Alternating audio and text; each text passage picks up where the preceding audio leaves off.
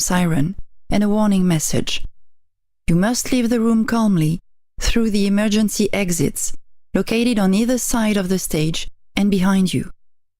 To facilitate evacuation, we ask you to keep corridors and common areas clear during the event. The assembly point is outside the building.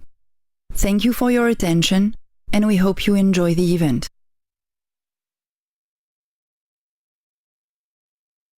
Mesdames et messieurs, votre attention s'il vous plaît. Nous vous souhaitons la bienvenue au siège de l'UNESCO. Pour le bon déroulement de cette manifestation, mais aussi votre sécurité, merci de prêter attention aux consignes suivantes. Si une évacuation générale est nécessaire, vous en serez averti par une sirène d'alarme associée à un message d'alerte. Vous devrez quitter la salle dans le calme par les sorties de secours situées de chaque côté de la scène et derrière vous. Afin de faciliter cette évacuation, nous vous demandons de ne pas encombrer les couloirs et les zones de circulation pendant cette manifestation. Le point de rassemblement se trouve à l'extérieur du bâtiment. Nous vous remercions de votre attention et vous souhaitons une belle manifestation.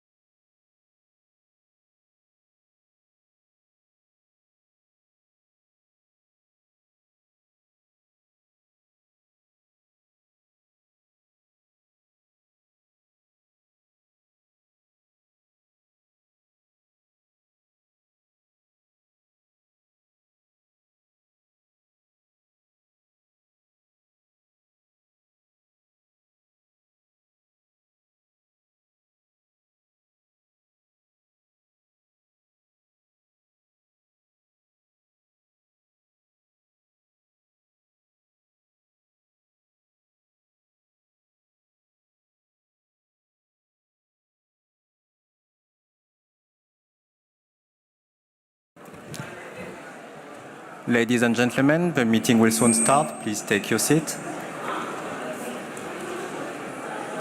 Mesdames et messieurs, la réunion va bientôt commencer. Veuillez prendre vos sièges.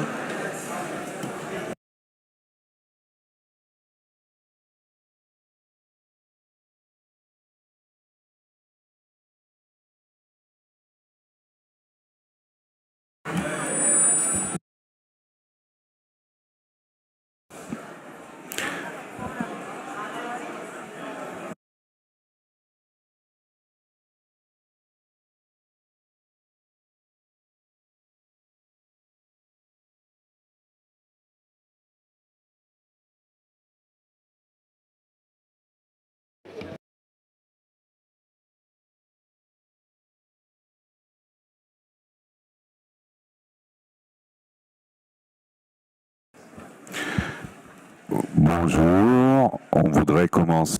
Good morning. We would like to begin the meeting. Please take your seat.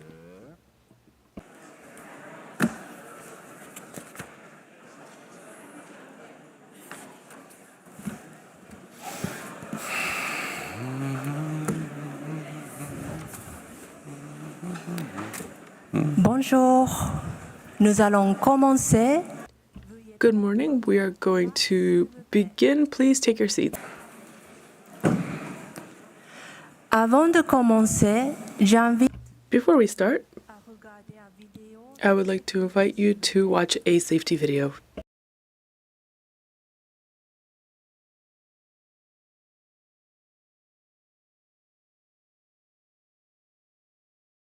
Ladies and gentlemen, attendees, your attention please. Welcome to UNESCO headquarters.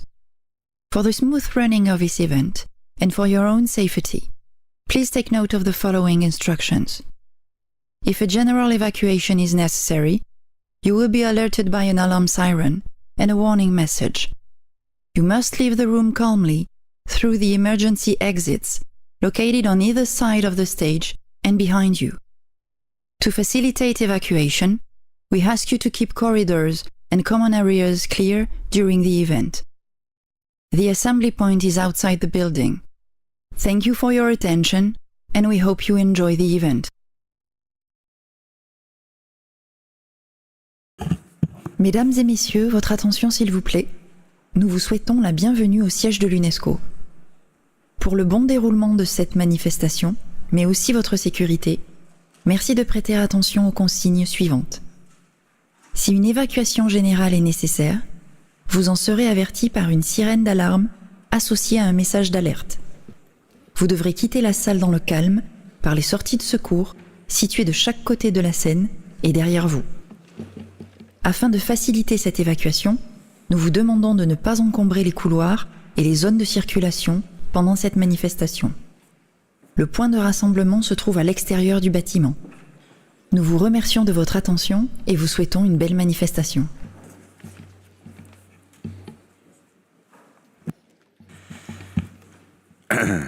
Excellencies, Ministers, ladies and gentlemen, it is our pleasure to welcome you all to UNESCO headquarters for the 10th session of the General Assembly of the States Party of the Convention for the Safeguarding of Intangible Cultural Heritage. Over the course of the next 2 days, the General Assembly will engage in discussion leading to strategic orientation for our convention. The delegates come from all corners of the world, representing the needs and aspirations of their countries and communities for the safeguarding of their living heritage as a wellspring of resilience and catalyst for sustainable development. Since the last session of the General Assembly, 3 new state parties have joined the convention. Allow me to extend a warm welcome to San Marino, Libya, and the United Kingdom of Great Britain and Northern Ireland. We can applaud them, please.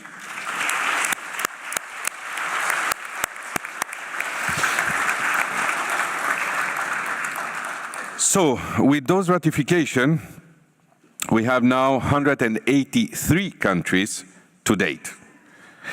The Convention is even better positioned to address the challenges of the 21st century and to inspire audacious policies that amplify the role of living heritage in society. I trust that this new ratification will also provide a momentum for the remaining states, there are 11, who are considering joining the Living Heritage family and with whom we are in touch and trying to convince them that that's a great family that we have here. Only a few weeks back, the 2003 convention also welcomed the 4th secretary of the convention. You know her very well, Ms. Fumiko Ohinata, following the appointment of Mr. Tim Curtis as director of the UNESCO office in New Delhi. Fumiko, you know her, is a familiar face to many of us. She has been with us following the work of the Secretariat of this convention, and I trust that she will enjoy excellent cooperation with all stakeholders of the convention. And it makes me very happy, so I don't have to be the Secretariat of this convention, and I can do my work as a DG. So welcome, Fumiko, to this family.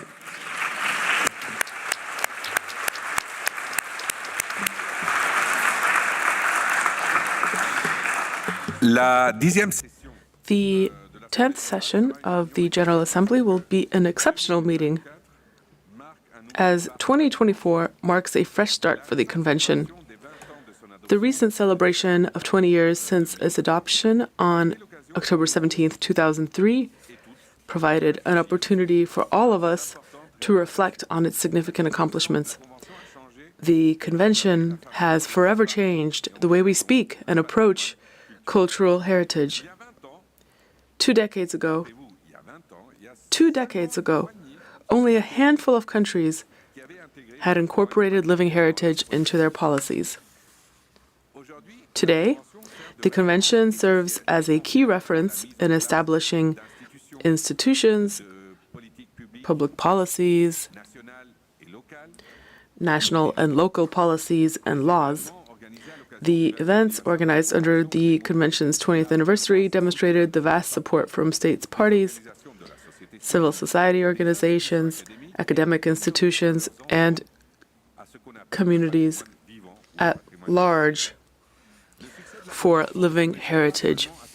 The Convention's success is measured not just by its past achievements, but also by its clear vision for the future. One of the main outcomes of the 20th anniversary, the Seoul Vision, is proposing areas of action for the further development of the Convention. Then the Naples Conference on Cultural Heritage in the 21st Century, commemorating both the 50th anniversary of the 1972 convention and the 20th anniversary of the 2003 convention, laid down a call for action with the same objective of guiding our actions. I trust these framework documents will inspire your decisions during this session.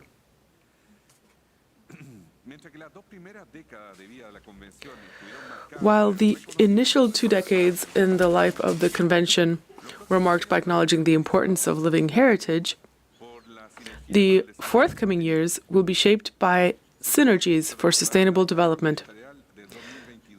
You will recall the Mondiacult 2022 Ministerial Declaration, which affirmed for the first time that culture is a global public good and called for culture to be integrated as a standalone goal in the post-2030 International Development Agenda.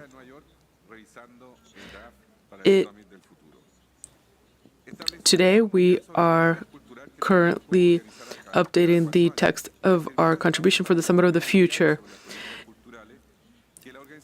Additionally, Mondiacult established a World Forum on Cultural Policies to be organized by UNESCO every 4 years, in forming a World Report on Cultural Policies, which the organization will produce on a quadrennial basis, building on information, data, and existing indicators provided by its member states, starting with the first edition next year, with Mondiacult 2025, which will take place in Barcelona. Speaking of synergies, I would like to, on behalf of UNESCO, to congratulate the World Intellectual Property Organization for the most recent adoption of the Treaty on Intellectual Property, Genetic Resources, and Associated Traditional Knowledge. This is a landmark breakthrough which provides a regulatory framework for a set of traditional knowledge, much of which is otherwise safeguarded by the 2003 Convention. We look forward to consolidating our cooperation with WIPO in a concrete manner.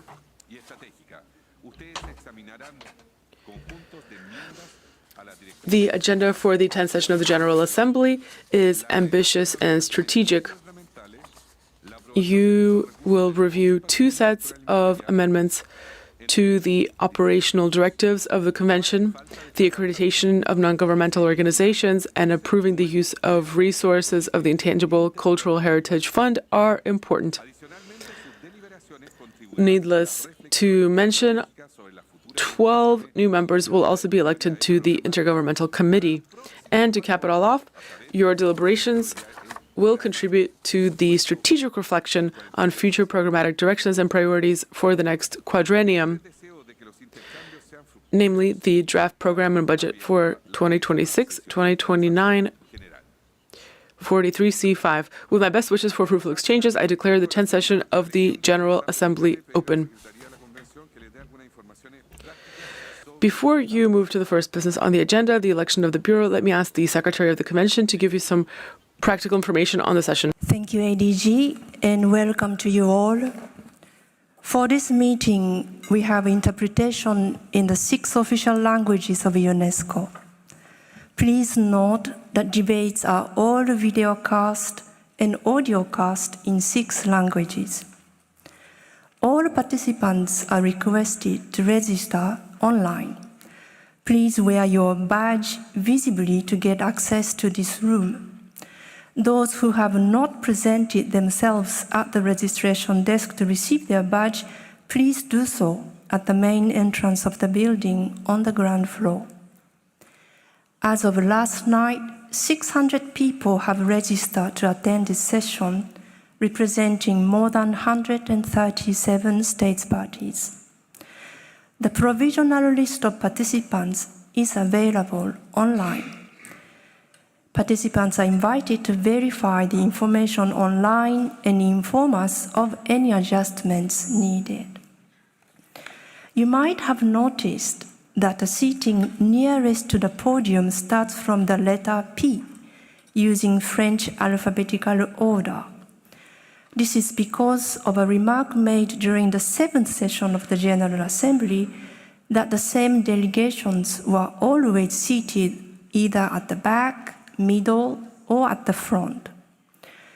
The Secretariat was also noticing that the same is true for the seating arrangement for the committee, and also the evaluation body has always evaluated files in alphabetical order, starting with the letter A. So in order to introduce some variation, the Secretariat proposed to the 14th session of the committee in 2019 that the committee could select a different letter by lot each year to be used for the following year. The 18Com last year drew the letter P, so that this is why the General Assembly is also taking on this practice, and the front now for this session of this General Assembly starts with Pakistan, P, and then the last row ends in a French alphabetical order for Uzbekistan. Wi-Fi comes automatically when you select the network connection called HQ Air PUB as indicated on the screens. Then you may log in using the username also showing on the screens, HQ Air, and the password UNESWIFI. Finally, a series of events have been organized in parallel to this session. You may find details for each event in the calendar of events published on the webpage of our convention for this session, as well as on the screens placed in front of room 1. Thank you. Thank you, Fumiko. We move now to the item 2 of the agenda, the election of the Bureau. Madam Secretary, the floor is yours to give the information on this item.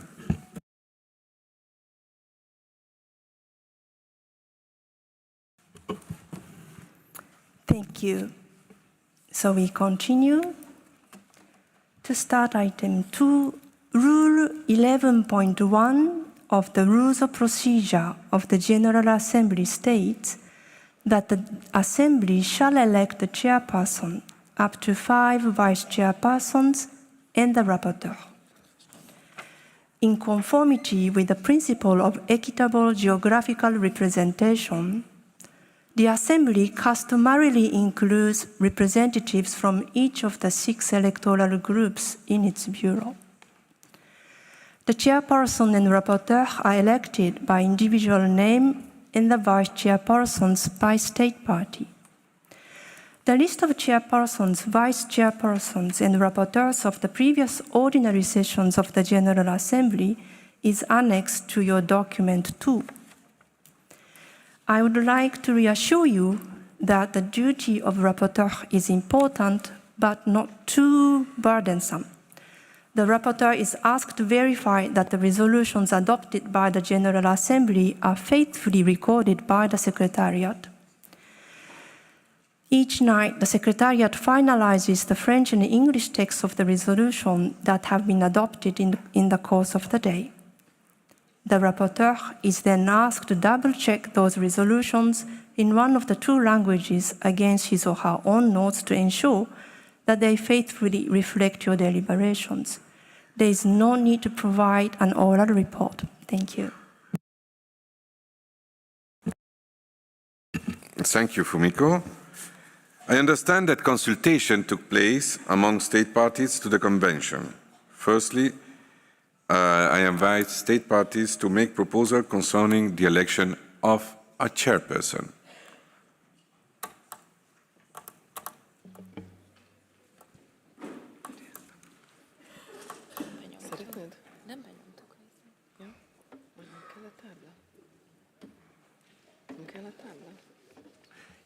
Yes, Czechia, you have the floor. Thank you, Mr. Chairperson. The Electoral Group 2 proposes Mr. Mariusz Lewicki for the position of the Chair of the Bureau. Thank you. Thank you. I see that there is consensus around the name of Mariusz, the ambassador. So allow me to congratulate you on your election as chairperson of the 10th session of the General Assembly of the State Party to the Convention. We can applaud him if you want. And I invite you to join us to the podium. once again.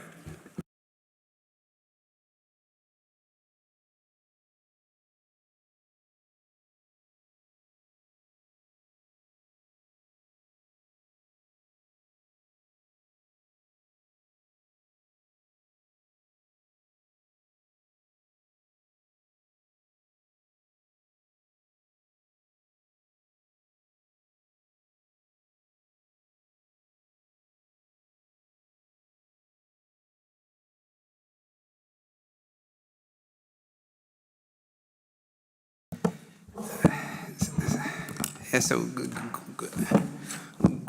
good morning, everybody. And at the outset, let me thank you, all of you, for having elected me as a chairperson of a 10th session of General Assembly.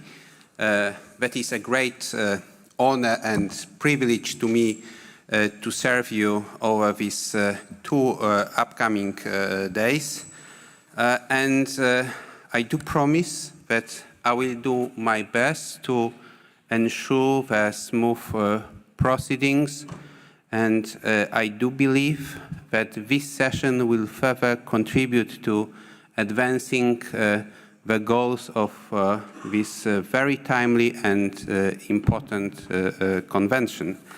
Let me also seize this opportunity to thank the former chair of General Assembly, Her Excellency Madame Guinevere Mahilum West from the Philippines, as well as the rapporteur, Madame Daniela Rodriguez Uribe from Colombia, and as well as all former vice chairperson, Belgium, Croatia, Bolivarian Republic of Venezuela, Madagascar, and Syrian Arab Republic. Allow me also to join the Assistant Director General Ernesto Tone in congratulating Madame Fumiko Ohinata for assuming the position of the Secretary of the Convention. As Ernesto has said, we know you well, and we know that you will be doing a great job, because I also have had the pleasure working with you, so I know and I highly value your commitment to your work and your professionalism, and huge thank you to Tim Curtis. Maybe he's watching us right now as from New Delhi as the head of New Delhi UNESCO office. The Excellencies, ladies and gentlemen, as you may be aware, this is the biggest room at the UNESCO headquarters in Paris. So a large number of participants from the state parties, including the very high-level ministerial representatives present also here today in the room, but also from the civil society, from the local communities that cultivate our living heritage, is a testimony of a growing interest in and growing importance of intangible cultural heritage, because the living heritage, our traditions, actually make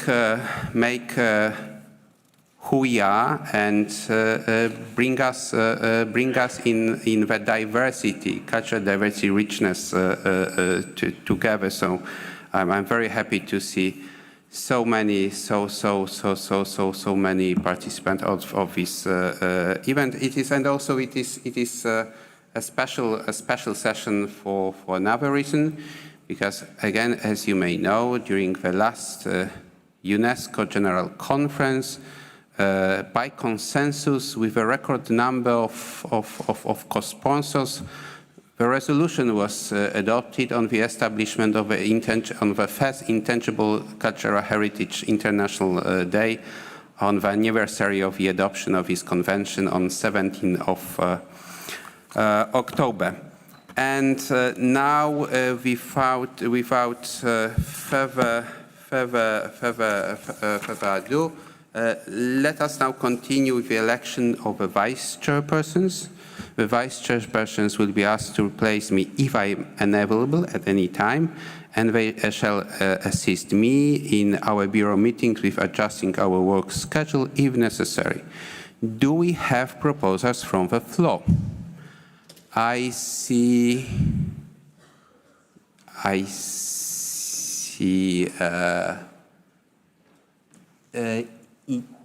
Italy. You have a floor. Thank you, Mr. Chair, and congratulations on your election. Group 1 would like to propose Luxembourg for the position of Vice Chair. Thank you. And now I see Nicaragua. You have a floor. Muchas gracias, señor presidente. El Grupo 3 le gustaría proponer a El Salvador como vicepresidente. Gracias. Thank you. And now,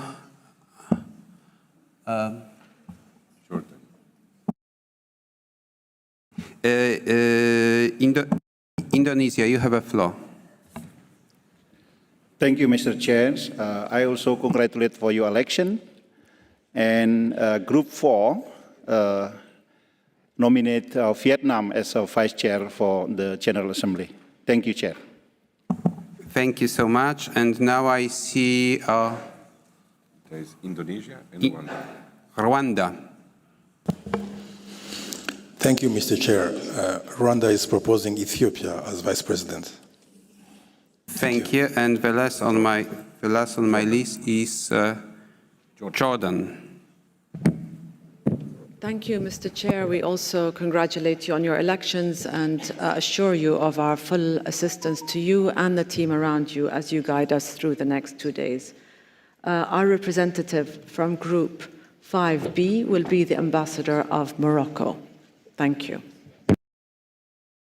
Thank you so much. And now, Italy proposed Luxembourg, Nicaragua proposed El Salvador, Indonesia, Vietnam, Rwanda, Ethiopia, and Jordan, Morocco. Can we elect the vice chairpersons proposed by acclamation? Yes, we can. So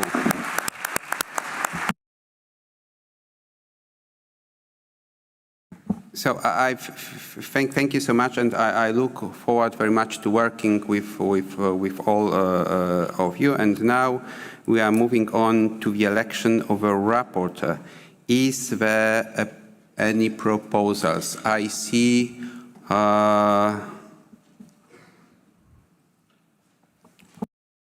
Rwanda. Yeah, thank you, Mr. Chair. We are proposing Dr. Suleiman Konate from the permanent delegation of Mali. Okay. Thank you. Thank you so much. Pouvons-nous élire Monsieur Suleiman Konate? Can we elect Mr. Suleiman Konate from Mali as our rapporteur by acclamation? Yes, we can.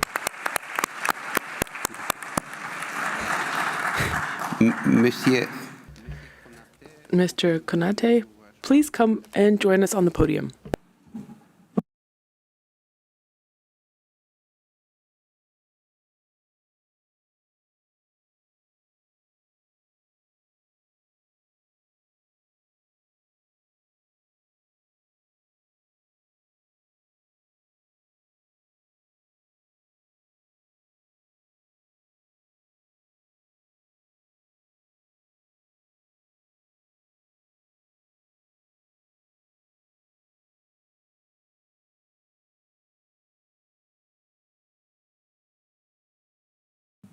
Okay, so we are almost having the full bureau, and let us now formalize the election of the bureau. May I ask the secretary to reflect the details on the screen?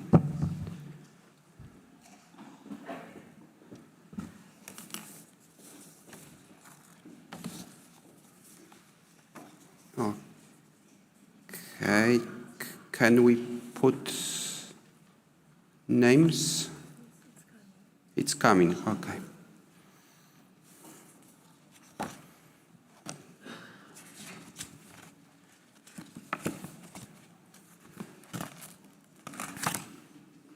Okay.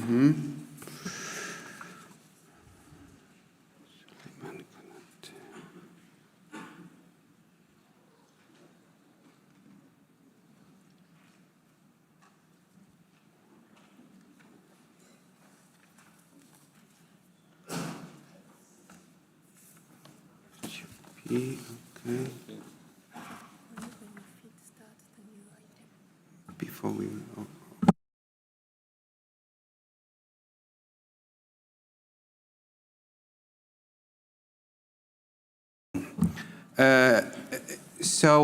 we are having on the screen the draft resolution 10.GA2, and as I see no objection, I declare resolution 10.GA2 adopted. So once again, congratulations to all electing bureau members and to our rapporteur. Okay.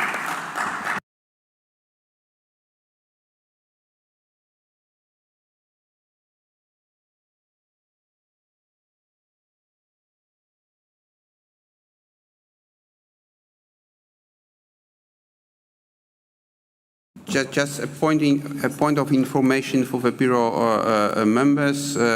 We are having a Bureau meeting tomorrow at 9 a.m. in room 8, and Bureau meetings are held in English and French, and the observers are welcome to join in. Now we are moving to the agenda item 3, which is adoption of the agenda. But first, let me make a point of clarification. So I wish to share with you that Assembly, when it comes to the elections to the intangible cultural heritage, we are having clean slates achieved last night with respect to all electoral groups. This means that there will be not all secret ballot voting during the lunch break today, as it was originally scheduled. More details will be provided under agenda item 11, election of the members of the intergovernmental committees for the safeguarding of intangible cultural heritage. Okay. And Madam Secretary, we are at agenda item 3, and I'd like to ask you to present this item to us. Fumiko, the floor is yours. Thank you, Mr. Chair. First of all, I would like to explain something about our working documents presented to this Assembly. There are two kinds of documents prepared for this session. The first is working documents that carry a common code, LHG/24/10GA/, and followed by a number that corresponds to the item of the agenda. They are prepared in the 6 working languages of the General Assembly, and these documents do include a draft resolution. Another type of document is an information document that carry a common code LHG/24/10GA/INF, INF, followed by, once again, the item number of the agenda. They are prepared in English and French and not in other 4 languages. These information documents provide information additional to the working document, and they do not include a draft resolution. An important information document, INF1, is the summary records of the 9th session of the Assembly of the States Parties. You may wish to refer to it in the course of this meeting on specific agenda items to refresh your memories of your debates 2 years ago. The working documents were made available online through the website of the convention in 6 languages 4 weeks before the start of this meeting, That was 13th of May. With the exception, though, of documents 8 and document 19.4, that is a summary records of the previous session of the committee, which were published on 24th May. Furthermore, an addendum to document 9 was made available on 31st of May in English and French, and on 5th of June in other 4 languages. And this addendum was made to take into account the results from the survey sent to all states parties in April and May about the geographical balance among accredited NGOs under the convention that you are going to examine under item 9. Out of concern for the environment, participants are invited to download these documents from the website dedicated to this session. During the session, you may also wish to refer to the basic text of the convention. The current one is the 2022 edition, which could also be downloaded from the website of the convention. So now, with a bit more focus on this session, there are 13 items inscribed on the provisional agenda. As soon as the agenda is adopted, the General Assembly will be asked to examine item 4 on the distribution of seats in the committee per electoral group. After that, item 5, report by the committee to the Assembly, will be examined. The original plan was for the Assembly to deal with item 11 related to the election of the committee in 2 parts to include a secret ballot voting in between. But as you have just heard from the President, and as of yesterday night, the situation has changed so that all electoral groups can observe a clean slate. In other words, once again, there is no more a need for voting, and under item 11, the Assembly will be electing the 12 new members of the committee directly. The session will continue with the examination of item 6, which is the report by the Secretariat on its activities. And while it is not an agenda item, you will then receive an oral report from the ICH NGO Forum as indicated in your provisional timetable. Then the Assembly will examine proposed revisions to the operational directives under item 7, then move on to examine item 8, use of the resources of the Intangible Cultural Heritage Fund. Under item 9, you will decide on accreditation of non-governmental organizations to act in an advisory capacity to the committee. After that, you will move on to examine item 10, which regards a report on the celebration of the 20th anniversary of the convention last year, before discussing other business, if any, and item 12, that is other business, and closing the session finally. Thank you, Mr. Chair. Thank you, Fumiko. And before moving to the adoption of the resolution under agenda item 3, I'm opening the floor for any general comments you may have under this agenda item.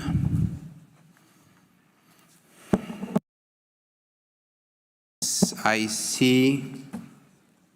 see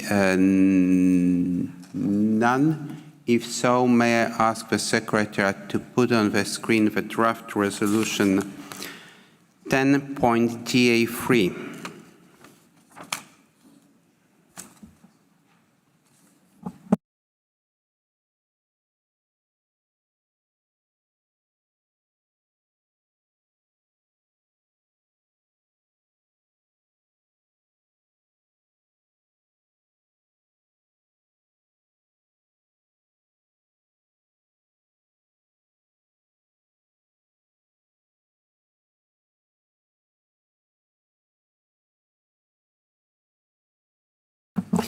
Thank you.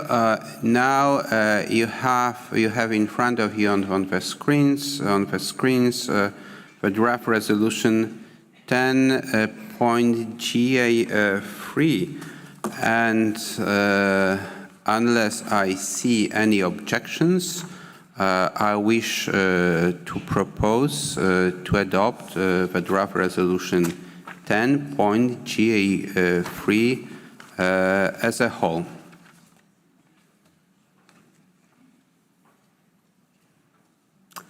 I see no objections. It is so. Draft resolution 10.GA3 adopted. Thank you so much for your cooperation.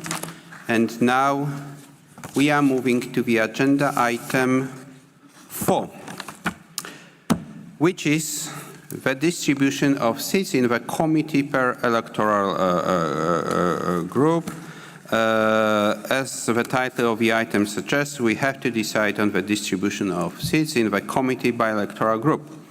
This must be determined before we proceed formally to item 11, which is the elections of the members of the committee, and I give again the floor to the Secretary to present this item to us. The floor is yours. Merci, Monsieur. Thank you very much, Chair. As you see in document 4, the distribution of seats that has been proposed stems from an article of the Convention and also an article of the Rules of Procedure of the General Assembly and a resolution of the GA. Article 6.1 of the Convention says that election of member states to the committee shall respect the principles of equitable rotation and geographical distribution. Article 35.2 of the ROP of the GA says that the seats in the committee composed of a pro rata of the number of states parties in each group, and on the understanding that this distribution shall be as a minimum 3 seats for each of the 6 electoral group. And then Resolution 3GA12 of the GA says that the principle of proportionality shall be rigorously applied in future elections, strictly on the basis of mathematical calculations. And paragraph 4 of your document explains the distribution of seats based on these mathematical principles, given that we have 183 states parties at the time when the election is taking place. So just let me explain to you how this is actually going to go. You've got a minimum number of 3 seats, so first of all, attributed to Group 5B, in conformity with Article 35.2 of the Rules of Procedure of the GA. The 21 remaining seats were then distributed among the 5 remaining groups, starting with the group having the highest decimal fraction, which is Electoral Group 5A, to which 6 seats have been attributed. And this means that the 15 remaining seats were divided up among groups 1, 2, 3, and 4. The distribution then further continued with the second highest decimal fraction, which is Group 4, to which 5 seats were attributed, leaving 3 seats for Group 1, 3 seats for Group 2, and 4 seats for Group 3. The distribution has not changed vis-à-vis the distribution adopted at the previous session of our GA, despite the increase in the number of states parties to the convention, with 3 new ratifications that we just heard, Samaran, Libya, and the United Kingdom of Great Britain and Northern Ireland. And this, therefore, can be explained by the fact that the 2003 convention has reached practically universal ratification of with the 183 states parties. This distribution already reflects the ultimate seat distribution, with the number of ratifications that should be reached with 194 member states of UNESCO. So I hope that I've been clear, Mr. Chair. Julien. Thank you, Julien. As you see, the accession to a convention of 3 new state parties, San Marino, Libya, the United Kingdom of Great Britain and Northern Ireland, and congratulations to you, hasn't changed the distribution of the seats. Nevertheless, I'm opening the floor if you have any comments under this agenda item.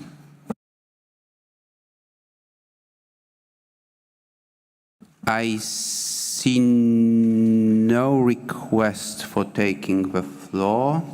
If so, may I ask the Secretariat to put on the screen the draft resolution 10.GA4.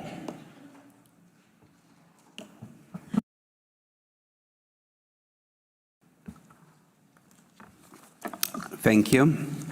So we are having in front of us on the screens the draft resolution 10.GA4, and if there is no objection, I wish to propose to adopt the draft resolution 10.GA4 as a whole.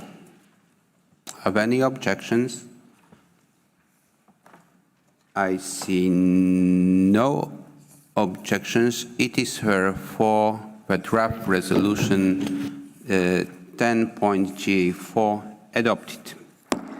Thank you for your cooperation. Thank you for your cooperation, and we are moving to the next agenda item, which is the agenda item 5, the report by the Committee to the General Assembly, and it is my great pleasure to express our deep gratitude and appreciation to the two chairpersons of the most recent sessions of our committee, His Excellency Ambassador Samir Adare from Morocco, chaired two sessions, the fifth extraordinary session of a committee that met online on the 1st of July 2022, as well as the 17th committee that met in Rabat, Morocco in 2022. And also I wish to express my appreciation to His Excellency Ambassador Mustak Murat from Botswana, who chaired the 18th session of the committee in Kasane in Botswana in 2023, and I was privileged to participate in both sessions, and personally I'm really much impressed by the way the both sessions were organized. I'm very much impressed by the hospitality, not only the host countries, but also the Moroccans and the local populations of Rabat and Kasane. So let us thank them for the stewardship, for the leaderships, and may I propose to applause both ambassadors.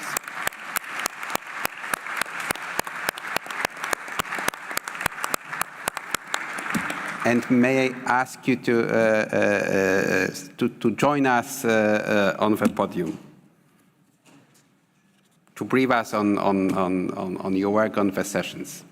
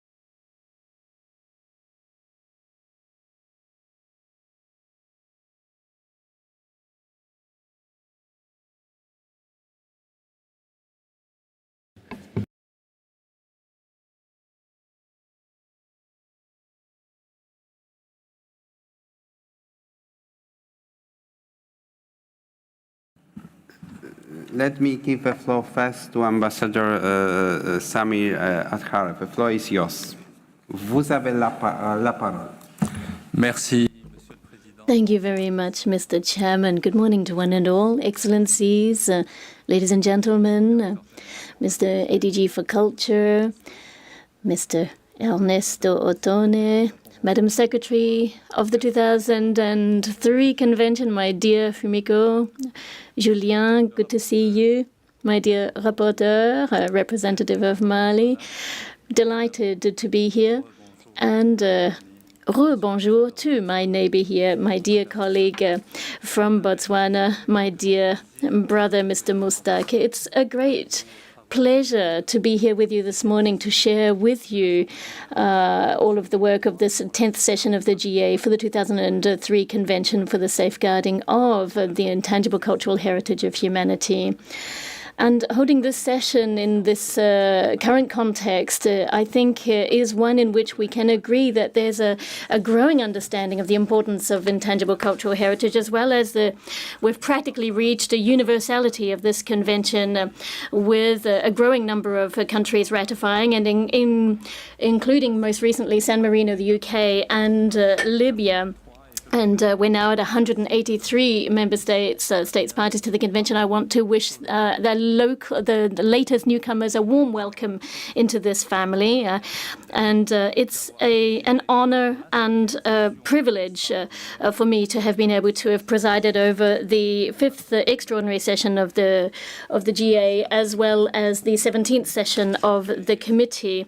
Now, I'll spare you the exhaustive list of all of the activities and decisions taken by the committee and its bureau. Those you can find in the annex to the working document on this. But I did want to share with you a few of the main achievements. First, refer to the 5th extraordinary session of the committee. This session was convened online and at the request of the committee at its 16th session in 2021 to discuss the results of the Part 3 meeting of the open-ended intergovernmental working group held on the 25th and 26th April 2022 in the framework of the global reflection on the listing mechanisms.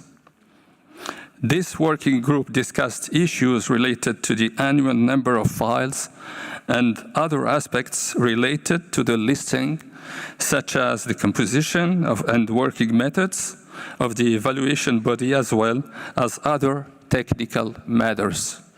A special thanks must go to the chairperson of the working group, the previous ambassador, my dear friend Oike Atsuyoke of Japan, whose leadership made it possible for the working group to conclude its work in the best manner. I am glad to see that the recommendations of the 5th extraordinary session of the committee were fully endorsed by the last session of the General Assembly, leading to the conclusion of the global reflection with the amendments of the operational directives. The 5th extraordinary session of the committee also achieved a landmark in international cooperation with the first use of Article 17.3 with the accelerated inscription of culture of Ukrainian borscht, making as a matter of extreme urgency within 10 weeks of its receipt. Excellencies, dear colleagues, the 17th session of the committee was taking place just a few months after that in Rabat in Morocco from the 28th of November to the 3rd of December in 2022, the very first session of the committee to be held in person since the COVID-19 pandemic. 1,200 participants representing 132 countries took part, and in particular, there was more than a dozen ministers and vice ministers, 111 NGOs, and a massive outpouring of representation from cultural institutions and other stakeholders from various countries around the world also took part. I can also assure you that the Moroccan people were delighted to be able to welcome you in such great numbers in Rabat and welcome you into our country. country. And we hope that you enjoyed this foretaste of Moroccan hospitality with our cuisine, our culture, and of course our legendary hospitality of our people.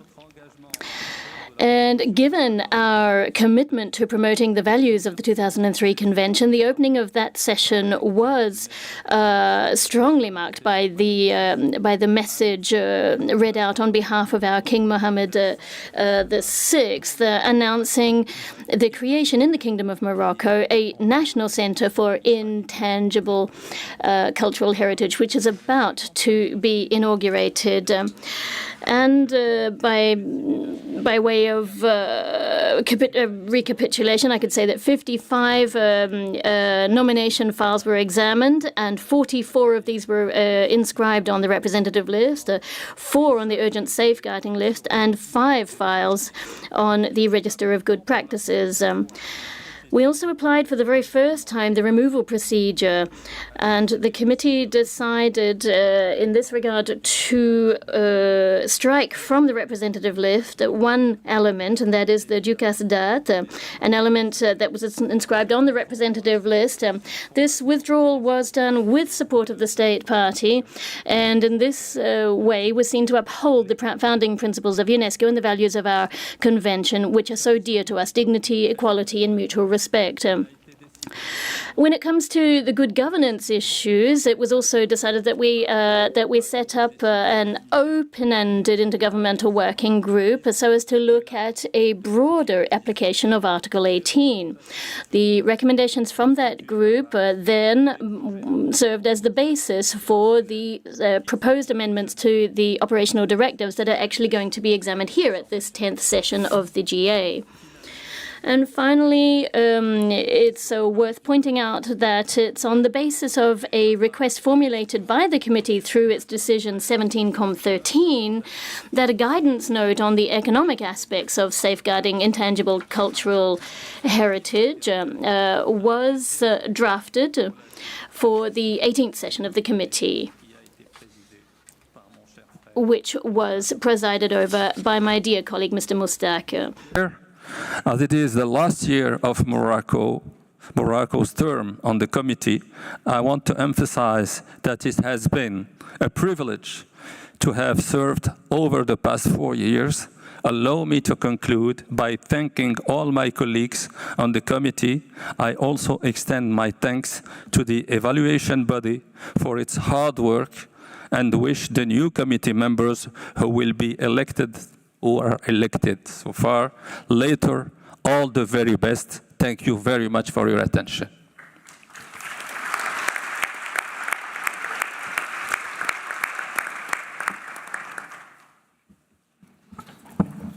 Merci beaucoup. Thank you very much, dear Sameh. Also, I guess on behalf of all of us,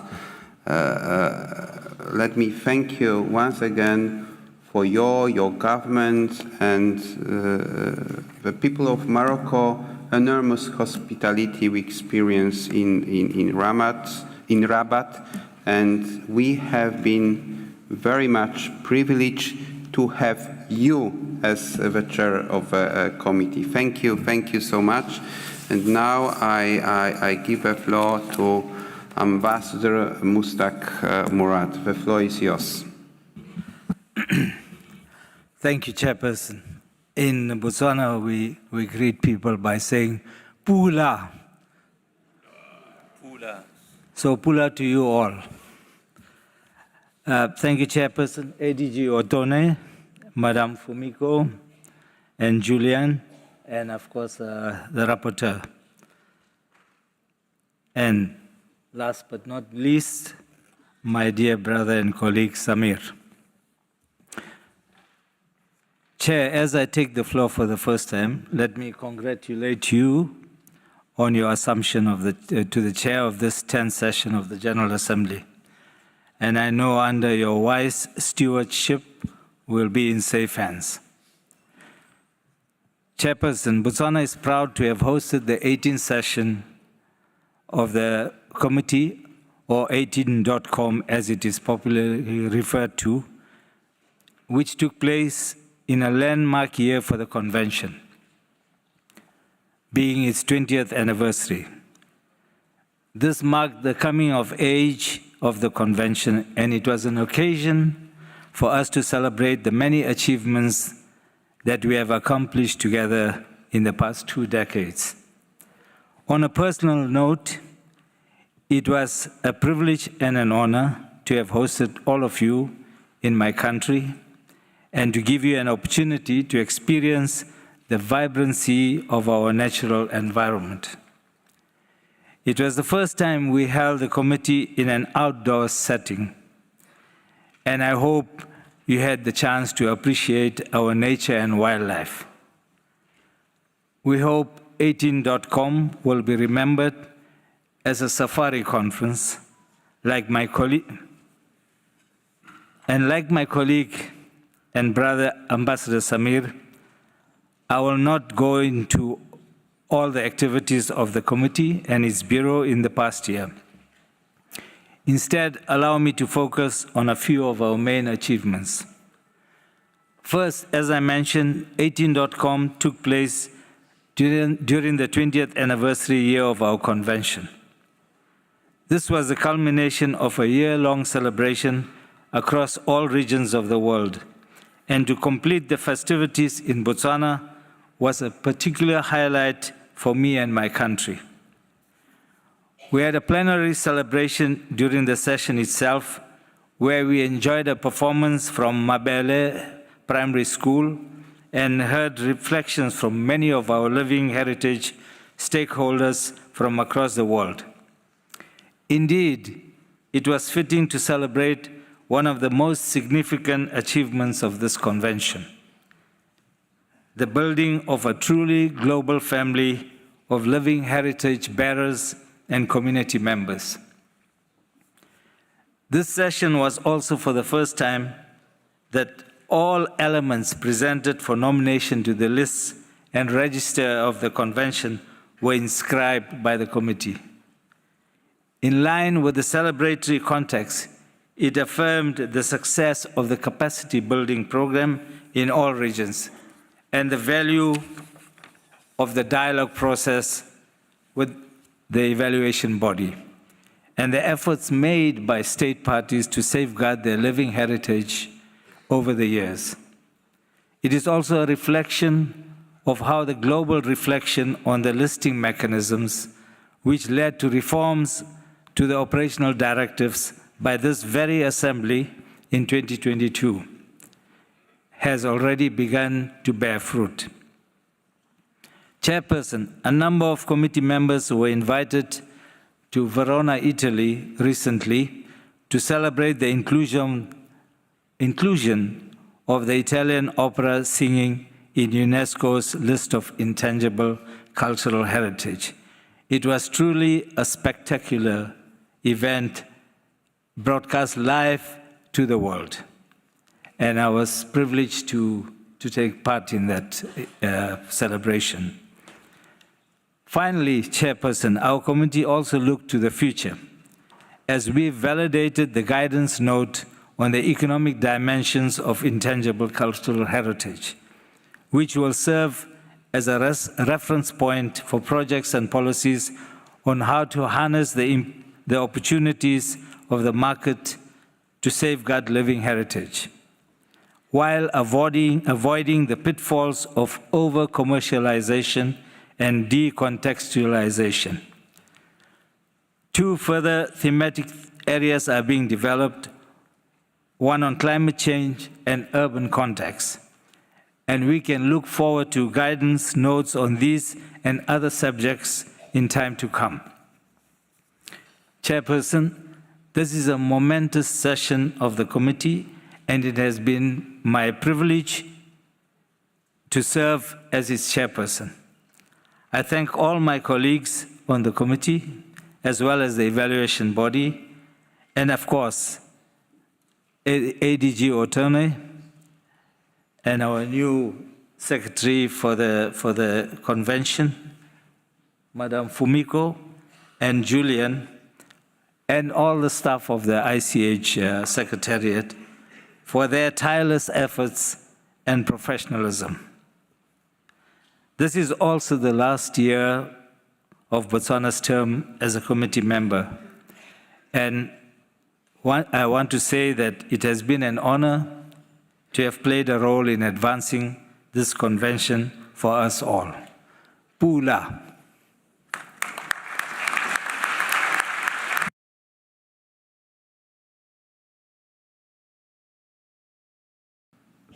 Thank you, Mustak, and shame on me, I have no idea how is thank you. So Pula is hello and thank you. I'm giving you the floor. You have no choice, but you need to learn us how to say, tell me how to say thank you. You have a floor. Okay, so Kale Moha.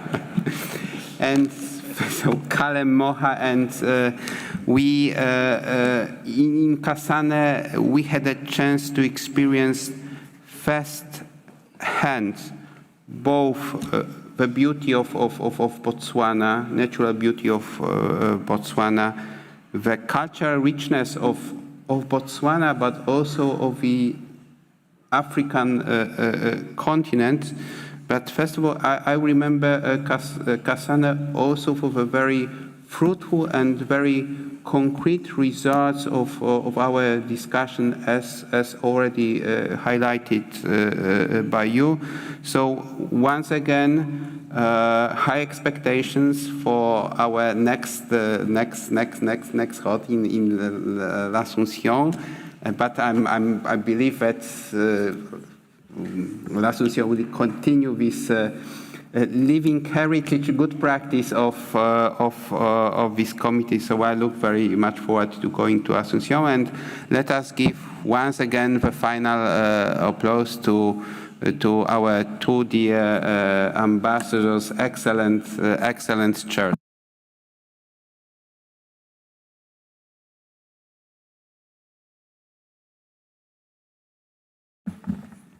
Thank you so much.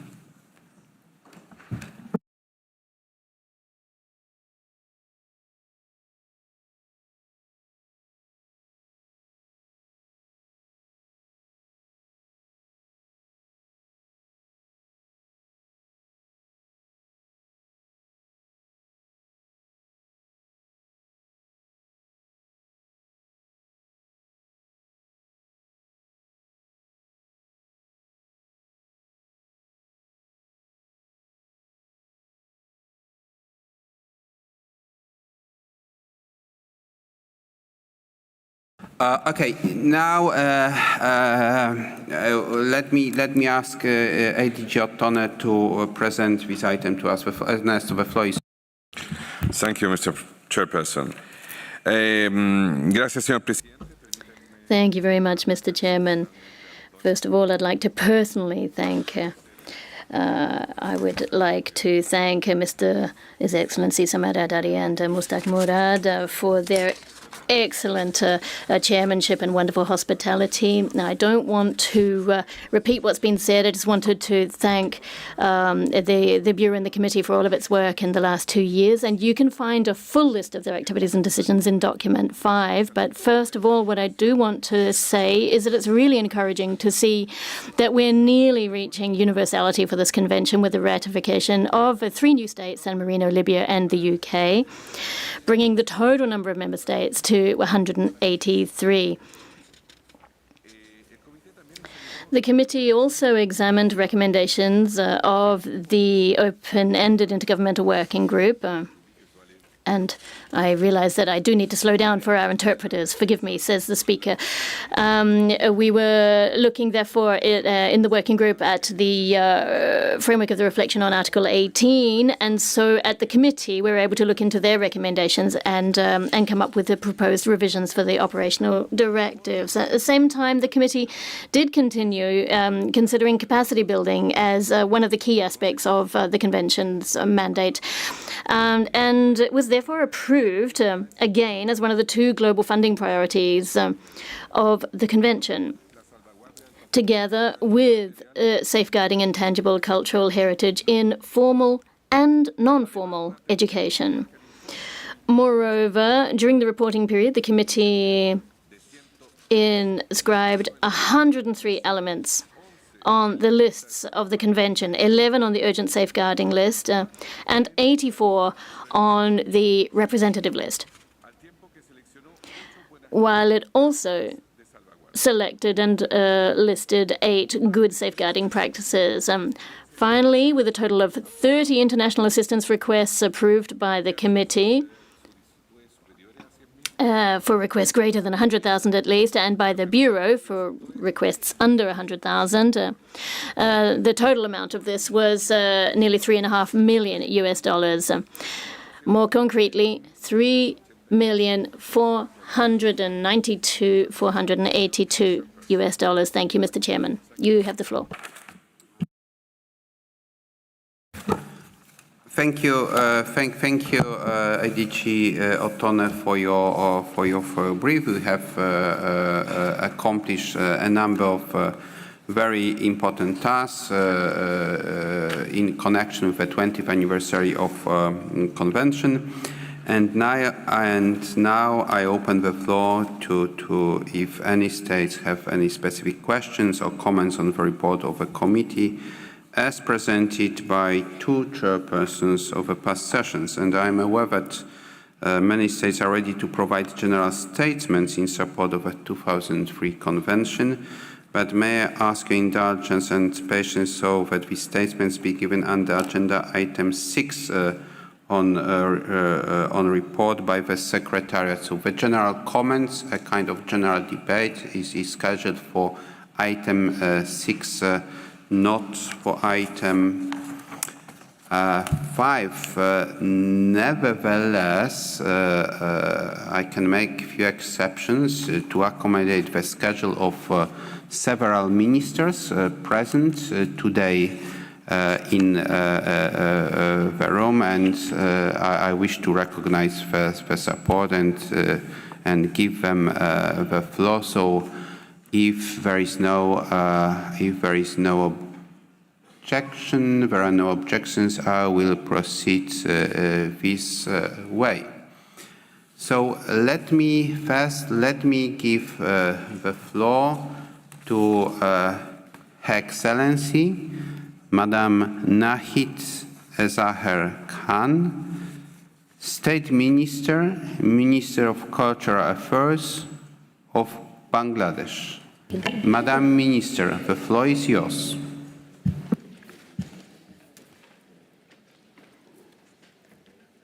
Thank you, Chair, for giving me the floor. Good morning, all. Let me first congratulate you and your Bureau on your well-deserved election.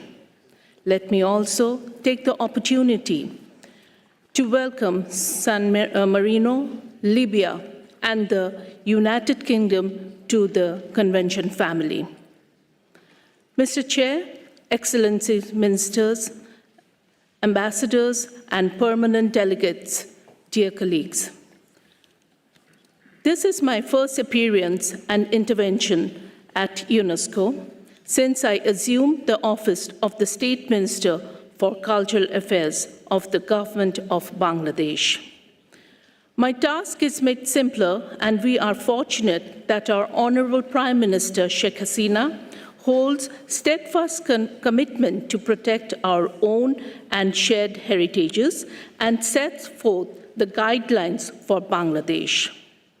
Being here, I am reassured of the support from the state parties and UNESCO member states and also the Secretariat in our collective endeavors to sustainably protect and promote our shared heritages. Mr. Chair, Bangladesh thanks the Secretariat for the detailed report on its activities carried out for the years 2022 and 2023. The Secretariat surely did a commendable job keeping in line with the EX4. The 41C5 performance indicators show impressive figures. We congratulate those 114 state parties, including 32 African states and 25 states, who benefited from the capacity building program.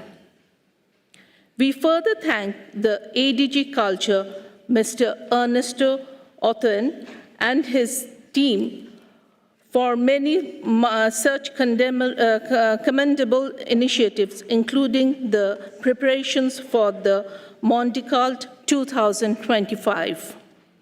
We are optimistic that the Mondial 2025 we will be able to achieve both quantitative and qualitative outcomes in shaping the future of global culture. In our next meet at Barcelona, we shall again register our strong voice to poise culture within the purview of the Agenda 2030 and beyond. Culture is indeed a global public good, and its practice, promotion, and preservation is our shared responsibility. The 18th session of the IGC at Kasane, Botswana, was a grand success. So was the 17th in Rabat, Morocco, and we look forward eagerly to the 19th Asuncion at Paraguay. Excellencies, Bangladesh attaches high importance to UNESCO's work in the culture sector, and the 2003 convention is no different. We are keen on engaging more to ensure better safeguarding for the communities. For that, we have undertaken a systematic approach of redesigning our internal mechanism. We are currently working on a capacity development program for the communities of dissemination of the scopes within 2003 convention. We have also created an ICH cell at the Bangladesh National Museum. The most recent inscription of rickshaws and rickshaw painting in Dhaka initiated a new momentum in realizing the artwork of the commoners. We have identified almost 130 rickshaw artists who are in close contact with our government agencies and benefiting from the safeguarding activities. Our Honorable Prime Minister Sheikh Hasina is a patron of this community. We are now exploring opportunities to promote this element beyond Bangladesh. We are nevertheless immensely grateful to the Intergovernmental Committee, the evaluation body, and the Secretariat for their support. We are also grateful to the state parties to the 2003 Convention for supporting Bangladesh in the keenly contested election held during the 9th session. We reiterate our commitment in safeguarding our shared global heritages, even in the face of climate change, rapid urbanization, and evolution of the information technologies, including artificial intelligence. I call upon the state parties to engage on these issues with all our resources and expertise to culminate and sustainable global practice of safeguarding that would be independent of man-made challenges. Mr. Chair, to us, capacity development and communication are pivotal for better safeguarding. We are delighted to note that the capacity development support from the Secretariat helped increase the rate of periodic reporting to 100% in 2 geographic regions and 97% in the other. The international assistance in another such mechanism to boost safeguarding activities in many countries. Last Tuesday, the Bureau approved the first ever international assistance for Bangladesh. Our NGOs partnership efforts will provide capacity development, better communication, and awareness building support for safeguarding of 8 intangible cultural elements practiced by 8 communities under the international assistance. We are also pleased to share that most of these communities are from the small ethnic groups. Bangladesh thanks the Bureau and the Secretariat for their support in the process. We further appreciate the Secretariat for developing the learning management system and the massive online open course on ICH and sustainable development. To that end, we are appreciative of the sole vision for the future safeguarding living heritages. These online tools would surely foster better in activism and communication. We also encourage the Secretariat to invest in developing more communication materials to reach out to more communities. Safeguarding of ICH is a bottom-up approach, and better communication has no alternative to sensitizing the communities. Mr. Chair, we have taken note of the safeguarding activities in emergencies. The report mostly highlighted the activities taken against the backdrop of recent situation. But we must not forget that culture takes its own long course of time to form and to deform. Therefore, we should not look into the recent emergencies, but also focus on the emergencies that are being carried forward for years. There are many communities in the world that have been suffering for years, if not decades, from cultural intrusion from other displaced communities. We must not be oblivious of those emergencies that could create long-term risk or unregulated culture symbiosis. This would vitiate the cultural values of the host and the sheltered communities. As champions of safeguarding our shared heritages, we have the responsibility to protect all our communities. We cannot renounce our commitment. We must speak for the victims. Our silence towards the oppressor of today would create new perpetrators for tomorrow. I thank you all. Joy Bangla.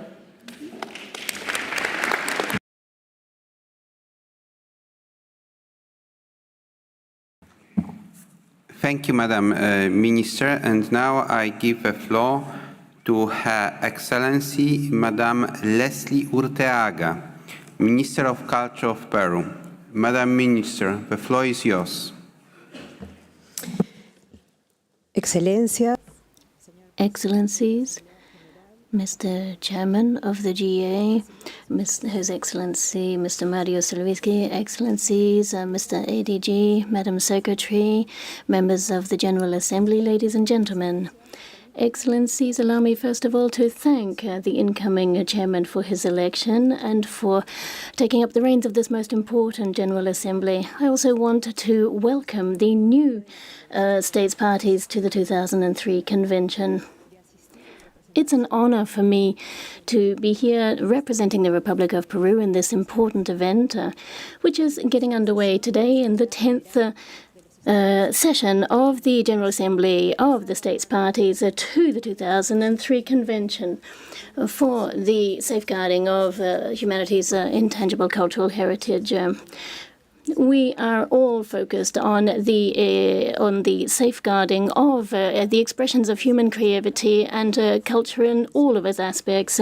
With the 2003 convention, we have a general framework for the states parties, and this is a valuable tool which will guide us in developing and strengthening our public policies in our respective countries. And the same policies that go for saving ICH in our countries as well as the bearer communities. This has enabled us, for example, to improve the participatory process of the communities when it comes to reflecting on our ICH policies. And the role of their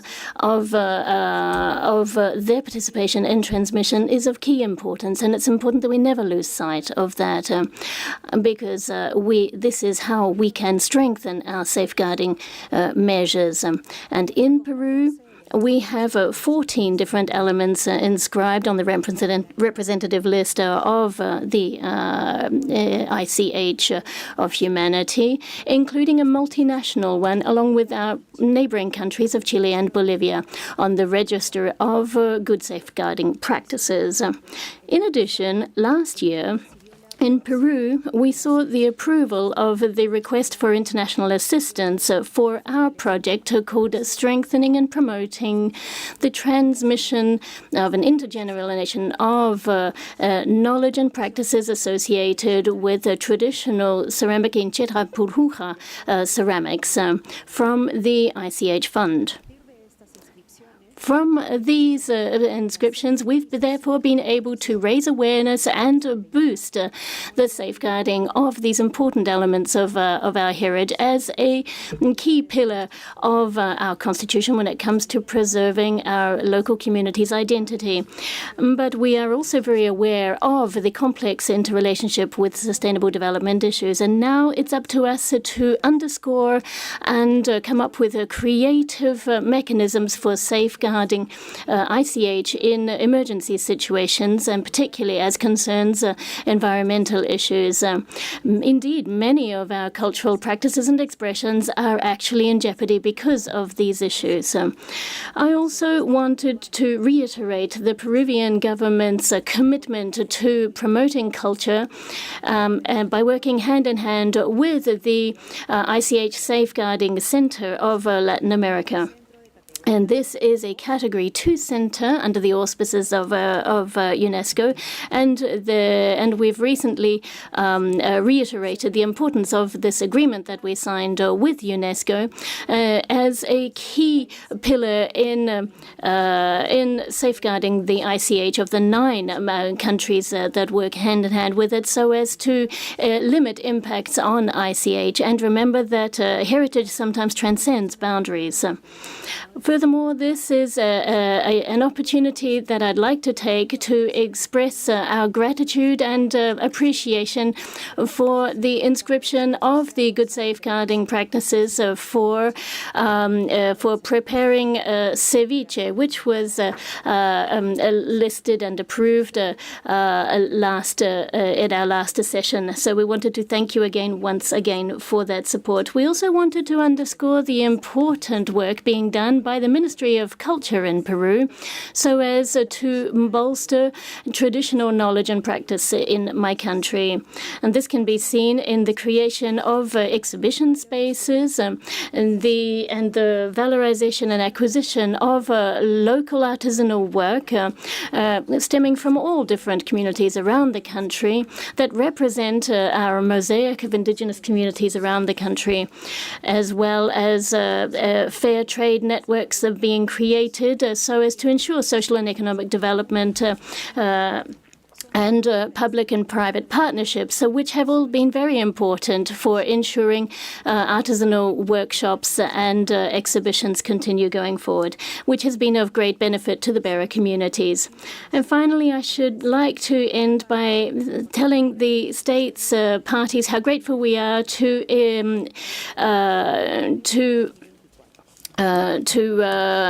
supporting Peru's participation in the 2024-2025 period of the committee's work. And with this 2003 convention, along with the open-ended intergovernmental working group concerning the listing mechanisms and Article 18 reflections, we are very pleased with the way that work has been going. It's been an honor to take part in the 17th session in Rabat and the 18th session of the committee in Kasane, Botswana. It's been an honor and a responsibility, and we really do hope that our participation has helped further the cause and has made our convention stronger, so that we can all work together in safeguarding intangible cultural heritage. And at the same time, we wish the new members of the committee every success going forward, and we hope that they realize that they can understand on our unwavering support from the representation of Peru. Thank you very much.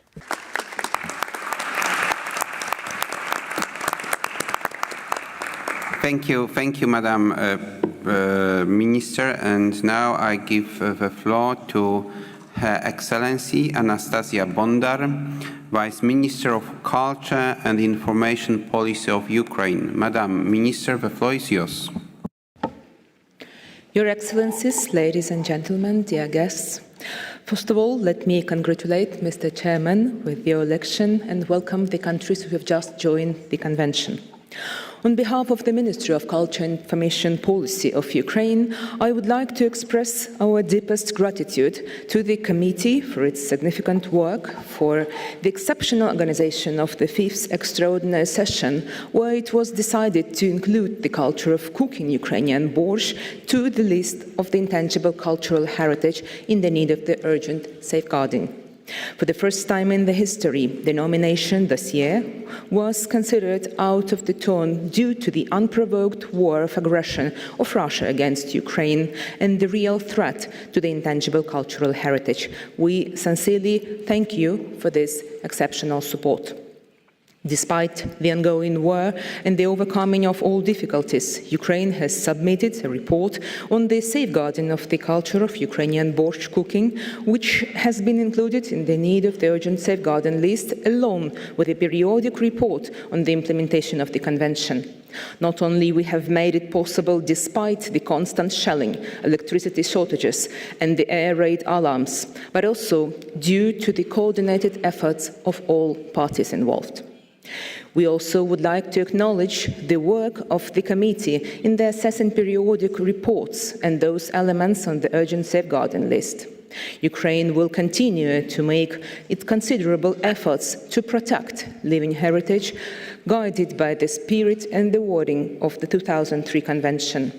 This enables us to appreciate the importance of intangible cultural heritage, its safeguarding, and the raising of the awareness about it, including the international level.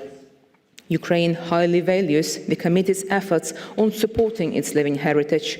This support extends to our temporarily displaced people to other countries, providing guarantees for their resilience and education. Inspired by UNESCO's support and attention, Ukraine strives to undertake extensive work to safeguard intangible cultural heritage, especially during the times of a full-scale invasion. In line with the spirit and the letter of the Convention, Ukraine has developed and implemented a new order for maintaining the national inventory of elements of intangible cultural heritage based on the principles of hearing the voices of communities and using the bottom-up approach. We have also paid special attention to the elements in need of urgent safeguarding and to the communities practicing these elements, particularly those in the temporary occupied territories or who were forced to relocate within Ukraine or abroad.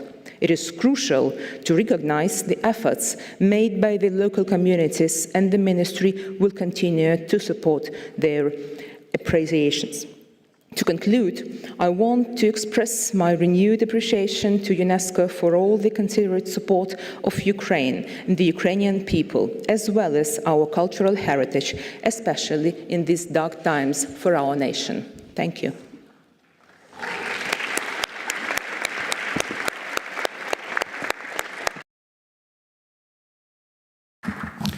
Thank you, Madam Minister. And now I give the floor to His Excellency Kim Ngoc Ha, Deputy Foreign Minister of Vietnam and the Chairman of the Vietnam National Commission for UNESCO. Mr. Minister, the floor is yours. Thank you. Mr. Chairperson, Excellencies, ladies and gentlemen, first of all, I wish to congratulate Mr. Chairperson, His Excellency Mariusz Lewicki, the Vice Chairs, and the Rapporteur. I wish to thank the ASPAC Group for the trust bestowed on Vietnam to be Vice Chair. We warmly welcome San Marino, Libya, and the United Kingdom to the Convention.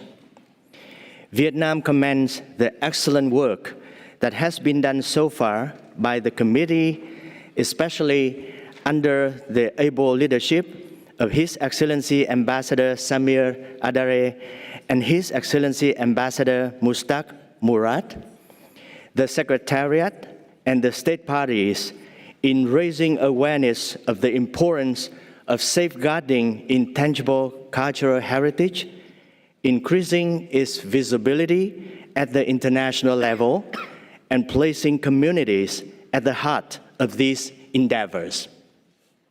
Ladies and gentlemen, Vietnam is firmly committed to the implementation and the noble objectives of the Convention.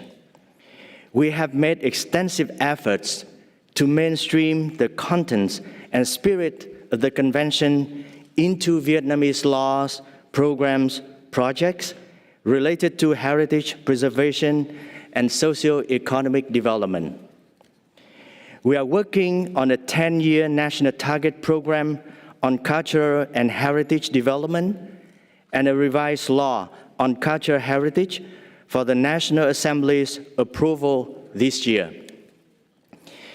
We have well preserved 15 UNESCO inscribed intangible cultural heritages and nearly 550 national ones.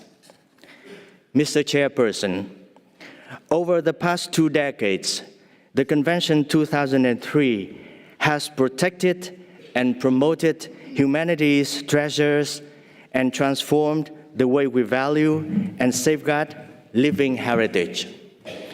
In this challenging time, especially given the climate crisis and AI disruptions, its role is more relevant than ever. It is necessary to continue to ensure the good governance of the Convention, better balance and regional representation of the lists, and effective implementation of UNESCO priorities through enhanced knowledge exchange, capacity building, and cooperation. It is also important to realize the NAPA calls to action and the Seoul vision. In these endeavors, the international community can count on Vietnam's strong commitment to join hands with you to unleash the power of culture and living heritage for social cohesion, peace, and sustainable development. I thank you.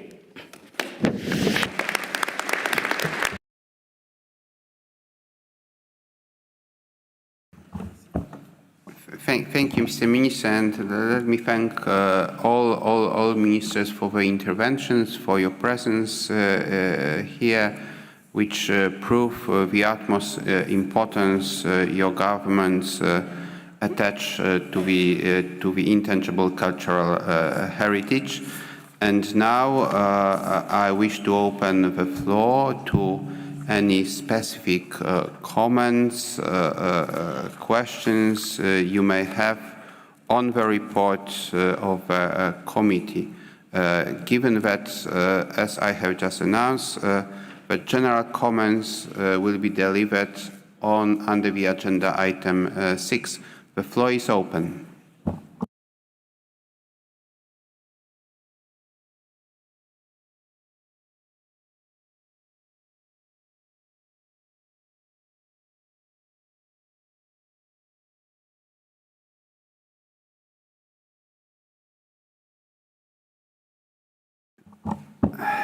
Madam Ambassador of Paraguay, our next host of a session of a committee, this is my pleasure to give you the floor.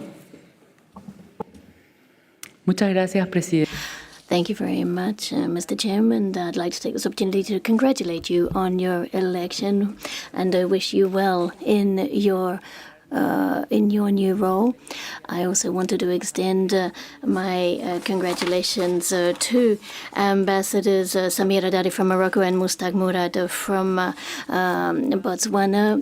We, I think, can take inspiration from what they've shown us as how we move forward towards the 19COM in Asunción in my country.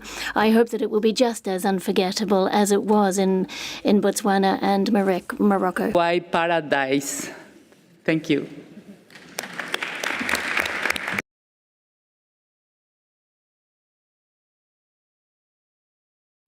Thank you so much, and now I can't wait going to L'Ascension. So thank you so much, and the next on my list is Ambassador of the State of Palestine, Munir. The floor is yours. Thank you very much, Chairperson. Please allow me, first and foremost, to congratulate you on your election to be president of this session. And I would also like to congratulate all of the vice chairpersons and the rapporteur. Today, I only wanted to take the floor to thank, not to thank the two chairpersons, but unfortunately, my colleague from Paraguay was very fast, our next chairperson. So I just wanted to say thank you to our two chairpersons for your excellent work in Botswana and Morocco. These two committees were wonderful, and I would like to thank them for their chairmanship. I think that they deserve a big round of applause.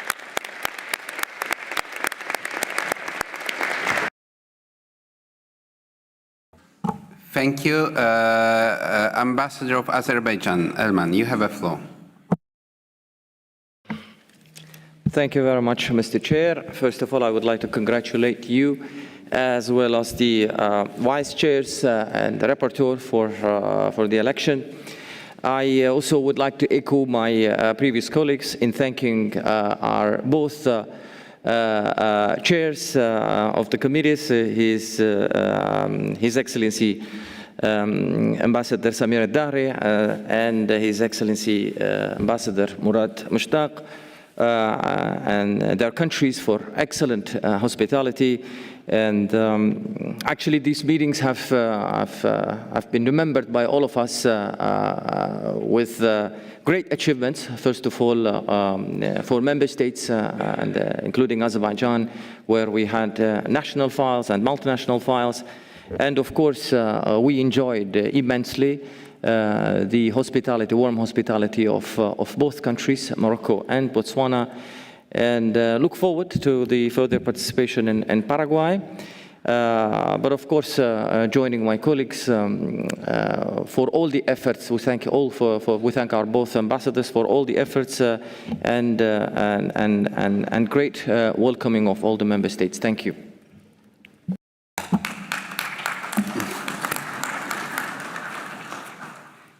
Thank you, Ambassador. Burkina Faso, Monsieur l'Ambassadeur. Ambassador, you have the floor. Thank you very much, Chairperson. Since we are taking the floor for the first time, we would like to congratulate you on your election, as well as the members of the Bureau who have been elected, and we wish you every success in your work. We would like to use this opportunity to also congratulate the UK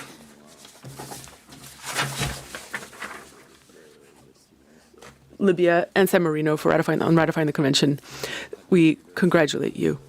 We also thank the committee for the high quality of the report, and we looking forward to a successful session. Now, in Africa, Burkina Faso has actively participated in the work of the committee. Thank you very much. Merci beaucoup, Monsieur. Thank you very much, distinguished ambassador. Want to take the floor, make any questions?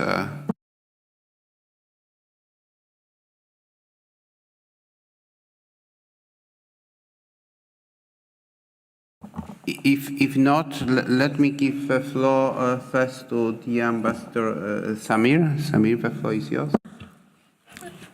Merci, Monsieur le Président. Thank you very much, Chair.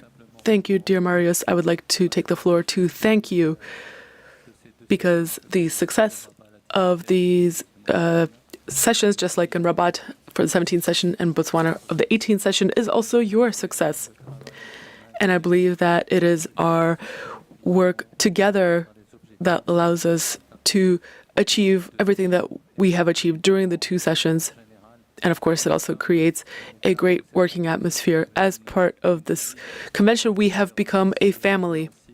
And I would like to thank Nancy for his words, and Iman, my brother from Azerbaijan, my colleague from Palestine and the permanent delegate of Burkina Faso. This is the very spirit of the 2003 convention. It is brotherhood, working together, coexisting. This is something that we have all experienced, whether we're talking about Morocco or Botswana and soon Paraguay. I am sure that it will be a very successful session. In any event, thank you to everyone. And in conclusion, I would just like to say that this morning we received very good news. I'm sure that you have already been informed. It has to do with Dominique Dupuy, our friend, the ambassador from Haiti, who is becoming the Minister of Foreign Affairs. So we are very proud of him. We are delighted at this news.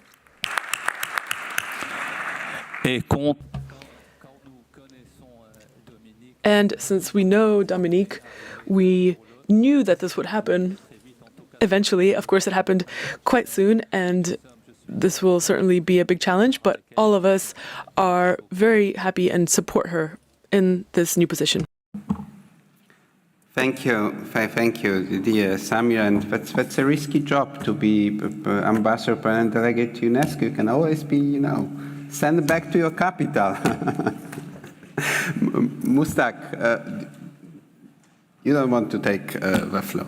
So, if there are no other requests to take the floor, let's move to the draft resolution 10.GA5. And may I ask the Secretary to put the draft on the screen.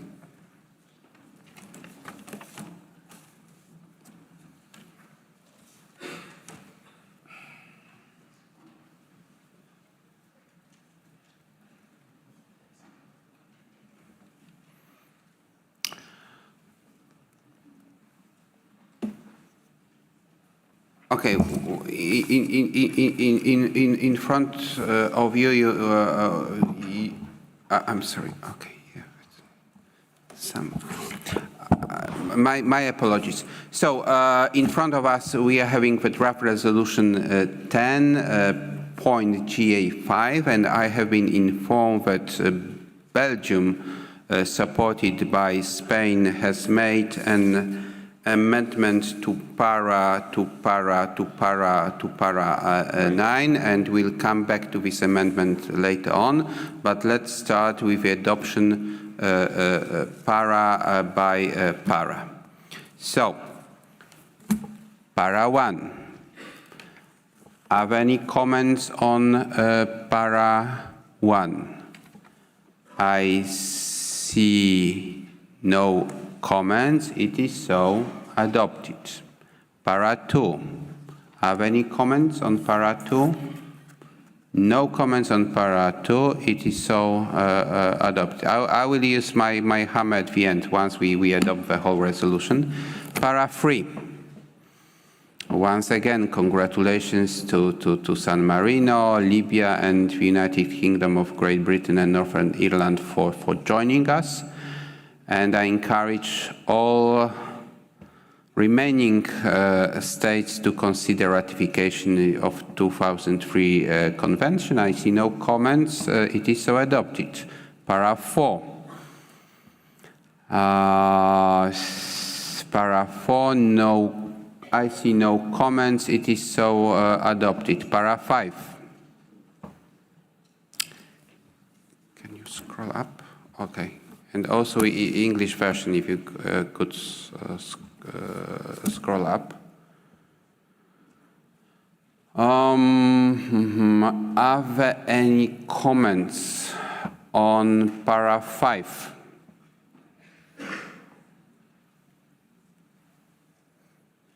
I see no comments. It is so adopted. Para 6.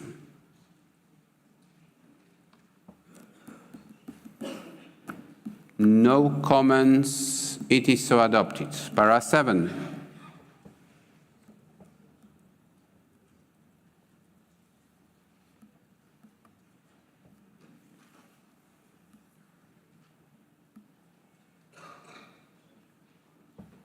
Okay, have you read it, the para 7?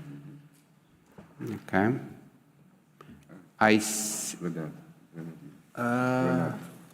Grenada. I see Grenada, and I'm afraid if I miss somebody, just because this is a big room, so you are allowed even to wave your flag in case if you are missed. Grenada. So the floor is yours. Thank you, Mr. Chairman. As I'm taking the floor for the first time, I would like to rapidly congratulate you for your election, and as well as the Bureau and the Rapporteur. Welcome the new Secretary of the Convention and the new state parties that ratified the Convention. I would like also to congratulate and thank the two chairs of the committee, Distinguished Ambassador of Morocco and Botswana, for their report. Mr. Chairman, in the paragraph 7 that is proposed to us, it is said that we welcome the committee's decision on the proposed alignment of the reporting mechanism to a single global submission system in preparation for the quadrennial global report on cultural policies as from 2025. I would like to, if possible, and if the room agrees, replace welcomes by take notes, because we don't know yet what is going to be decided in the future committee meeting and what will be the proposed amendments to the directives that will be submitted to us at the next General Assembly. So if it is acceptable, I would like to propose take note, instead of welcomes, the committee decision on the proposed alignment, etc. I thank you. Thank you, Madam Ambassador. If I may ask Secretariat to replace welcomes with takes note.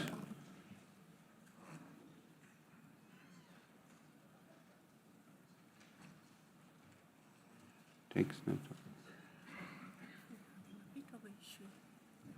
Okay.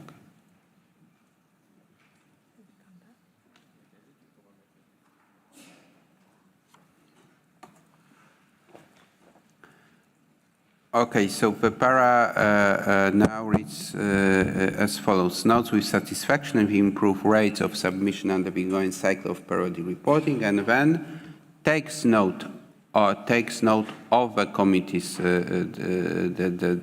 decisions on the proposed alignment as suggested by Grenada.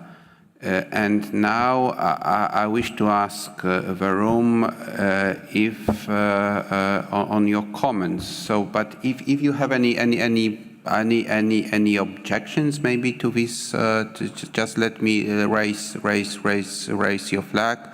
And if you wish to so have any objections to this, to replacing welcomes with takes notes? I see none. Now, if any delegations wishing to support the amendments made by Ambassador of Grenada, please raise your flags.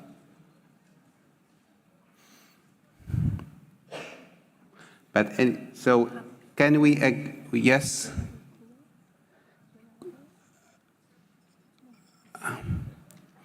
So no objections, no support. But in that case, if there are no objections to replace,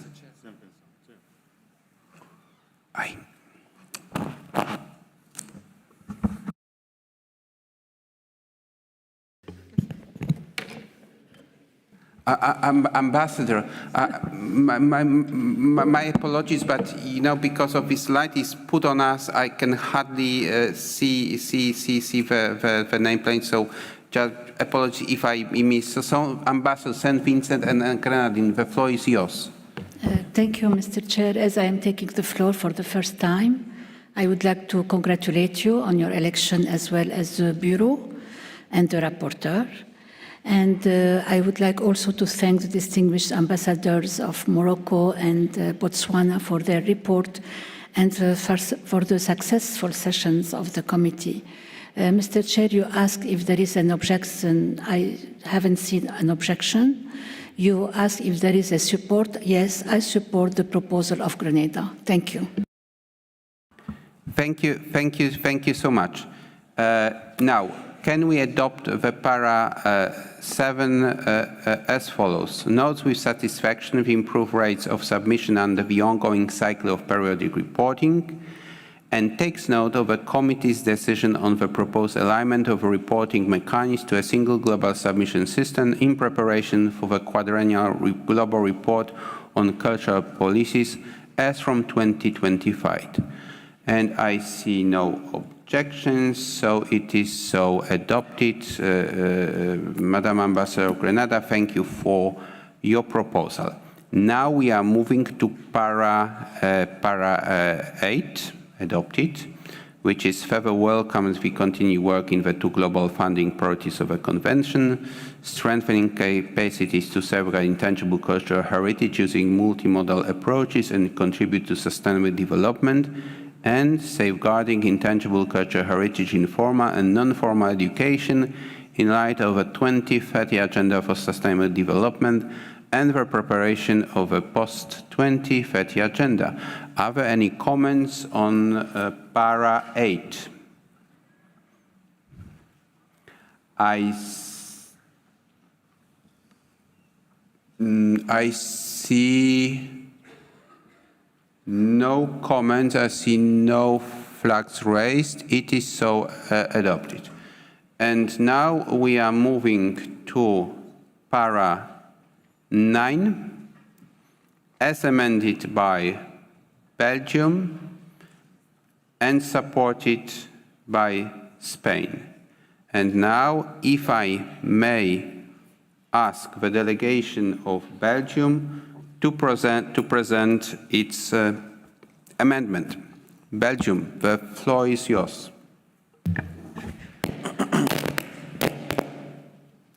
Merci. Thank you, Chair. And on behalf of Belgium and its communities and regions, I would like to most sincerely congratulate you on your election. This minor amendment is symbolic for us because we would really hope that the decision made at the time of the Rabat Committee would be taken into account, and it was highlighted by the distinguished ambassador, the representative of Morocco, at the committee session. In other words, the decision made by the IHP committee was fully supported by our government, especially the Wallonia-Brussels Federation government, which supported the removal of this item from the list with immediate effect. Thank you. Thank you for your clarification. Now, are there any comments regarding first the amendment proposed by Belgium, supported by Spain, and on the para as a whole?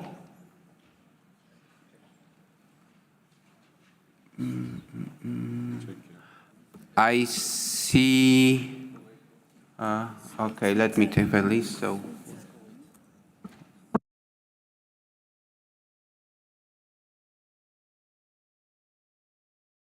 First, let me give the floor to Czechia, followed by Palestine and Switzerland. Czechia, you have a floor. And the list, the speakers list is not closed. Yes, Adam, I see you. I see Kuwait. Czechia, the floor is yours. Merci, Monsieur le Président. Thank you, Chair.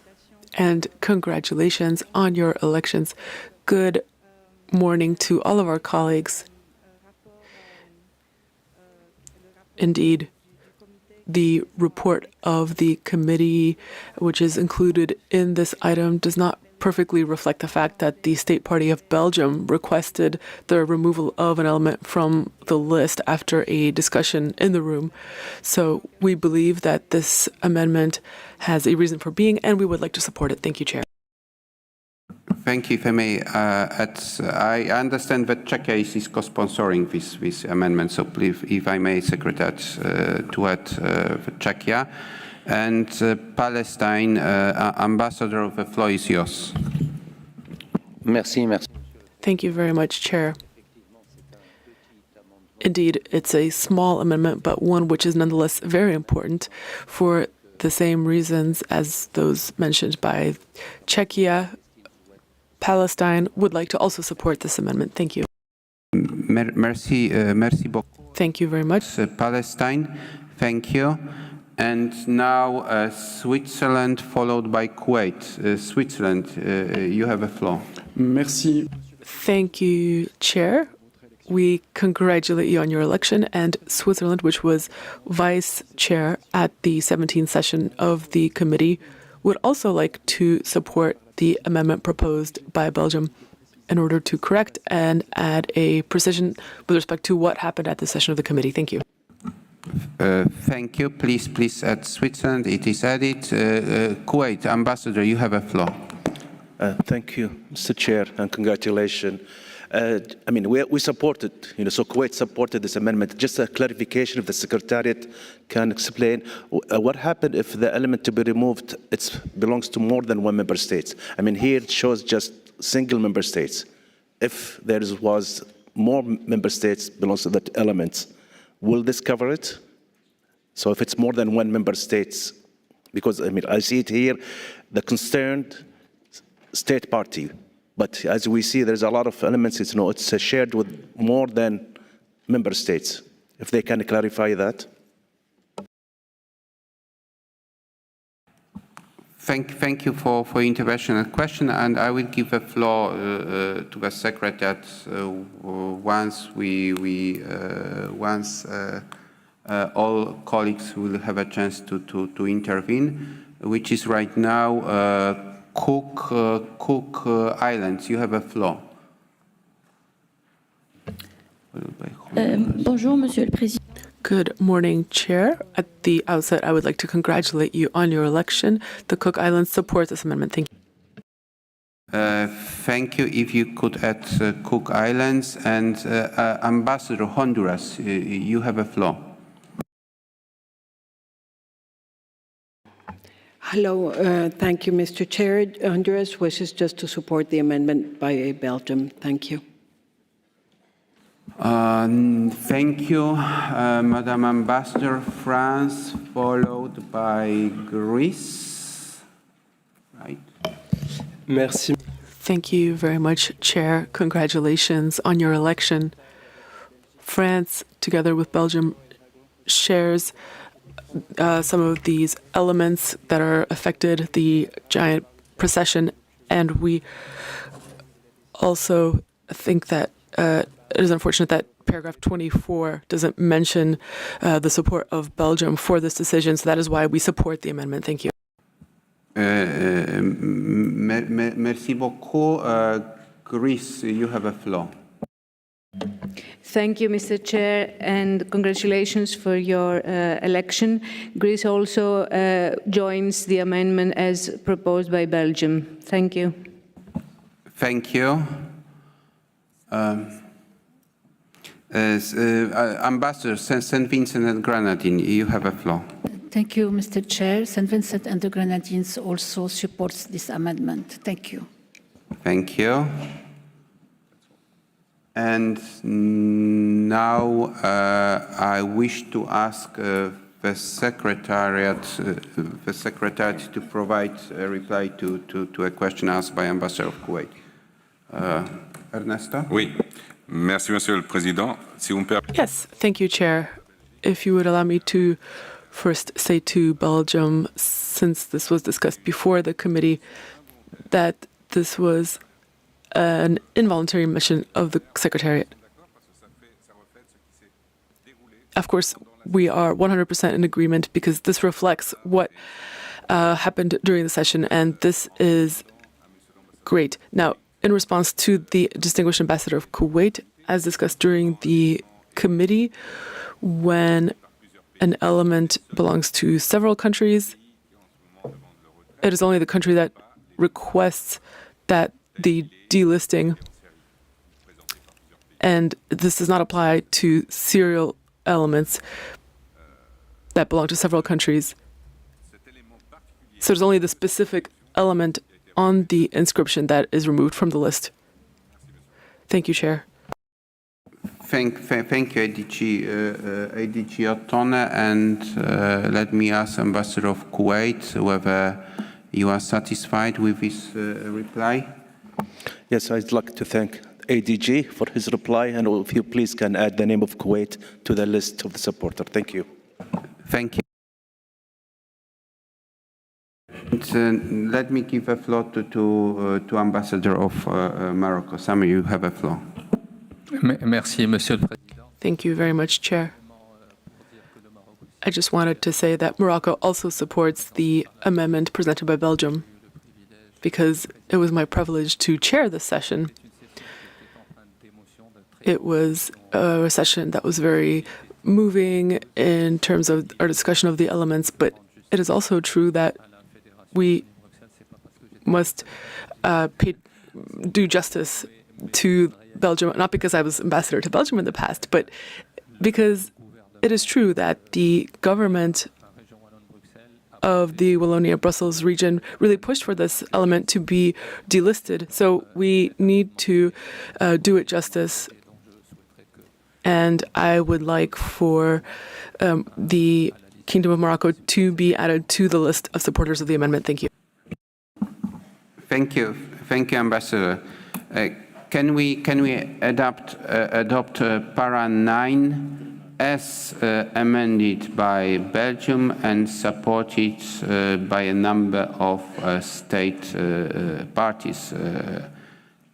And I see Ambassador of Grenada. The floor is yours. Thank you, Mr. Chairman. Grenada would like to have its name added to the list of supporters. Thank you. Just if anybody wishes to be added to the list of co-sponsors of this amendment, please raise your flags now.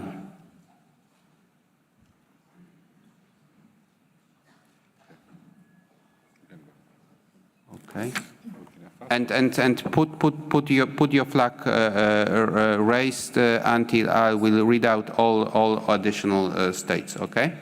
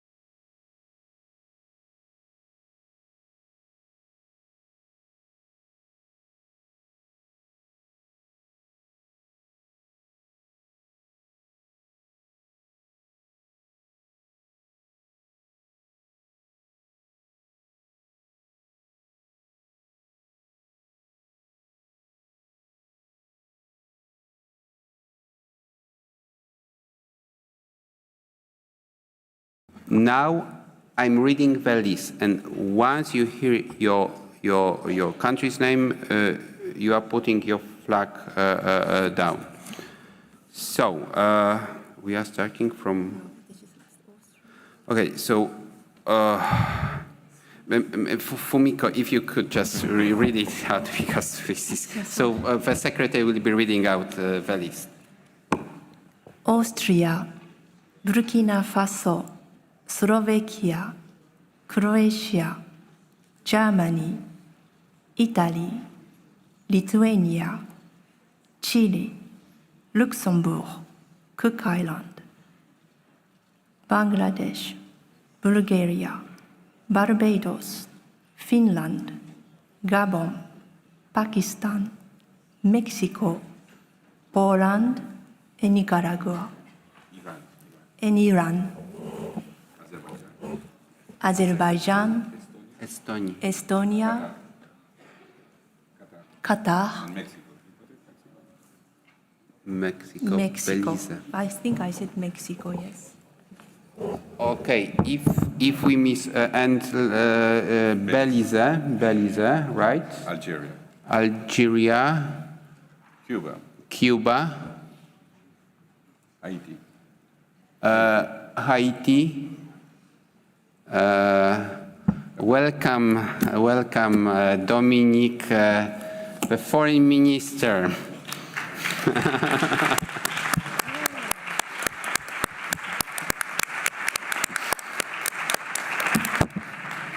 If you wish to make because you have a foreign minister right now, so special rules for you. If you wish to make any statement, the floor is yours, but no pressure. Okay, but later, let's come back to para 9. So, and please add to the co-sponsors Dominican Republic. And if Secretariat may put all, who else? Monaco. And Belize. And if the Secretary could put on the screen all the names. Okay, so lower your flags right now. And Algeria. Tunisia and Peru. Tunisia and Peru. So please lower your flags right now. Next, of Afghanistan and Romania. No. Do you want to take the floor? State of war. Romania, you have a floor. Yes, thank you, Chair. Actually, I was just checking with everybody because in the English version, the verb used is endorsement. Well, the verb, the noun. The endorsement, and in French is appui, and it's not exactly the same thing, endorsement and appui, and it's just a technical thing. Okay, thank you so much, but we are having, no matter what kind of version, what we have in mind is just co-sponsoring an endorsement. So, now, are we ready with a list of co-sponsors on the screen? Right. So now check this list on the screen, and if your state is missed, raise your flag. Qatar is missed, okay? Dominican Republic is missed, and put your flags on. Okay, so Qatar, Dominican Republic is missed, Uruguay is missed.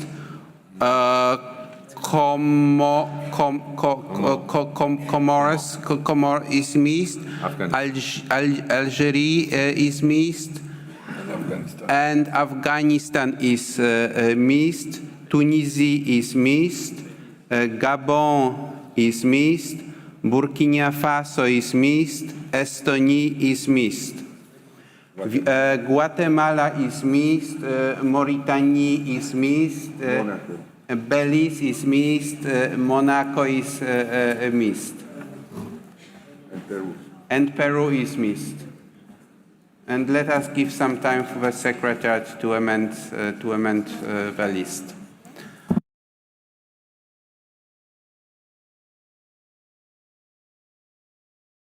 Burkina Faso is missed.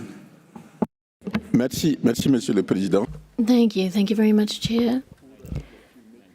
Just to confirm that Belgium's position was determined at that particular session of the committee meeting, and so that is why this issue is important, and that is why I can confirm that the elements in the report and what Morocco just told us are indeed accurate. It was the state party's intervention that was determinant for this decision to be taken at the session. Thank you. Merci beaucoup. Thank you very much.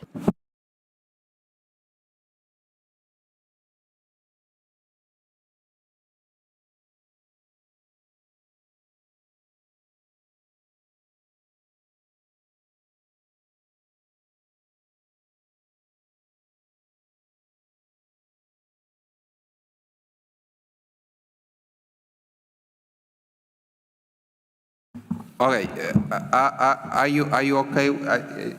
let me ask this question, if everybody is on the list. Let me give you a few seconds just to look through.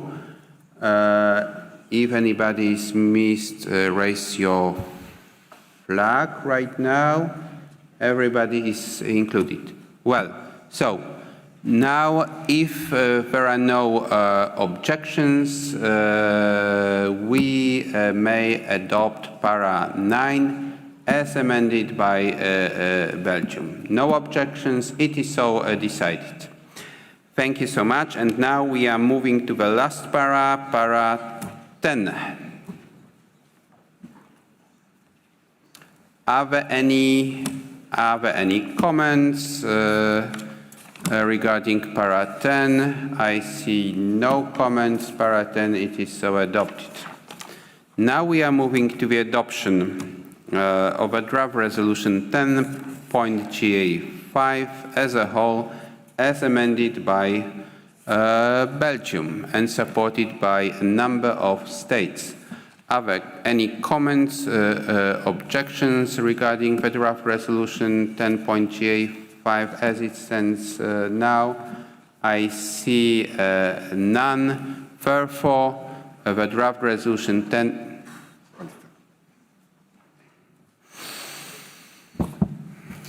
I see Ambassador of Palestine raising his flag. Munir, the floor is yours. No, thank you. There was a question raised by our colleague from the delegation of Romania regarding the conformity of the two versions, English and French, of the amendment. So just to be sure that the Secretariat will take care of it. That's all. Thank you. Thank you so much. Can we scroll down to 9? Okay, and the wording of these amendments, and if you could verify whether the French version reflects in a correct way. Let me ask Belgium if the French version is correctly reflected. Merci, Monsieur le Président. Thank you very much. Yes, indeed, we sent our version on the 16th. We handed in the French version of Appui. We're happy enough with the Secretary's translation endorsement. We see no problem with that. Romania, are you okay? Okay, very well. Merci beaucoup. Thank you very much. Again, coming back, are there any additional comments, objections regarding the text of draft resolution 10.GA5 as it stands now? No, there is no objection. It is so adopted. Thank you so much. So.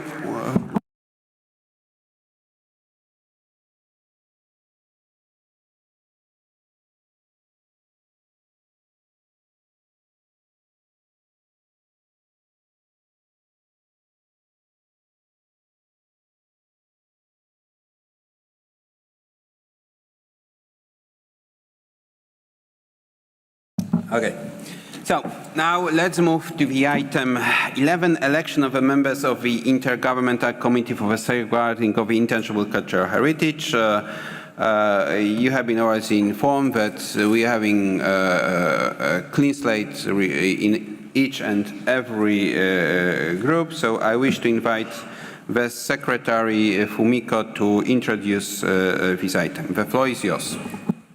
Merci beaucoup, Monsieur le Président. Thank you very much, Mr. Chairman. Even though we do have a clean slate, we do nonetheless need to examine this agenda item, obviously. So, pursuant to Article 6 of the Convention, the General Assembly shall renew half of the committee's member states every 2 years. In other words, 12 member states are to be elected in this session of the GA. to take up their positions on the committee for a 4-year term of office, starting from the date of election. In other words, from 2024 to 2028. And by virtue of Article 36(1) of the Rules of Procedure, 3 months prior to the opening of the current GA session, the Secretariat is to ask all member states to indicate whether or not they wish to stand for election on the committee. And pursuant to Article 36(2), and following on from the message circulated on the 13th of March of this year, inviting all member states to put forward their candidatures, the Secretariat published a short list on the 13th of May 2024, in other words, 4 weeks prior to the opening of the Assembly. And you can see the finalized list of the document in document 11, which was published last night, 10th of June, and the document has been revised 7 times, and therefore bears the Rev number 7. And all of the candidate states to this election are up to date with their payments into the funds in conformity with Article 26(5) of the Convention. Thank you, sir. Thank you, Fumiko, for your introduction of the agenda item 11. And I understand that in every group there is an equal number of vacant seats and candidates. And this means that we have a clean slate situation where all candidates will become the committee members automatically without election. And Fumiko or Madam Secretary, would you please read out the names of the candidates? Avec plaisir. Yes, with pleasure, Mr. Chairman. So, document 11, Rev 7, Inf 11, Rev 7, has the names of the candidates to this election. And for Group 1, we have France and Spain. They're the only candidates for the 2 vacant seats. For Group 2, Ukraine is the sole candidate for the 1 vacant seat. For Group 3, Barbados, Dominican Republic, and Haiti are the only candidates for the 3 vacant seats. For Group 4, China is the sole candidate for the vacant seat. For Group 5A, Uganda, Nigeria, and Zambia are the 3 candidates for the 3 vacant seats. And finally, for Group 5B, Algeria and the United Arab Emirates are the sole candidates for those 2 vacant seats. Thank you. Thank you, Madam Secretary. May I consider this list as final? Yes, I can. So may I ask the Secretary to put on the screen the draft resolution 10.GA11.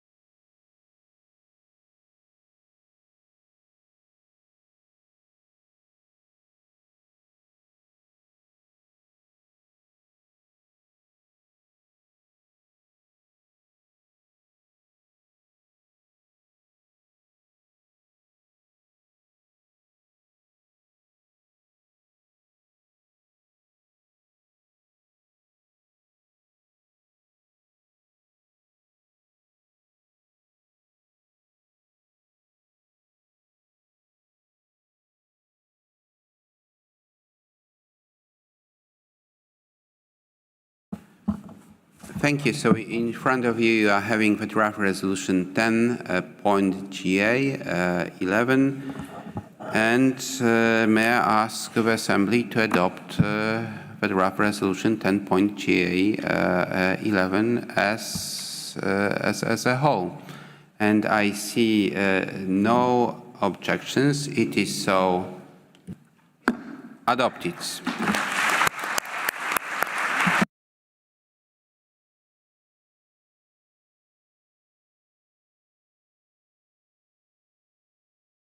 Thank you, and let me warmly congratulate all the newly elected members of our committee. Congratulations. And in the interest of time, I will not open the floor at this stage under this agenda item, but on behalf of the General Assembly, so let me express our congratulations to the newly elected members, but also to express our appreciation to all 12 outgoing committee members for the work over the last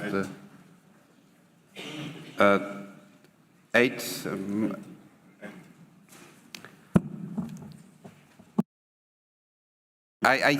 okay. I see you, Dominic. So, thank you. But anyway, so let me continue. So, thank you so much for all outgoing 12 members for your work. And these are Sweden and Switzerland from Group 1, Czechia from Group 2. Brazil, Panama, Peru from Group 3, Republic of Korea from Group 4, Botswana, Côte d'Ivoire, Rwanda from Group 5A, and Morocco and Saudi Arabia from Group 5B. And once again, congratulations to all new elected members. And now I'm giving, using in my capacity, as the chair, I'm using this flexibility to give the floor ambassador of Haiti to UNESCO, dear Ambassador Dominique. The floor is yours. Thank you very much, Mr. President. I know you just ruled on not opening the floor, but you earlier gave me an exception, and I'm very grateful. Monsieur le Président, je veux... Distinguished Chair, I would like to use this opportunity to thank all the member states, especially those from GRULAC, who placed their faith in Haiti for the taking up of this position for the first time in the history of our country. I had been dreaming of it for a long time, and I could not think of a better time to say goodbye to you and to thank you for all of the productive collaboration that I've benefited from for 3.5 years at UNESCO as the representative of Haiti. I was honored to represent my country and to promote its interests within this organization. Today, I am taking the floor as the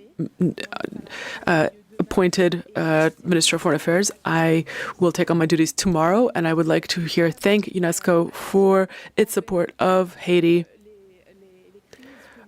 throughout all of the crises which we are undergoing today, which require UNESCO to exercise its fields of competence. I would like to thank all of our colleagues, all member states, for their solidarity, as has always been expressed in this room and in the various meetings, which will also be expanded to my country in my new capacity. And I promise to continue to be the ambassador of UNESCO in Haiti and to promote the interests of organizations whenever I can. I would like to thank the Secretariat as well, and all of our friends, all of the member states and colleagues, as well as the team of the Delegation of Haiti. Thank you, Chair.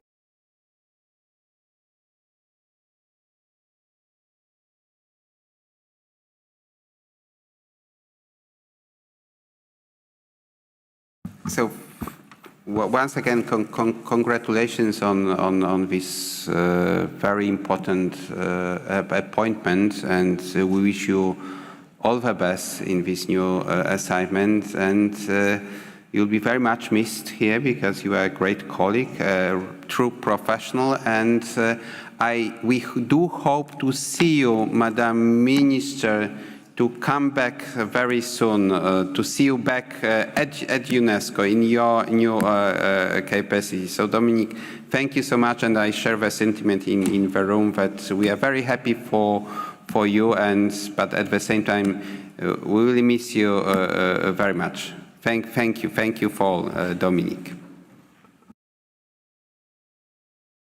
So with that, we have finished agenda item 5, and we are moving to the agenda item 6, reports by the Secretariat on its activities from January 2022 to December 2023. And I wish to ask Fumiko, Madam Secretary, to present to us an overview of both parts of this item briefly, and one after the other. Thank you, Chairperson. All right. It is my great pleasure to report on behalf of the Secretariat our activities during the 24-month period from January 2022 to December 2023.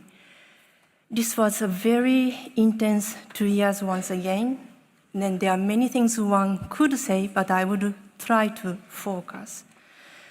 I wish to draw the attention of this Assembly on the 2 annexes included in Document 6. Annex 1 demonstrates the contribution of the Secretariat's work to the 41C5 results framework, and Annex 2 provides a follow-up on the 12 recommendations of the 2021 IOS evaluation of UNESCO's action in the framework of our convention. So first, few words about the governance of the convention. The Secretariat organized a particularly high number of 33 statutory meetings under the reporting period, and that included the 9GA 5th extraordinary session of the committee, 17Com, 18Com meetings of their respective bureau, as well as 3 parts of open-ended intergovernmental working groups, the evaluation bodies meeting, Category 6 expert meetings on thematic initiatives, and so on. The year 2022 saw the conclusion of the global reflection on the listing mechanisms, which led to the revisions of the operational directives by this very Assembly 2 years ago. At the same time, a new reflection was initiated on exploring the full potential of Article 18. Also, ample support was provided from the Secretariat to the speedy inscription on an accelerated basis to inscribe the element culture of Ukrainian borscht cooking on the urgent safeguarding list as a case of extreme urgency. What about our support to the international cooperation mechanisms? The international cooperation mechanisms are backbones of our convention, and for which the Secretariat performs a heavy-duty task. In terms of nominations, we managed files for the 2021, 22, 23, 24 cycles during the reporting period, and following the completion of the global reflection on the listing mechanisms, we are certainly experiencing an increased workload. International assistance was further systematized and leading to expenditures reaching to $6.39 million, and we pay particular attention to Africa and small island developing states. Importantly, 13 states parties received financial assistance for the first time. The periodic reporting continues to demonstrate efficiency. The submission rate has been improved greatly, with 100% of reports submitted from Europe, another 100% of reports submitted from the Arab states, and 97% from Africa. The processing of 73 accreditation requests from NGOs was also part of our tasks, and when doing so, we have established a new system of seeking advice from field offices. We go now to our global capacity building approach. The Convention's global capacity building program has taken on a hybrid modality. This includes the first massive online open course, MOOC, on intangible cultural heritage and sustainable development, which has been accessible since January 2022 and now counts more than 3,500 learners from 160 countries.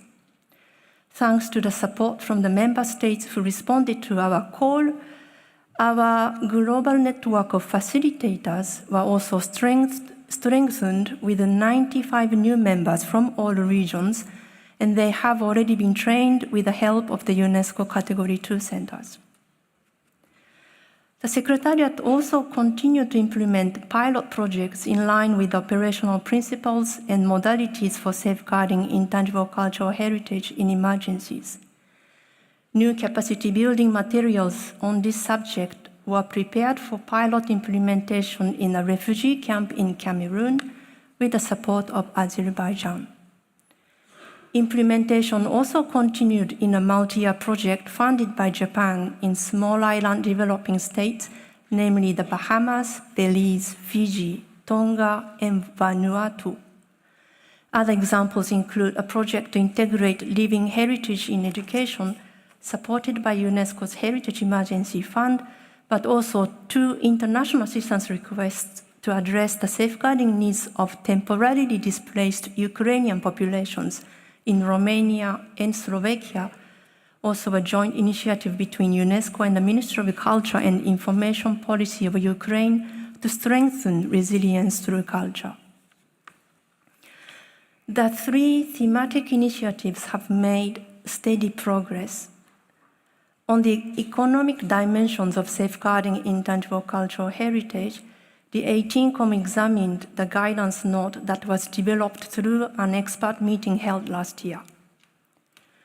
On intangible cultural heritage and climate change, an expert meeting will discuss later this month a guidance note that explores intersections between climate change adaptation, disaster risk reduction, and cultural rights.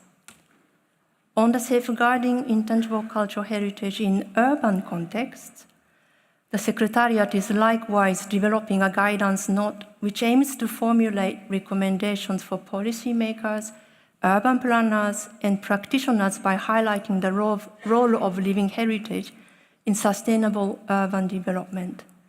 Other themes of interest that is coming through is, for example, safeguarding of traditional foodways with the support of Saudi Arabia that touch many aspects of sustainable development. Finally, the program of living heritage and education remains a key focus of our work. The Secretariat has strengthened our collaboration with UNESCO's education sector and integrated living heritage into key international instruments such as the Culture and Arts Education Framework earlier this year, and the new recommendation on education for peace, human rights, and sustainable development adopted at the 42nd session of the General Conference.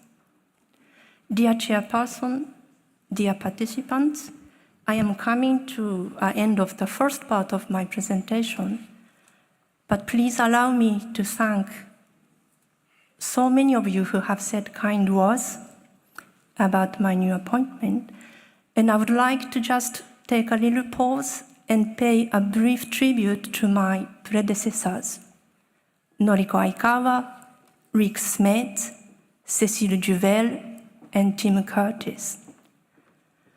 Over 20 years of hard work, each of them left an indelible mark on the Convention and on the Secretariat. They sought ratifications, prepared operational directives, set up the capacity building approach, gone through the 3-part reform to make the listing mechanisms more fluid and more dynamic. The list is long, and it has been a journey. When I joined the Secretariat in 2012, we only had 142 states parties, and the connection between living heritage and sustainable development had just begun to take root. As I accompanied the growth of the Convention, the central question has always been, why is it so important to look after our living heritage? And the answer always has gone back to the same point.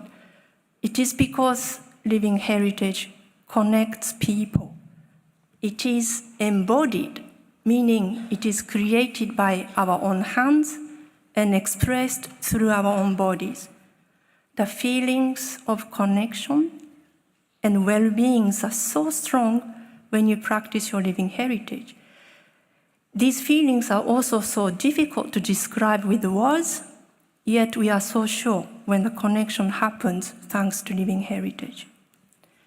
As I look around this room, I am conscious of the great responsibility that comes with this position that I took up a few weeks ago.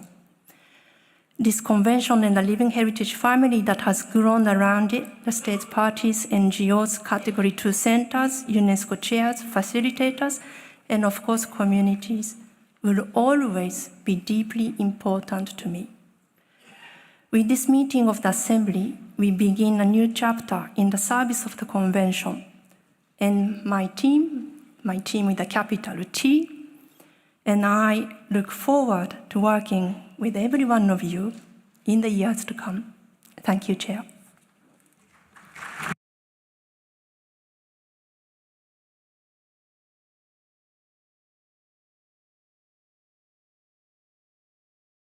Thank you, Fumiko, and thank you for your whole team, because this is a teamwork and extra work, giving the rising number of ratifications and submissions. But I'm pretty sure that you will be doing a great job as a secretary of a convention.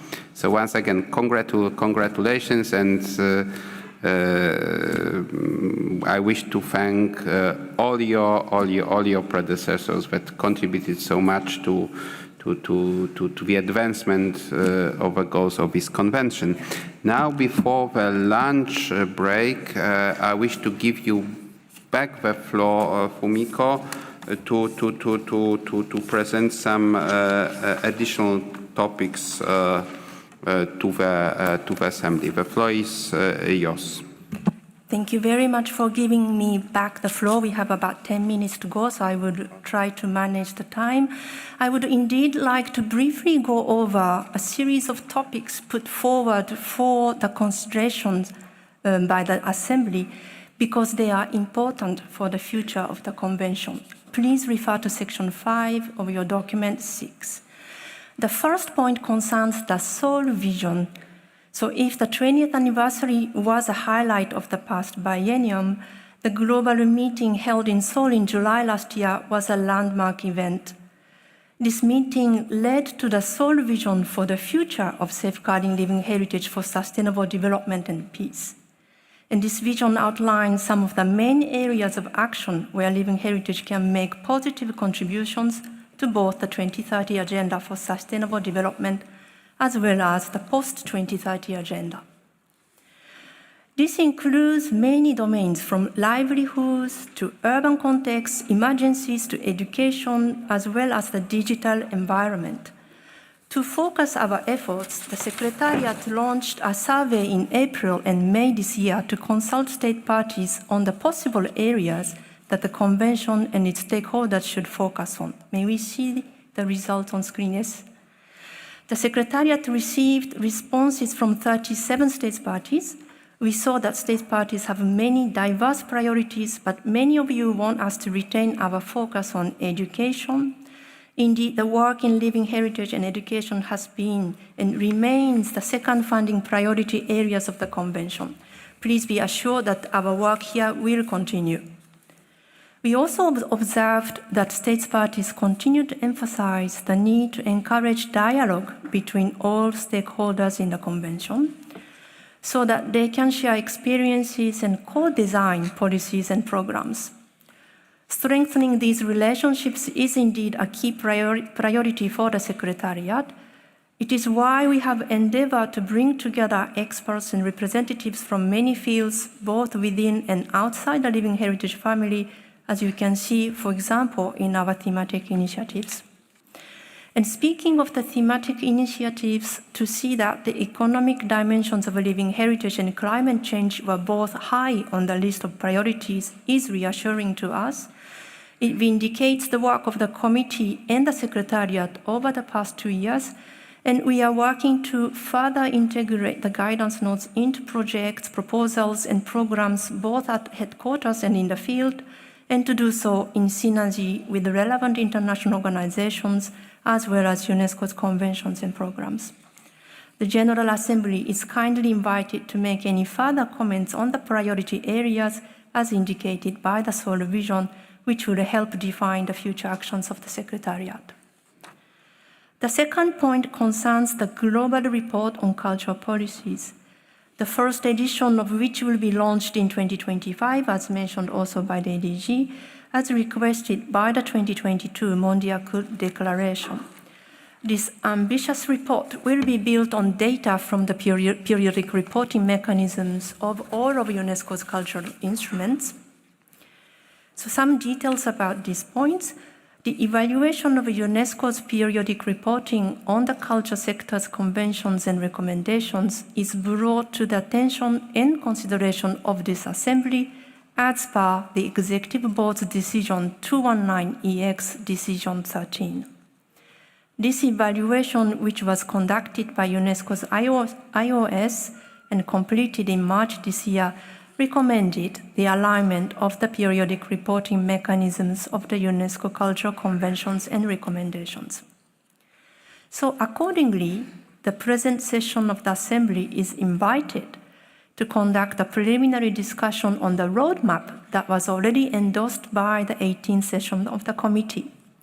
This roadmap includes transitional measures for the 2025 first edition, with a voluntary early deadline for periodic report submission from Asia and Pacific States parties set on 15 June.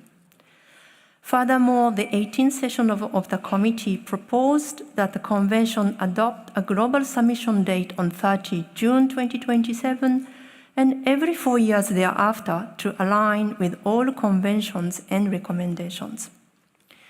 This roadmap to achieve this aim, as proposed by the 18COM in Botswana, is an indicator, we believe, of the maturity of our convention. After 20 years, we are moving towards a more transversal approach to living heritage, understanding the connections between tangible and intangible heritage, the relevance of culture to the indicators of development, and the contribution of living heritage to a more sustainable world. As the 18th session of the committee indicated, these measures are tailored to ensure that we can build on the many successes of the current periodic reporting system with its effective capacity building program and high submission rates, while moving closer to the 20th anniversary's vision of living heritage as a tool for sustainable development and peace. And the third and final point concerns the contribution to the preparation of the draft program and budget for 2026-2029. So this is a 43C5. As part of the consultation process for this 43C5, this item is an opportunity for member states to consider how best to harness living heritage for UNESCO's overarching goals. It is very helpful that the General Conference has provided proposed areas of reflection, and they are now being shown on the screens. They are points from A to F. The Secretariat will reflect the content of your discussions in the culture sector's contribution to the DG's preliminary proposals on the draft 43C5, which will be presented to the 220th session of the Executive Board this coming October. I have finished presenting these 3 topics on which the feedback of this Assembly is very much welcome, and I thank you very much, Mr. Chair. Thank you, Fumiko, and I will open the floor following the lunch break, unless there is something, unless Ambassador of Palestine after the lunch, dear Muni. Now, because we have also, and thank you for interpret for the flexibility. Before the lunch break, I'm giving back the floor to the Secretary to make some announcements. Thank you, Mr. Chairperson.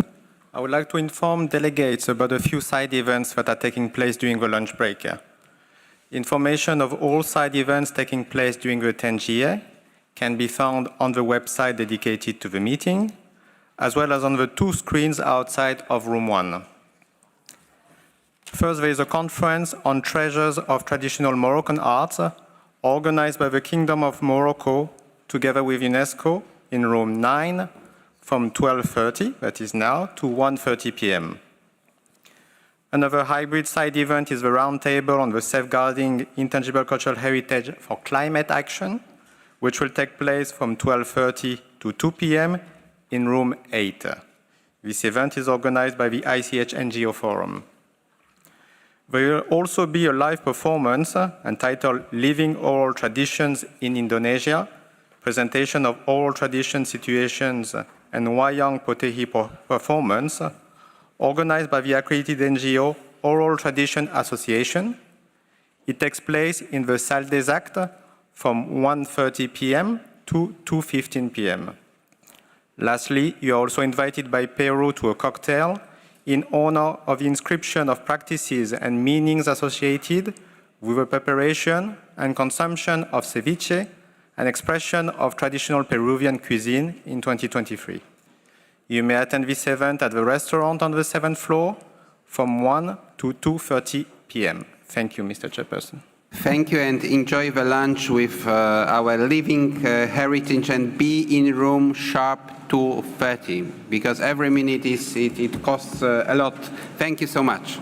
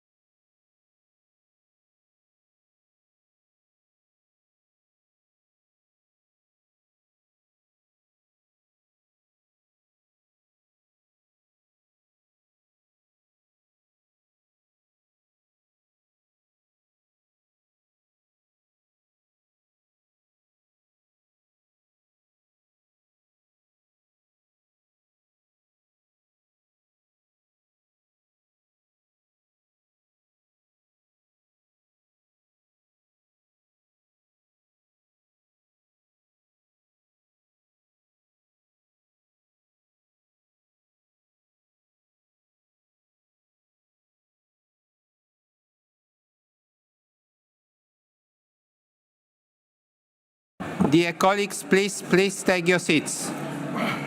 He's coming, he's coming.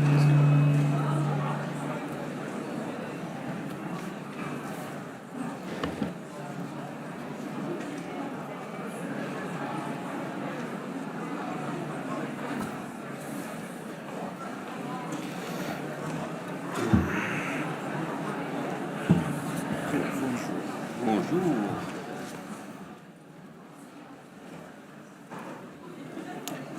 Please take your seats. We are about to start.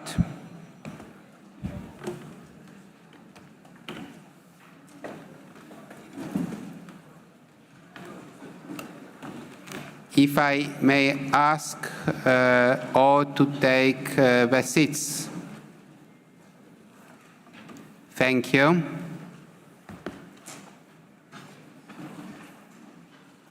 Thank you so much.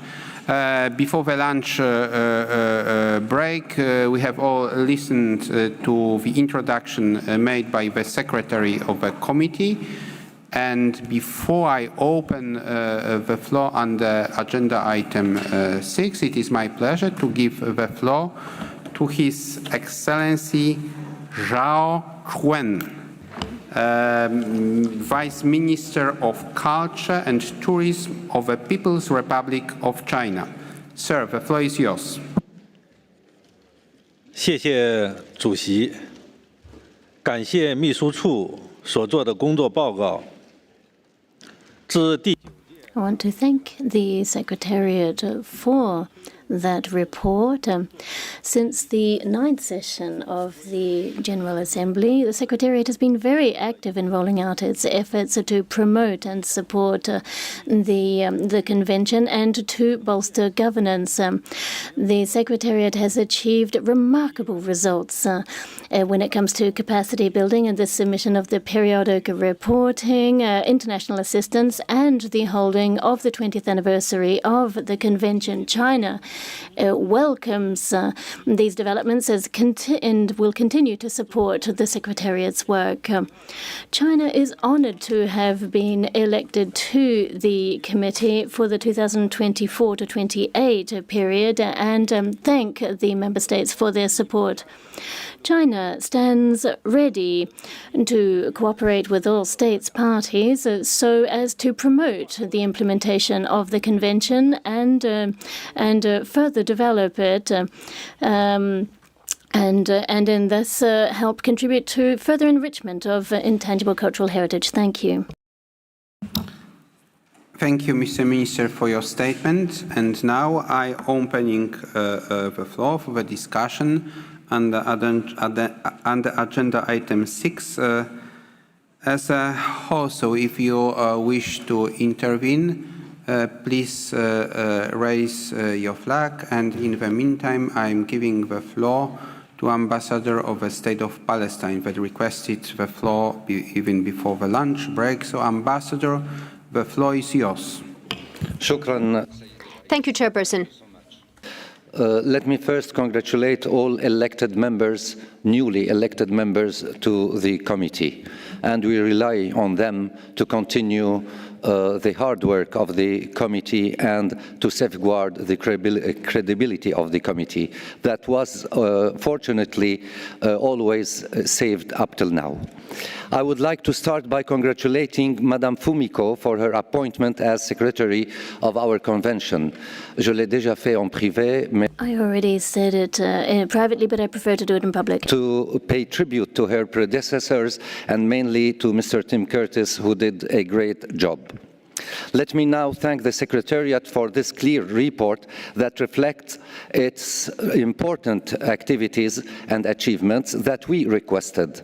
But we noted that it contained one paragraph on emergency cases, and unfortunately, it doesn't cover the alarming situation of the intangible cultural heritage in Gaza.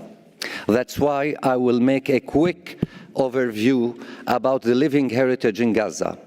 We, the delegation of the State of Palestine, firmly condemn the Israeli systematic appropriation and destruction of Palestinian cultural assets, which is aimed at suppressing and erasing the memory and the history of the Palestinian people. I am not here to discuss the systematic Israeli destruction of all infrastructures in Gaza, neither the deliberate targeting of its cultural heritage, which resulted in the severe destruction and damage to over 207 archaeological sites and culturally significant buildings out of a total of 320. In addition, 243 mosques, 3 churches, many cemeteries, many museums, libraries, archives. You notice I'm not mentioning the numbers because it's always changing, unfortunately, and other historic sites were completely or partially destroyed. However, I will limit my intervention to the mandate of this assembly and focus on the effect of the ongoing war on the living heritage in Gaza. The Israeli massive destruction in Gaza has led to the loss of the intangible cultural heritage in various ways.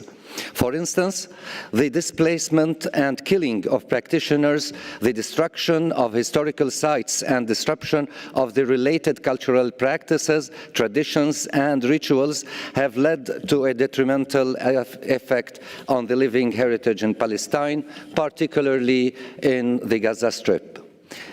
Moreover, many individuals and communities have been forcibly uprooted to flee their homes, leading to severing their connection to their cultural roots, traditions, and living heritage. Until now, most of the practitioners and associations from Gaza who participated in the preparation of the nomination files of Palestinian national elements and multinational Arab elements inscribed on the representative list were killed and the associations were destroyed. They were also in charge of implementing the safeguarding measures for these elements. Elements such as the art of the traditional embroidery in Palestine, the dabka practices, the Arab calligraphy, among others, are harmfully affected. All these elements will be in need of an urgent safeguarding in Gaza. Therefore, we urge UNESCO to monitor the evolving safeguarding needs of intangible cultural heritage in the Gaza Strip. We also ask the Secretariat to allocate more means to the emergency cases from the Emergency Fund. Finally, we urge the international community to intervene and firmly demand Israel, the occupying power, to cease its destructive attacks in Gaza in conformity with different UN resolutions requesting the immediate ceasefire. The genocidal war on Gaza should immediately stop, not only to protect the living heritage of Gaza, but mainly to protect innocent civilian lives. Thank you, Mr. Chair.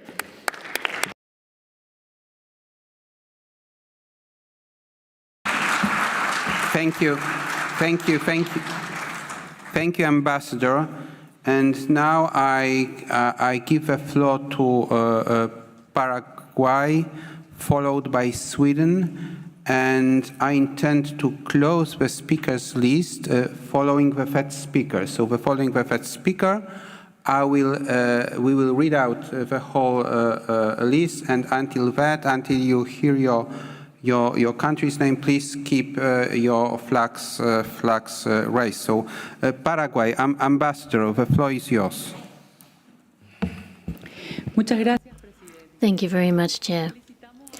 We want to congratulate Fumiko for having been appointed as Secretary, and we know that the convention could not be in better hands. We also wanted to thank very much Tim Curtis for all of his work in the past. We think that this report from the Secretariat not only highlights some of the advances about capacity building and international assistance, but also the cooperative and the thematic initiatives that have been taken under the ICH Convention over the last 2 years. And the draft emergency response guidelines, I think, is an excellent example of how the convention is adapting to contemporary challenges. We need to explore all of the different aspects related to Article 18 of the Convention so that we can find a way of highlighting the aspirations and voices of our bearer communities. In order to achieve this, we need to improve access and visibility for the Register of Good Practices as an excellent tool for safeguarding. And we therefore take note of the challenges and the achievements made when it comes to the broader implementation of Article 18, and we support Brazil's amendment in this regard.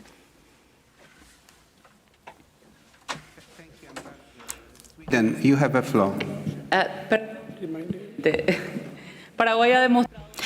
Paraguay has shown its unwavering support to the 2003 convention, and we understand that our ICH is a key part of our society and of our identity. And our government has been implementing numerous policies to ensure transmission and protection of ICH following the guidelines as established under the auspices of the convention.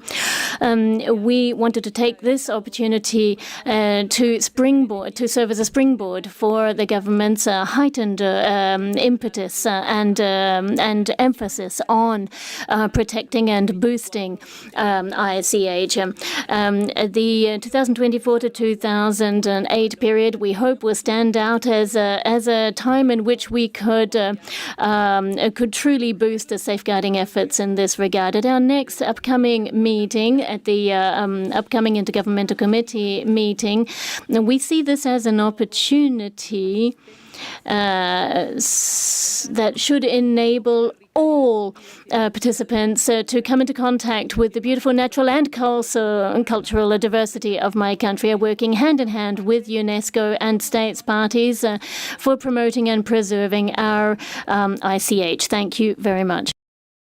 Now I thank you, Madam Ambassador, and please accept my apologies for having interrupted you, but you see, chairing meetings at UNESCO is just like walking a minefield.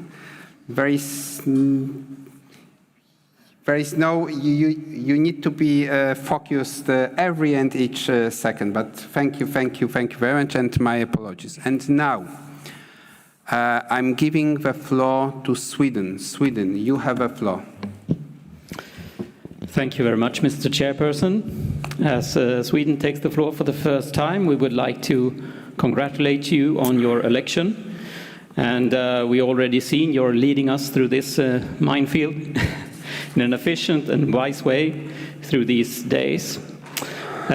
We would like to thank the Secretariat for a good description of their work in 22 and 23. It has been 2 very productive and rewarding years in which much has been achieved and important progress has been made during this reporting period. We are glad to notice the successful conclusion of the global reflection on the listing mechanisms, and Sweden is also happy to have been able to contribute to the global reflection process on a broader implementation of Article 18, which will be discussed later during this meeting. We note with satisfaction the steps taken to further include the practitioners and NGOs in the work with the Convention and the events that took place last year to celebrate the 20th anniversary of this important convention. We would also like to thank Morocco and Botswana for arranging the last 2 committee meetings in such a professional and welcoming manner, and to Paraguay for inviting us to your country in December for the next committee meeting. We congratulate you, Ms. Fumiko Ohinata, to your new position as Secretary for the Convention. During your presentation, you gave a very moving and insightful view of the necessity of safeguarding the world's living heritage. Sorry. As we are leaving, well, we actually left the committee now. We thank our esteemed colleagues in the committee for fruitful cooperation during these 4 years. Thank you, Chair. Thank you. And now I will ask the Secretary to read out the list and once your name is read out, please lower your flag, and please remind me that this is the last opportunity for you to raise your flag if you wish to take the floor under this agenda item. Fumiko, if you could read it out. Thank you, Chair.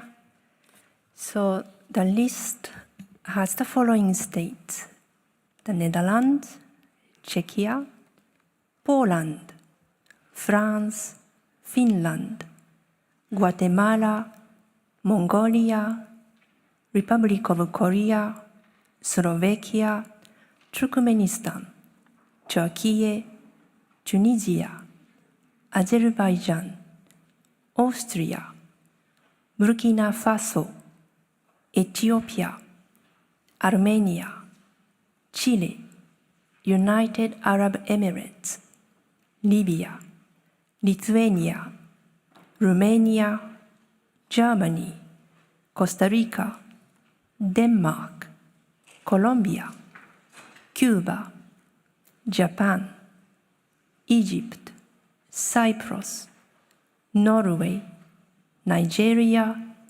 Barbados, Ethiopia, Switzerland, Pakistan, Italy. So I see still a few flags raised, which is Ukraine, Ireland. Ukraine, please lower your flag. Brazil. Mr. Chair, Just if okay. So my name is twice read. I would like to keep the first one, please. The first one. Thank you, Ambassador. I have Bangladesh. Are we having Bangladesh? Okay, you can lower your flag. I have Estonia.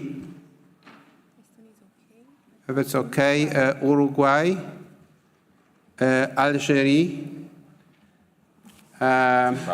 Zimbabwe, okay, Mexico, Syria, Mali, did you say? Yes. Mali, we have Mali.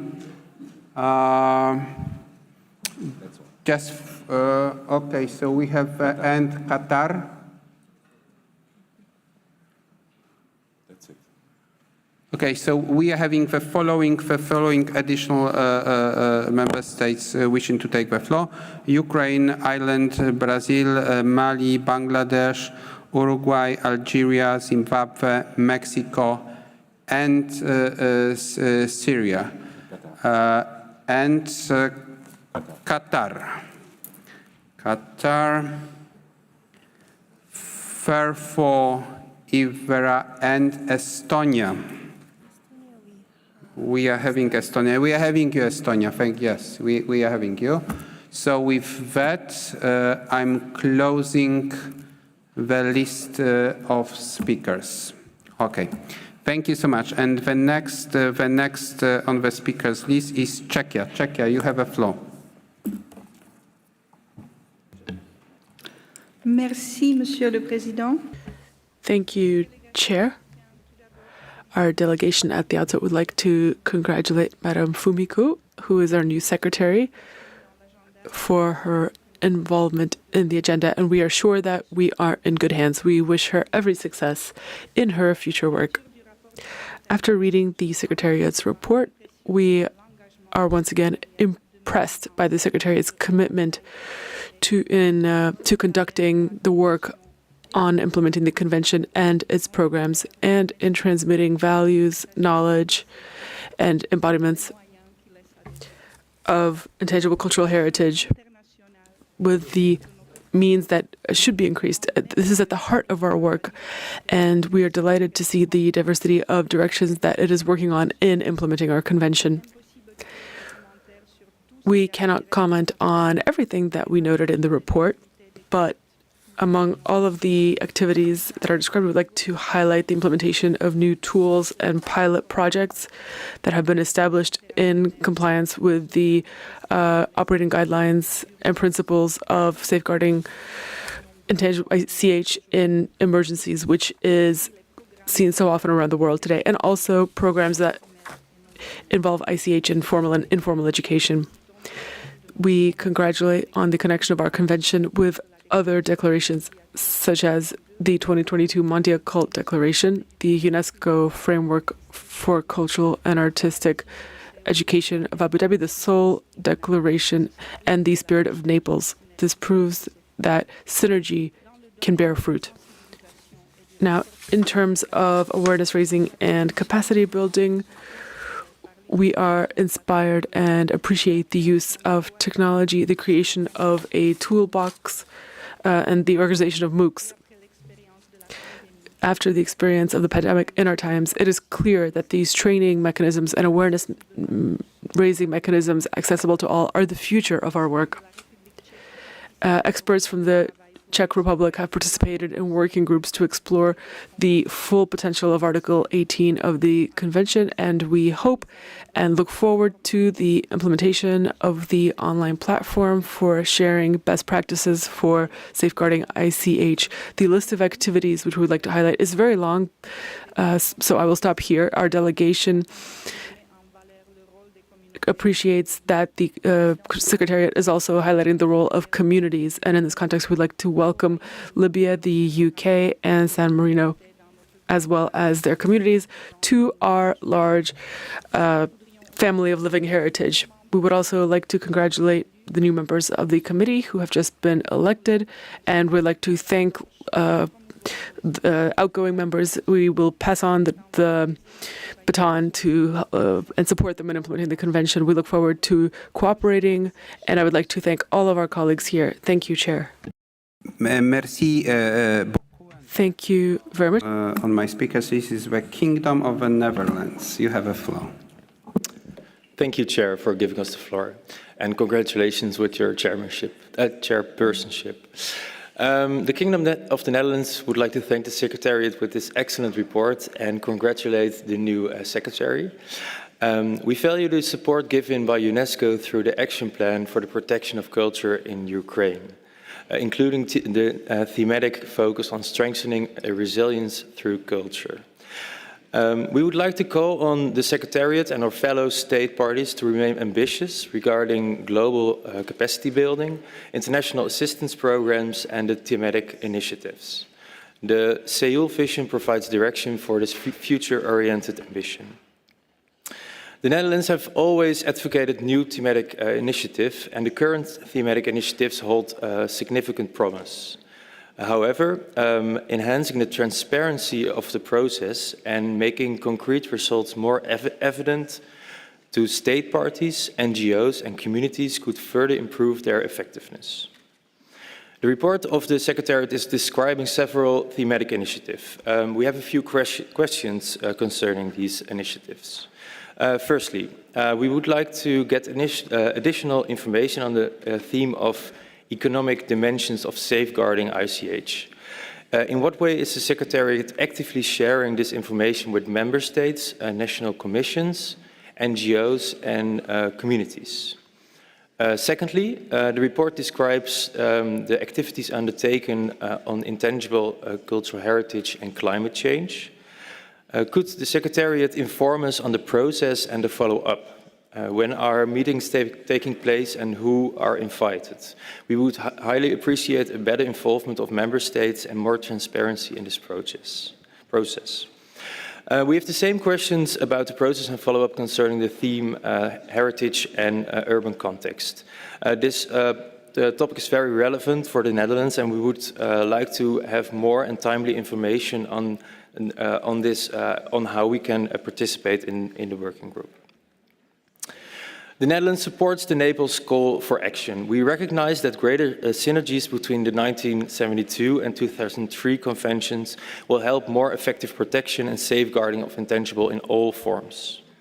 The Netherlands advocates giving communities a greater role in the World Heritage Convention. On this topic, 1972 can learn a lot from the 2003 Convention. There are numerous examples of intangible heritage and World Heritage that are intrinsically linked.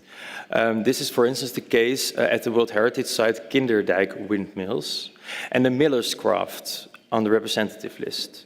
Kinderdijk could not exist without the Miller Craft. However, in practice, heritage institutions still work from their own domains. But institutions from both sides continue to see that it's valuable to work together from a holistic view. Figuring out how to work together in more integrated ways is still a journey to be undertaken together on local, national and international levels. A question: can the Secretariat inform us how the Secretariat of both conventions work on the follow-up of the Naples call for action? To conclude this intervention, the Netherlands is wondering if this is the only moment state parties to this convention can discuss the strategic reflection on the future programmatic direction and priorities for the next quadriennium. We would like to ask the Secretariat to give us the possibility to hand in a written contribution on a later moment. Thank you, and I will collect more questions and will give the floor later on to the Secretariat. Poland, you have a floor. Thank you, Mr. Chair. Let us first congratulate Madam Secretary on her appointment as the Secretary of the 2003 Convention, and also we welcome and congratulate newly elected members of the committee and wish you very fruitful and constructive discussions. Poland welcomes the report of the Secretariat on its activities related to the 2003 Convention. In these turbulent times, our role as the guardians of UNESCO values is becoming more and more vital. Living heritage as the core of our identity and traditions transmitted through generations should have a special role in all actions undertaken by our organization. We warmly welcome new state parties to the Convention, San Marino, Libya and the United Kingdom, and declare our readiness to close cooperation. We wish to congratulate the Kingdom of Morocco and Botswana for the excellent organization of the committee sessions in 2022 and 2023 and look forward to attending the meeting of the committee in Paraguay later this year. During the reporting period, many activities were carried out. Poland would like to especially thank the Secretariat for the activities undertaken in relation to emergency situations. In the context of Russia's ongoing war of aggression against Ukraine, we wish to emphasize the steadfast support for Ukraine, and we strongly appreciate the work of the Secretariat done to preserve Ukrainian living heritage. Poland commends the Secretariat for reinforcing intersectoral cooperation, especially with the education sector, and integrating living heritage in the flagship UNESCO documents, including the recently adopted Culture and Arts Education Framework. We should not underestimate challenges like climate change and its impact on the intangible cultural heritage. We welcome the thematic initiative in this regard and are very much interested in the outcomes of the expert meetings. Poland appreciates strengthening of the collaboration with the ICH NGO Forum and activities undertaken by the Secretariat to ensure geographical balance among accredited NGOs under the Convention. We encourage UNESCO to take further steps in this respect. We further fully align ourselves with the UNESCO actions to support national safeguarding efforts, with particular attention to the priority areas, African seats. Poland remains a strongly committed state party to the 2003 Convention. We have carried out many activities at local, regional and international level to safeguard the intangible cultural heritage. The recently opened UNESCO Chair on Intangible Cultural Heritage in Public and Global Governance at the University of Warsaw will provide us with a strong academic background in the continuous research in this field. Poland, together with an interregional coalition of countries, initiated the decision and further the resolution of the General Conference on the proclamation of the International Day of the Intangible Cultural Heritage. We encourage all member states to actively engage to celebrate this day for the first time, the 17th of October this year. The 20th anniversary of the Convention gave momentum to the reflection on its heritage and guiding mechanism.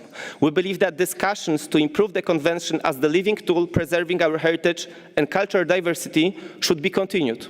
We should further advocate for the place of living heritage in the leading policy documents and post-2030 agenda. Thank you, Mr. Chair. Thank you. And now I give the floor to the Ambassador of Switzerland, followed by France. Madame l'Ambassadrice. Madam Ambassador, you have the floor. Thank you very much, Chairperson. Switzerland thanks the Secretariat for its detailed and structured report, which highlights the high-quality work over the past several years. We welcome its commitment to supporting the bodies of the Convention, the processing of nominations, requests for financing, and examination of perspectives in order to implement the Convention. As part of our mandate on the committee, we would like to highlight some of the progress achieved over the past 20 years. ICH has increased its visibility and is now more recognized, especially over the last few years. Living heritage is now recognized as a resource for sustainable development in communities, especially in terms of natural resource management. Given the issue of climate change, we must recognize the role of common cultural goods. Thanks to the Seoul Declaration and the Naples Call for Action, the Convention can and must play an important role in safeguarding living heritage as part of a holistic vision of ICH in a post-2030 agenda. In order to achieve this, we must engage in consistent efforts within the Convention that are also pragmatic, aiming to maintain a balance between available resources and work burden. Our delegation will continue to commit to burden sharing, strengthening cooperation with other conventions, including the World Heritage Convention, and this will also help us achieve a common vision of ICH in all of its forms and expressions. This synergy will increase the participation of communities, and it would be useful for us to be able to increase capacity to engage in dialogue, including cultural dialogue. We hope that this will open the door to more inclusive, sustainable, and creative approaches with respect to all types of heritage. In conclusion, we would like to thank the Secretariat for its commitment and its professionalism, as well as members of the committee for their cooperation on safeguarding ICH. We would also like to congratulate the new members of the committee, and if they wish, they can always count on Switzerland to share its experience. Thank you. Thank you very much, Madam Ambassador. Followed by Finland and Guatemala. France, you have the floor. Thank you, Chair. We congratulate the Secretariat for its very detailed report on its activities. This is a very important convention for France. We were one of the first signatories of the convention, and we are delighted to participate in capacity building in the field of ICH. This is going to be the second time for us participating in the committee, and we look forward to actively participating in its work in Paraguay. We would also like to use this opportunity to thank the GA for electing us to the committee so that we can participate in safeguarding ICH, which is a particularly vulnerable type of heritage that requires all of our support. Thank you very much. Thank you. You have a floor. Thank you, Mr. Chair. Finland would like to thank the Secretariat for the organization of the meeting. We also thank both the Secretariat and the committee for the good work they have done in the recent period. After 20 years, the work around the convention is really in good speed in many frontiers. The extensive report by the Secretariat truly shows the versatile and far-reaching work it is doing. We want to highlight the important role the Secretariat plays in supporting the implementation of the convention. We would like to place special emphasis on two things. First, the work around sustainable development in many of its forms. Finland would like to thank the Secretariat and all participating states and actors on the work on sustainable development and the thematic initiative. The issue of sustainable development is of utmost importance. We need to see the strategic importance of living heritage for sustainability to be able to put the Convention into action in the national level by keeping this in mind. The final declaration of Mondiakult underlined that culture, including living heritage, must be recognized not only as a fundamental right, but as a global public good and as a standalone goal in the post-2030 International Development Agenda. We very much welcome the enhancement of cooperation and partnership with other conventions in this work and hope for concrete tools to support these processes in the national level. The MOOC was a much appreciated, but more is needed. Finland is keen to share experiences on bringing the agendas of sustainability and ICH work together. We are just about to wrap up our 3-year project LIVIND, Creative and Living Cultural Heritage as a Resource for the Northern Dimension region. Led by the Finnish Heritage Agency, the project has worked with its partners in 9 countries, Nordics, Baltics and Poland. The project has brought together different actors to map, share, test and study good practices that support safeguarding ICH in more sustainable ways and to learn about how ICH can contribute to achieving the SDGs. Secondly, strengthening the involvement of civil society, practitioners and bearers in the work around Convention. Here, we much appreciate the expansion of the global network of facilitators with almost 100 experts. What we would still like to see is the stronger involvement of indigenous peoples in the work of the Convention. We are pleased to see the reflection for a broader implementation of Article 18 of the Convention and fully support the amendments. This is one way to give more room for the civil society in the work around the Convention. Thank you. Thank you. Now Guatemala, followed by Mongolia and the Republic of Korea. Guatemala, the floor is yours. Muchas gracias. Thank you very much, Chair. We would like to echo the previous speakers in welcoming the new states for who have recently ratified the convention. We welcome the new members of the committee. We also wanted to commend the 2 ambassadors who hosted the 17th and 18th sessions and the 7th Extraordinary General Assembly, and we thank you for their reports. We want to thank the Secretariat for their excellent report, and thank you again for all of your support, and particularly when it comes the reporting mechanism work. We feel that this is going to streamline the process of periodic reporting, and we welcome these efforts.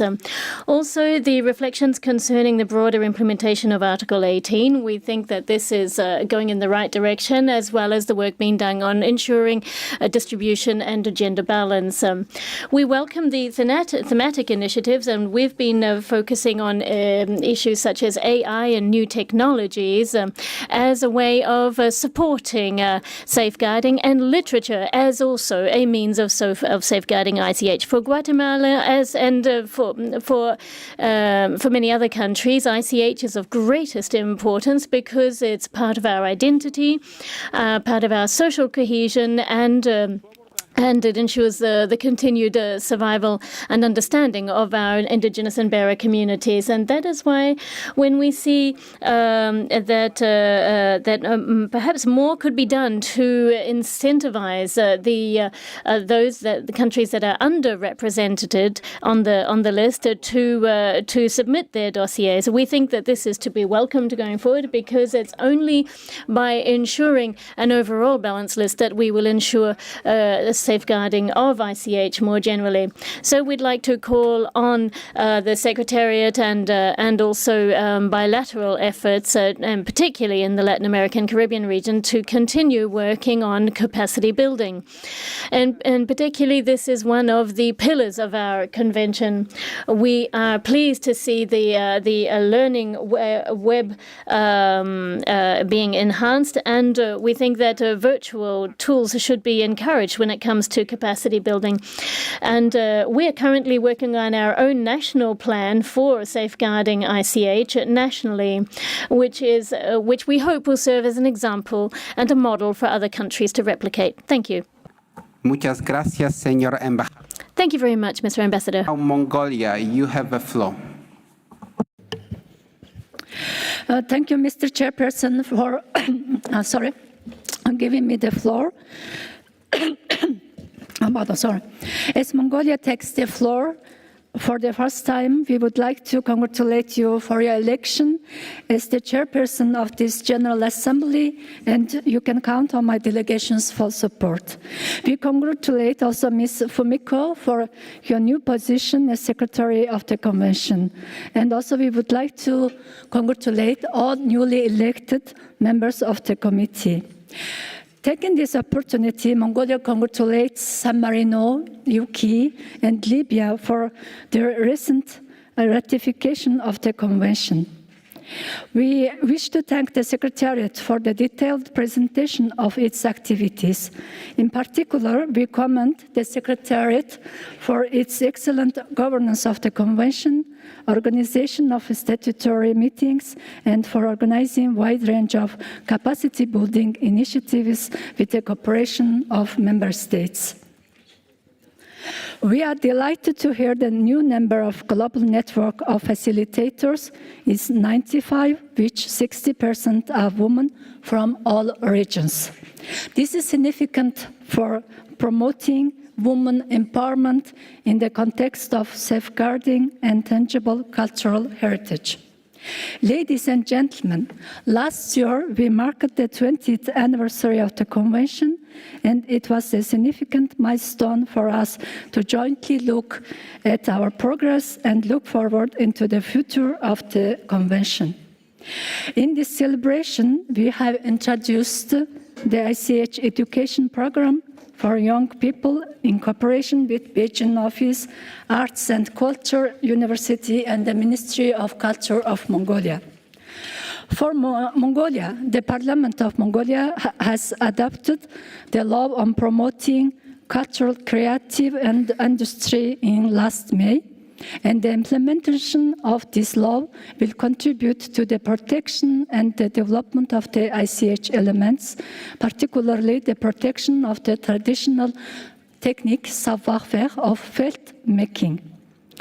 Furthermore, we take this opportunity to inform all distinguished colleagues of the state parties and Secretariat that Mongolia is organizing the second Nomads World Cultural Festival in next August in Ulaanbaatar. This will be an integral platform for strengthening our cultural cooperation and joint efforts towards safeguarding and tangible cultural heritage. Last year, for the first edition of this festival, we have hosted 91 bearers and practitioners from 11 countries, and this year we aim to host more participants. Finally, Mongolia wishes to express its willingness to cooperate with member states of the Convention on the implementation of the project, training and exchange programs in line with the implementation of the Convention, and look forward to strengthen its effective collaboration with the Secretariat. Thank you all for your attention.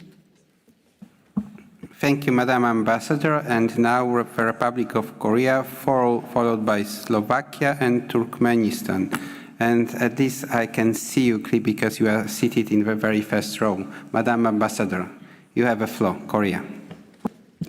Thank you, Mr. Chair. The Republic of Korea would like to congratulate you on your election as the chair, and we are confident that this General Assembly meeting will bear fruitful outcome under your competent leadership. We want to commend the Secretariat for its tireless dedication over the past 2 years, encompassing various domains for the implementation of the 2003 Convention. As for the periodic reporting in the Asia-Pacific region, UNESCO and ICHCAP organized a workshop in Jeonju, Korea in February this year to facilitate the overall submission process. This workshop brought together a total of 108 stakeholders involved in the report preparation, including 10 cultural officers from UNESCO regional offices and 42 national focal points. The Korean government is diligently working to submit the report through the designated platform shortly. In 2021, the massive open online course, MOOC, on intangible cultural heritage and sustainable development was jointly developed by UNESCO, SDG Academy, and ICHCAP. Its scope has been expanded through the establishment of the Learning Management System in collaboration with the International Training Center of the International Labour Organization. Furthermore, a multimodal approach has been integrated into the system, which is expected to significantly increase the range of learners and enhance the accessibility and efficiency of this educational initiative. Last year, a global meeting was convened in Korea to commemorate the 20th anniversary of the convention. The Seoul Vision, an outcome of the meeting, outlines the prospective trajectory of the convention and underscores the imperatives for follow-up actions. The Korean government will further accelerate its endeavors to keep this momentum to harness the power of living heritage to achieve sustainable development and peace, with a particular emphasis on quality education and climate action, as highlighted in the Secretariat's survey results. The Republic of Korea fully recognizes the broadening significance of the convention and reaffirms its commitment to join the Secretariat's endeavors at all levels to achieve our common objectives. Thank you. Thank you, Madam Ambassador of Slovakia. You have a floor. Thank you, Mr. Chair.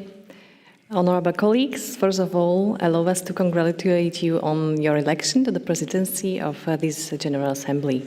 We are delighted that you are from Poland, a country that initiated the proclamation of 17 October, the day the convention was adopted by the General Conference of UNESCO as the International Day of the Intangible Cultural Heritage.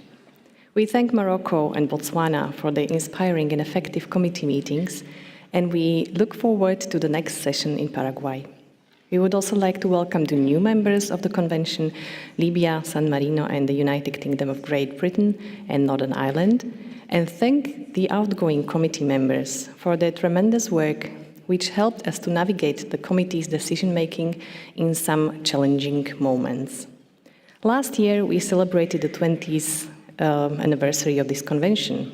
The success story of a UNESCO project contributed to the general public's awareness of the importance of safeguarding intangible cultural heritage. The enormous amount of work that's behind that and that the Secretariat manages is truly admirable. We wish you, dear Fumiko, and your great team with a capital T, a lot of strength and success in your next endeavors. We are deeply grateful for the Secretariat's support, whose user-friendly 20th anniversary logo edition initiative was a great success and greatly appreciated by our communities. We believe that a similar logo initiative for the International Day of ICH could be equally beneficial, and we would look forward to discuss this further. With full respect to SDG goals, we are strongly committed to including the intangible cultural heritage in formal and informal education. With a project called Cultural Heritage and Traditional Folk Culture Responsibly, Slovakia aims to improve the quality of teaching about ICH in primary schools, either as a separate subject or as a part of the curriculum of the subjects of the standard educational areas. In line with the ideas of the program on safeguarding intangible cultural heritage in formal and non-formal education, we experiment with digital technologies and AI to improve the accessibility and attractiveness of ICH education for the young generation. For example, we are developing a mobile application titled Heritage Quest AR, featuring elements of augmented reality which will help students and users immerse themselves in history and culture and explore the elements from various UNESCO lists. We would like to invite you to discuss formal education at our side event, Intangible Cultural Heritage in Education, co-organized by the Ethnographic Society of Slovakia, our accredited NGO, tomorrow during the lunchtime in room 6. Thank you. Thank you. And now Turkmenistan, followed by Turkey and Tunisia. Turkmenistan, you have the floor. Thank you, Mr. Chair. First of all, I would like to extend my heartfelt congratulations to you on your election as the President of the 10th session of the General Assembly of the Convention. I wish you every success in your new role. Additionally, I want to express our best wish to the newly elected members of the Bureau and congratulate the new countries that have joined the Convention. I would also like to congratulate the newly elected members of the committee. Of course, I would like to take this opportunity to thank the presidents of the 17th and 18th sessions of the committee for their excellent moderation of the sessions. My gratitude also goes to Morocco and Botswana for their hospitality and for organizing these sessions at the highest level. These sessions were successful and well organized, with all necessary conditions provided for our work. I would also like to thank the ICH Secretariat for their tireless efforts in coordinating our activities during these sessions. These sessions were particularly successful for our country. In Rabat in 2022, the committee and the evaluation body accepted and included nomination file Turkmenistan needlework art in the representative list of the intangible cultural heritage of humanity. In 2023, in Botswana, the committee inscribed another our nomination file, Art of Akhalteka Horse Breeding and the Traditions of Horse Decoration, to the representative list. The UNESCO list of Turkmen intangible cultural heritage of humanity now includes 9 national and multinational elements. The recognition of Turkmen intangible heritage by the global community underscores the great significance of Turkmen culture. We anticipate that the art of breeding Turkmen Alabai dogs will also soon be included in the estimate UNESCO list. We believe that the inscription of these Turkmen nominations of the representative list of the intangible cultural heritage of humanity will enrich the World Heritage List. We will continue our efforts to safeguard the intangible cultural heritage of Turkmenistan and to support the goals of the Convention. Additionally, I would like to congratulate Ms. Fumika Ohinato on her appointment as Secretary of the Convention and wish her success in coordinating our efforts. I would like to thank the Secretariat for preparing and the presentation of comprehensive report on its activities over the past 2 years. We note that this period has been very intensive and rich in events. Turkmenistan is grateful for the Secretariat's efforts in coordinating mechanisms of international cooperation and assistance under the Convention, as well as for the effective organization of statutory meetings. Thank you for your attention. Thank you, Ambassador. And now I give the floor to the Ambassador of Turkey. Madam, the floor is yours. Thank you, Mr. Chairperson. We congratulate you on your election and believe that we will have a very successful leadership, a meeting under your capable leadership. We also congratulate Madame Fumika Ohinato on her appointment as Secretary of the ICH. At the outset, Turkey appreciates the Secretariat and the Committee for their work during the period 2022-2023, also for their comprehensive reports. Turkey attaches great importance to the 2003 Convention and encourages its expansion. In this regard, we welcome San Marino, Libya, and the United Kingdom as new members of the Convention. As a state party to the 2003 Convention for 18 years, Turkey has recorded remarkable achievement both at national and international level to ensure the implementation of the Convention. In that regard, new laws and regulations were enacted. For example, the executive body of the Convention for Turkey, Ministry of Culture and Tourism's Directorate General of Research and Training, has been transformed to the Directorate General of Living Heritage and Cultural Activities, and its content has been enriched. Moreover, ICH boards were established in all provinces of Turkey. These boards are responsible for cooperation, carrying out joint works with related groups, communities, and NGOs. Through these policies, Turkey registered 341 intangible cultural heritage elements on its national inventory by 2024 and updated safeguarding action plans for those elements. In addition, we have established bearers of the Intangible Cultural Heritage Inventory System and Living Human Treasures Inventory for the inventory of our tradition bearers and practitioners of ICH, who have a significant role for transmitting our living heritage to the next generations. All these works have also had positive impacts on the inscription process of our intangible cultural heritage elements in ICH lists, in which we have inscribed 30 elements by the end of 2023. Among these elements, 13 of them were inscribed as multinational nomination files. This demonstrates the efforts of Turkey regarding regional cooperation, as well as the joint work with countries sharing common ICH heritage at the international level. Bearing in mind the significant role NGOs play in Turkey's progress in the field of ICH, we attach importance to the accreditation of NGOs to the 2003 Convention. Our NGOs have been accredited in previous General Assemblies so far. In this General Assembly, 3 more NGOs from Turkey will be accredited. I would like to congratulate our NGOs in advance. Besides, we commend the favorable technical recommendation of the evaluation body and its effective cooperation with the Secretariat, as well as with state parties. Lastly, Turkey believes the importance of UNESCO to safeguard intangible heritage.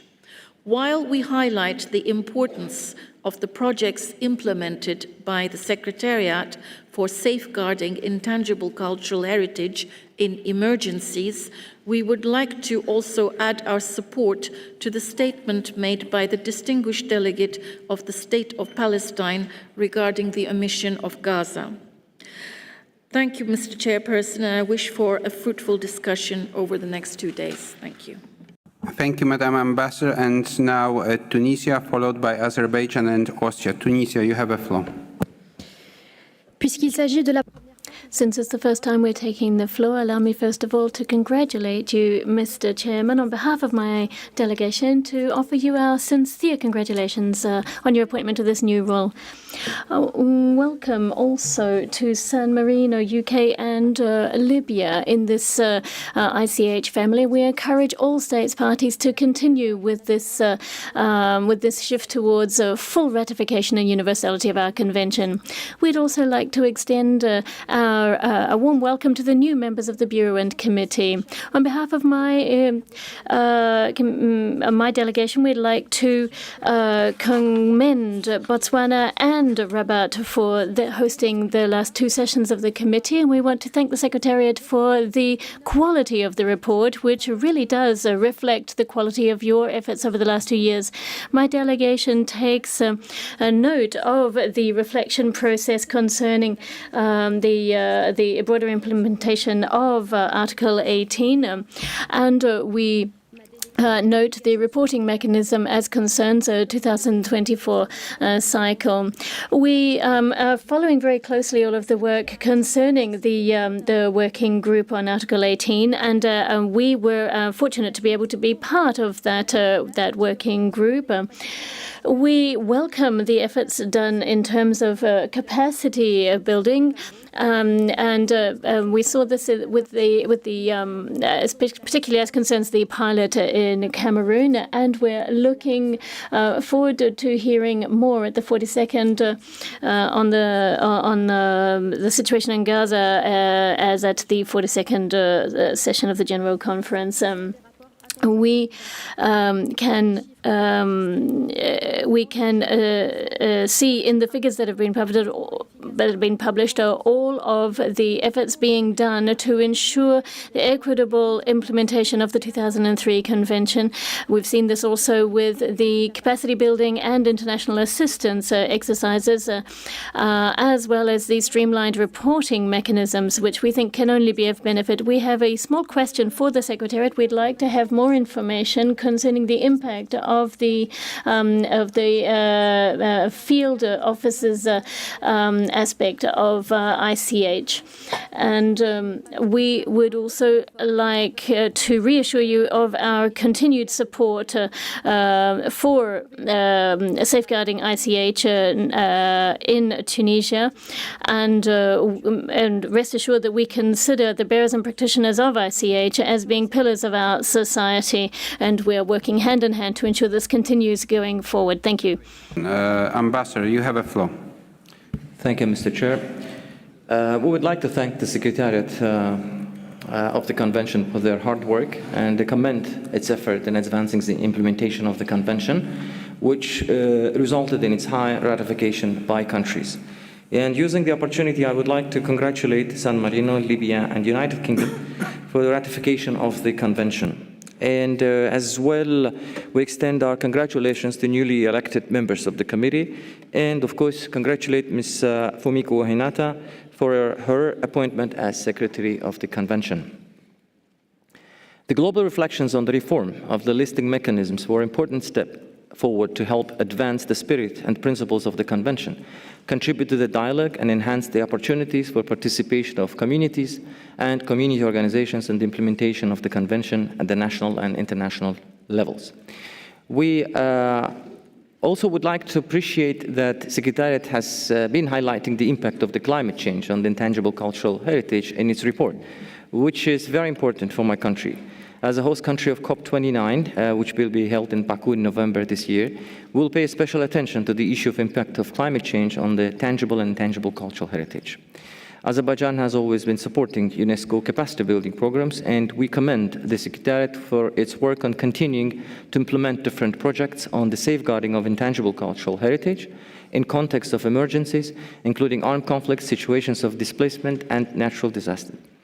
We believe that the current challenges that the world faces highlight more and more the need to double the efforts to operationalize the responses from UNESCO on this issue.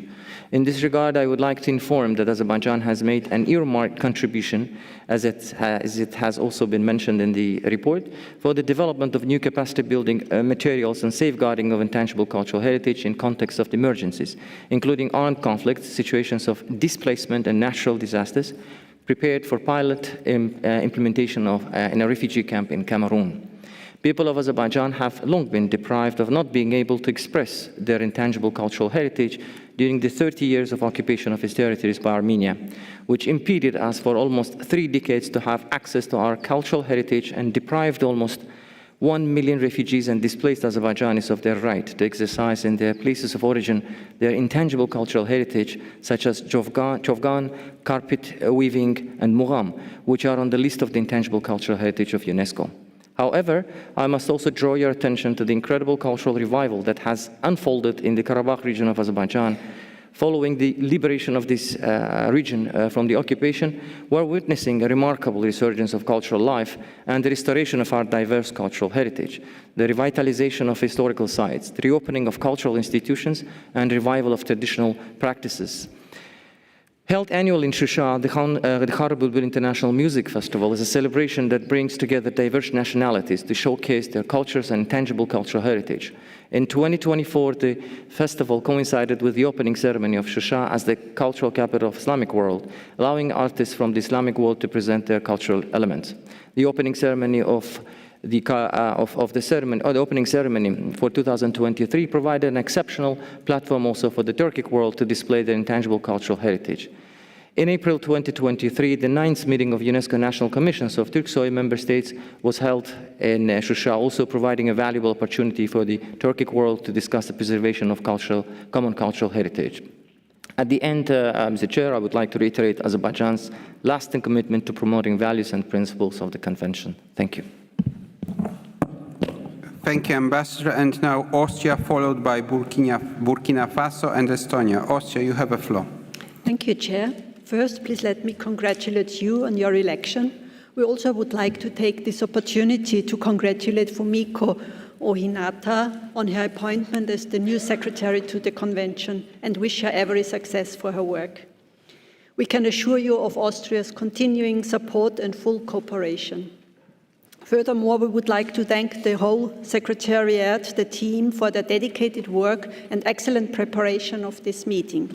We appreciate the quality of the Secretariat's work and recognize the high workload. The 2003 Convention has achieved nearly universal ratification, and we welcome San Marino, Libya, and the UK as our newest members. Proudly, we celebrated the 20th anniversary last year with 3 events. They created big resonance among the communities and experts and gave us the possibility to also reflect on 15 years of ratification in Austria, which we celebrate this year. One of the most prominent milestones of the past 2 years was the conclusion of the global reflection on the listing mechanisms. The new regulations on transfers and removal of elements take into account the crucial topics of the Convention: safeguarding ICH, ensure respect for ICH, raise awareness and provide for international cooperation and assistance. In all our endeavors, we see the listing mechanisms as one tool to safeguard ICH at the international level. Most important are implementation activities like capacity building, ongoing thematic initiatives like sustainable development, response to emergency situations, and also ICH and education. In this context, as a follow-up to the UNESCO project Teaching and Learning with Living Heritage, Austria published the book Immaterial Matters a few weeks ago. In 5 projects, we explored ways of interdisciplinary teaching with and about intangible cultural heritage and developed recommendations and guidelines. We have also carried out a related project with UNESCO-associated schools that we will present as an example of good practice in our voluntary national review at the High-Level Political Forum on Sustainable Development in New York this July. Among the thematic priorities for the future, please let us particularly emphasize the linkage with the World Heritage Convention, as discussed in the Naples conference last November. We think there is great potential in the holistic approaches to save both tangible and intangible cultural heritage. With a look ahead to next year, we are confident that the 2003 Convention will provide an essential contribution to the Global Report on Cultural Policies and to Mondiacult 2025. Finally, once again, please let us commend the Secretariat for the excellent work. We are looking forward to interesting and inspiring discussions. Thank you. Thank you, Madam. And as we are having a very, very long list of speakers, and I haven't imposed any speaking time limits, and I do not intend to impose any speaking time limits, because I have to be fair to everybody. However, if I may appeal to you to go straight to the substance, which means all protocols observed. If you may skip this part, expressing your appreciation for the elections of a bureau member, for the secretary, or for myself, we may move forward a little bit faster. Having said that, I wish to give the floor to Burkina Faso, Monsieur l'Ambassadeur. Dear Ambassador, you have the floor. Thank you very much, Chair. Mr. Chairman, as a member of the 2003 Convention, Burkina Faso pays particular importance to its implementation, and we want to commend the Secretariat for this most thorough report. We particularly appreciate the work done for the preparation and implementation of the capacity building mechanisms for safeguarding ICH in the situation of forced displacement, conflict, and emergencies. And we see that the first rollout was in Cameroon. We feel that this is of greatest importance for the communities involved, and especially those displaced. And in the Sahel region, where many refugees have had to take up roost in emergency shelters. This is of great importance. When it comes to capacity building, we welcome the support given to African countries who've been able to benefit from the capacity building programs. When it comes to building their public policies, programs, and initiatives so as to support living heritage. This is vital for the preservation of the richness and diversity of African living heritage and culture. We place greatest importance on the government's public policies, which has instituted the Burkinabe Heritage Center for supporting local heritage, has instigated the 15th of May as Heritage Day at the national level. When it comes to ICH in Burkina Faso, we're now currently in the second phase of the program, mobilizing more resources and running initiatives to boost and safeguard living heritage across the African region. We feel that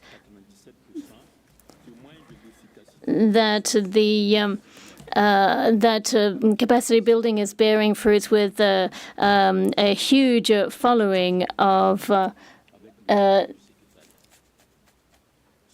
with a huge uptake of any funds that have been earmarked for our heritage initiatives. We only represent a small percentage of inscribed elements on the list, and yet we recognize the work that is being done by the Secretary to make sure that African countries have all the wherewithal to put forward their nominations and thus create a more balanced list. So we do hope that all of these initiatives, including Mondial Culture 2025, will turn all of these initiatives into a more concrete reality. We want to commend you for your ongoing efforts and want to extend our congratulations again to the new Madam Secretary. And on behalf of all the members of the committee, we'd like to thank you. Followed by Armenia and Chile, and after that I will give back the floor to the Secretariat. Estonia, you have a floor. Thank you very much, Mr. Chair. We also want to thank the Secretariat for a very sound and detailed report. From this wide array of different initiatives, we would highlight the effective global network of facilitators, which has been further enlarged, and we are glad to note that more than 60% of new members are women. Such a facilitators network is quite unique in comparison to other culture conventions, to the best of my knowledge. And this is indeed essential for the capacity building in the world. The Secretariat's capacity building activities have widened in both scope and reach, but we see some further potential in strengthening engagement with partners such as accredited NGOs, UNESCO chairs, and Category 2 centers. We are also glad to note that some of the outcomes of a global reflection are already operational, with simplified nomination forms, easier transfers from one list to another, and lighter procedures for extension requests. We very much hope that the proposed amendments concerning the criteria of a register of good practices will be adopted by this General Assembly in their entirety. We believe that this change will increase access to the register and we can all benefit from the diversity of different safeguarding experiences. At the same time, we must not overlook other, lighter ways of promoting and disseminating good safeguarding practices, especially in order to bring them closer to the civil society. The Convention has expanded into new topical areas, such as the relationship between living heritage and climate change, ICH in urban contexts, and economic dimensions of ICH. This clearly testifies to the importance of living heritage for sustainable development. To conclude, Estonia would also like to recognize the work done in safeguarding ICH in emergencies, in conflicts, in wars. The power of living heritage practices in strengthening resilience through culture was underlined in the Action Plan for Culture in Ukraine, adopted at the International Conference in Vilnius just last week. We are reminded, and painfully so, that the safeguarding of ICH is always indivisible from the protection of the lives and well-being of its bearers. Thank you. Thank you. Arminia, you have a floor. Merci, Monsieur le Président. Thank you, Mr. Chairman. Mr. ADG, Madam Secretary of the Convention, Excellencies, dear colleagues, along with the colleagues who took the floor before me, I just wanted to express our congratulations to the delegation of Armenia. We'd like to thank the Secretariat for this thorough report, which gives us a good overview of the activities and initiatives of the reporting period. We'd like to support also the work done on the global reflection of the listing mechanisms and the work done in the various expo meetings. We think that it's particularly important to bear in mind the work done on the online platforms for the best practices sharing concerning safeguarding initiatives and input of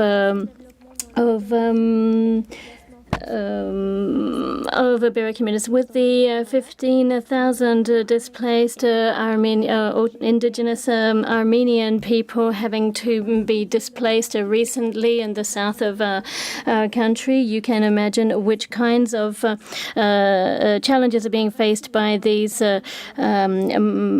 people uprooted from the historical sites where they were able to practice their ICH. This has been of particular concern to my delegation. We are concerned to ensure that their ICH remain alive and well in the Nagorno-Karabakh region. The living heritage of these people has been unduly interrupted, and this is an imminent threat. There is a progressive elimination of their heritage and their memories and practices. When it comes to saving ICH in emergency situations, Armenia welcomes the work done by the Secretariat so as to implement the principles and operational directives in this regard. And we wanted to call on UNESCO to protect the practices and other forms of ICH that are under jeopardy. We also call on the Secretariat to support the efforts be done at the national level over and above the international mechanisms. We welcome all of the initiatives done in this regard, particularly in small island developing states and in Africa. The awareness raising of the ICH program in formal and non-formal education is also of vital importance, as is further cooperation with the education sector. As concerns cooperation with NGOs, our delegation has always considered the role played by NGOs and accredited NGOs as being very important for supporting living heritage, and we welcome cooperation with the NGO Forum, particularly as concerns the mapping exercises of skills and talents. We also welcome the celebrations for the 20th anniversary of the convention, and we saw the excellent progress made in terms of capacity building and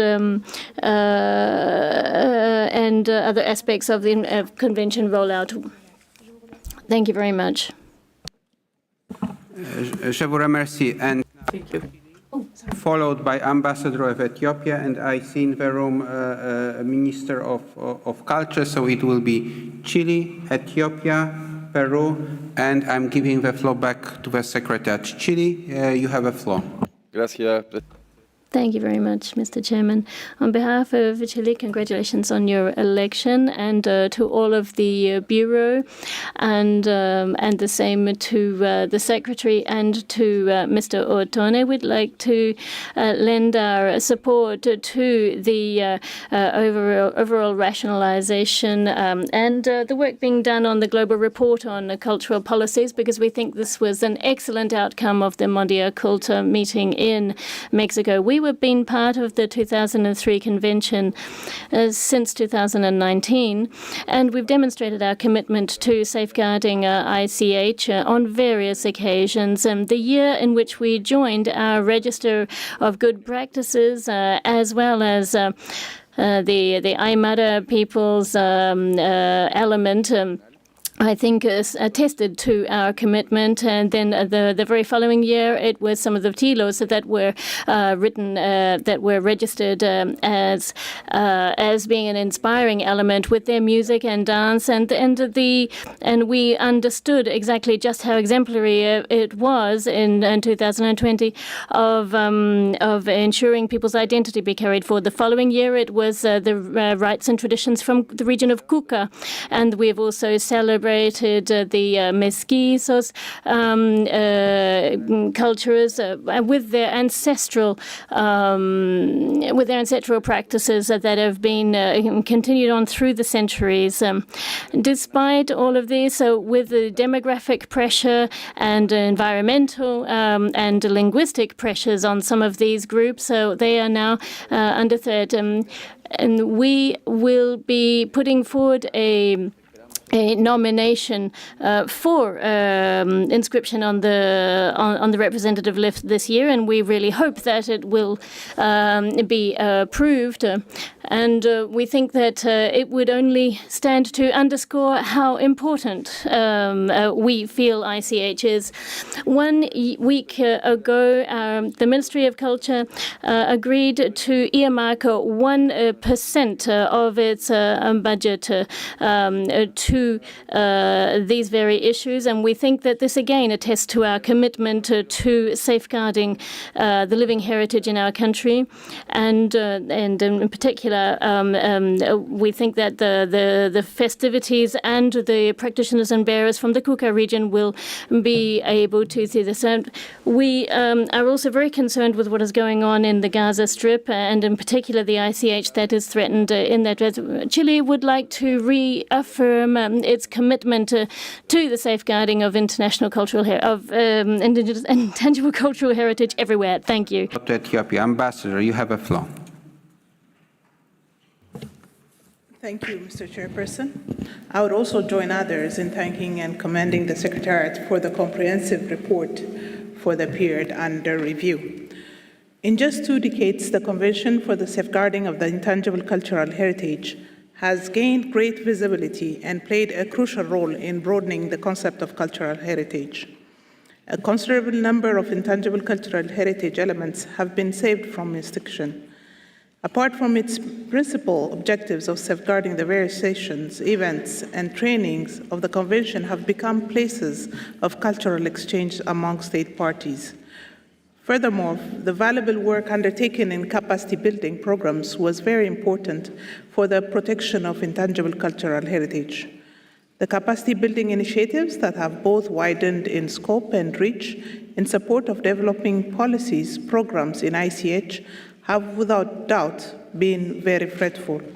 In this regard, we equally appreciate the work done to facilitate inscription and hope to see more submissions in the future. We would also like to acknowledge and welcome the progress in the various thematic initiatives of the Convention, particularly in terms of climate change and urban context.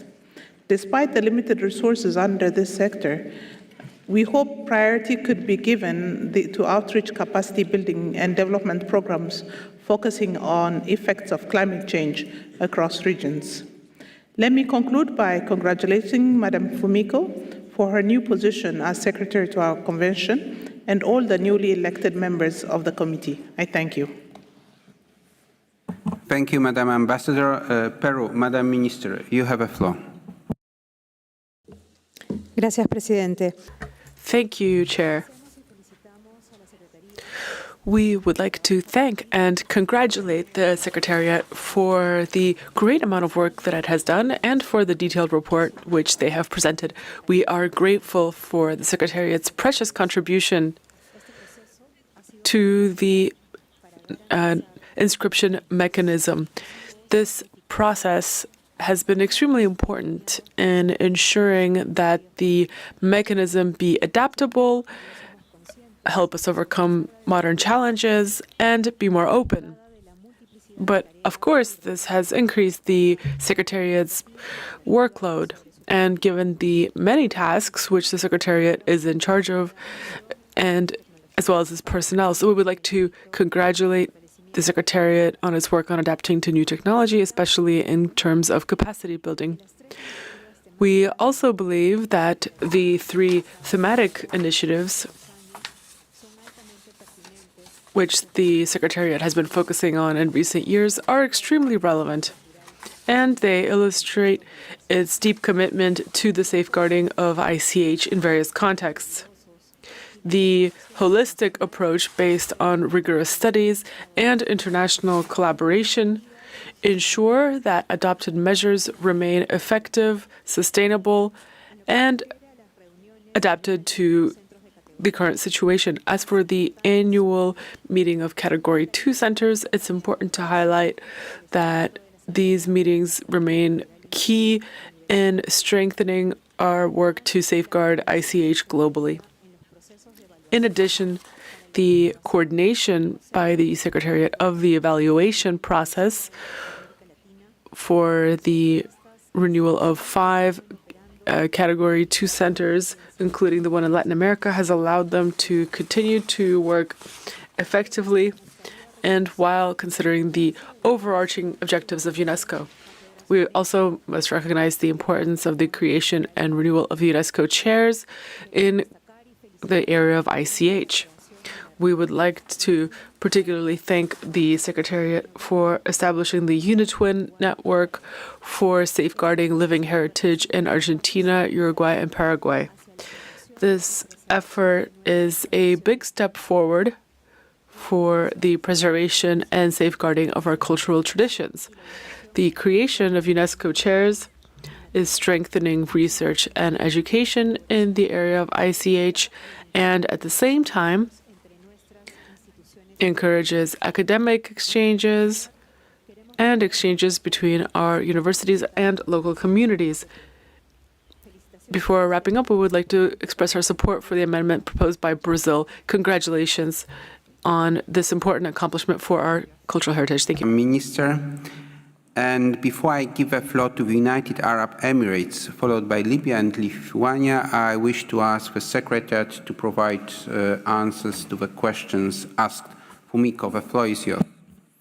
Thank you, Chair, for giving me the floor, and thank you very much for those who have already taken the floor for these overwhelming appreciations and support to the Secretariat's activities. On behalf of the team, I would like to say how encouraging that is for us to receive all these comments. The convention has broadened its scope, which means we are treating very many subjects, as you have witnessed under this item. So we could not cover all the subjects in the report and in the presentation, but hearing the experiences keenly shared by the states parties, it somehow complements and then put forward even more how richly this convention is being implemented. We have received very specific questions, first of all, from the distinguished delegation of the Netherlands. Thank you so very much. The simplest administrative point first, concerning the 43C5 going forward, obviously we would welcome written submissions, and then Secretariat will be sharing information after the session on how such submission may be made. So going forward, I say that we took a lot of notes from the interventions, and keywords such as remains ambitious, seeking synergy would bear fruit. These are, I think, the keywords going forward. And in this context, we are very pleased to receive the support for our thematic initiatives. And I would just like to explain that we have these 3 current initiatives on economic dimensions, on climate change adaptations, and ICH in urban contexts. And they are all following the same steps that we start in a systematic way with desk studies, followed by the survey, and then we take it to a Category 6 expert meeting. A lot of technical discussion takes place, that they prepare a draft guidance note, and it gets presented to the committee. And that's what happened for the thematic initiative on economic dimensions. And for this particular theme, a lot of materials, all the materials that we have collected, expert meetings, documentations, the committee working documents, they are all public. What we need to work on though, and there I think the Netherlands is right, is how to digest this overwhelmingly technical and important information in a digestible way to our stakeholders. And now we have the mandate from the committee to go beyond and talk to other constituencies beyond the 2003 Convention in search of synergies, in search of cooperation. So this awareness raising, outreach, and communication is very important, and we are going to work on it. Thank you so much for the suggestion and making it clear. For the climate change adaptations, the step is at an expert meeting step, that's the stage. So we have called to all states for the nomination of experts, and I would like to thank again for an overwhelming response. I don't have the figures with me, but we had a very high number of experts being nominated, and this is a Category 6 expert meeting, meaning the invitation is from UNESCO. So for a group of about 27 members of the expert group, about half are coming from the state's nomination, and other halves are being nominated through the desk studies and peer group review process. And they will be meeting later on in this month, first of all, and they break, and after the summer they meet again in September to prepare and finalize the draft guidance note, and this will be going to the Paraguay committee. The situation concerning the urban context is now at the preparation desk study, the first part of the documentations. So we will be moving forward. So one after the other, as you can see, that it follows a kind of systematic cycle of preparation of this guidance notes, if you like. Then we had a question also from the Netherlands about our concrete actions going forward from the Naples action, which called for integrated approach. It's another a very important topic that we are working on. I would say the synergy has always been there, but the Naples call made it even more concrete and gave us a framework to work on. And in the first instance, I think the cooperation with the 72 is at the operational level. So we have been now working, we have several examples of operational projects, notably the one that seeks synergies in the field of tourism. That is a very clear example of where both conventions can work together. Another one is about cultural heritage and creativity. So through these concrete projects, we hope to seek synergies in the most concrete ways, touching upon tourism, economic dimensions, and so forth. And urban context is another. So it is looping back, having this Naples framework document helps us also to move forward our thematic initiatives. We had a question from Tunisia about the implication of the field reforms on our convention, and I would like to ask the help of the ADG. Thank you. Yes, Chairperson? Okay, thank you. Thank you, Fumiko. Trois petits commentaires. Le premier. I have three small comments. The first is on the concerning the question from Tunisia. Now, as you know, this particular convention was working very well with our culture specialists in the various bureaus. However, since we are decentralizing our work in terms of the field offices, now these experts are in charge of countries and we are working with them, to see how many of these programs which are implemented locally, whether we're talking about the monitoring of inscribed elements or capacity building, which is often supported by NGOs locally. So they are more involved today than in the past. And this will certainly lead to results in the future, as we have seen, and this relates to the second question posed by the delegate from Burkina Faso. This is the result of appointments as part of Priority Africa. Now, perhaps you remember that at the last committee meeting, we had 11 elements from Africa, and there were very few before then, so this is an increase. This work was done with the field offices, with Category 2 centers, and of course with the entire Secretariat team for the 2003 convention.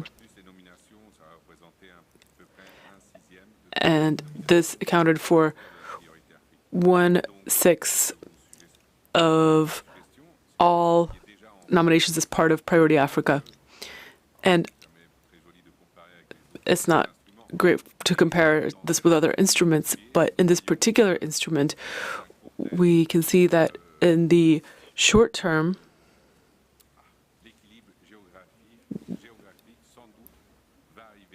we're making much greater progress on geographic balance, achieving a geographic balance compared with other instruments. So this is actually already leading to tangible results looking forward. Now, the last comment which I would like to make has to do with the follow-up to the Naples conference,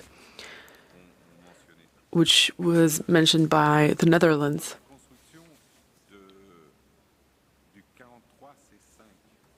In the preparation of 43C5,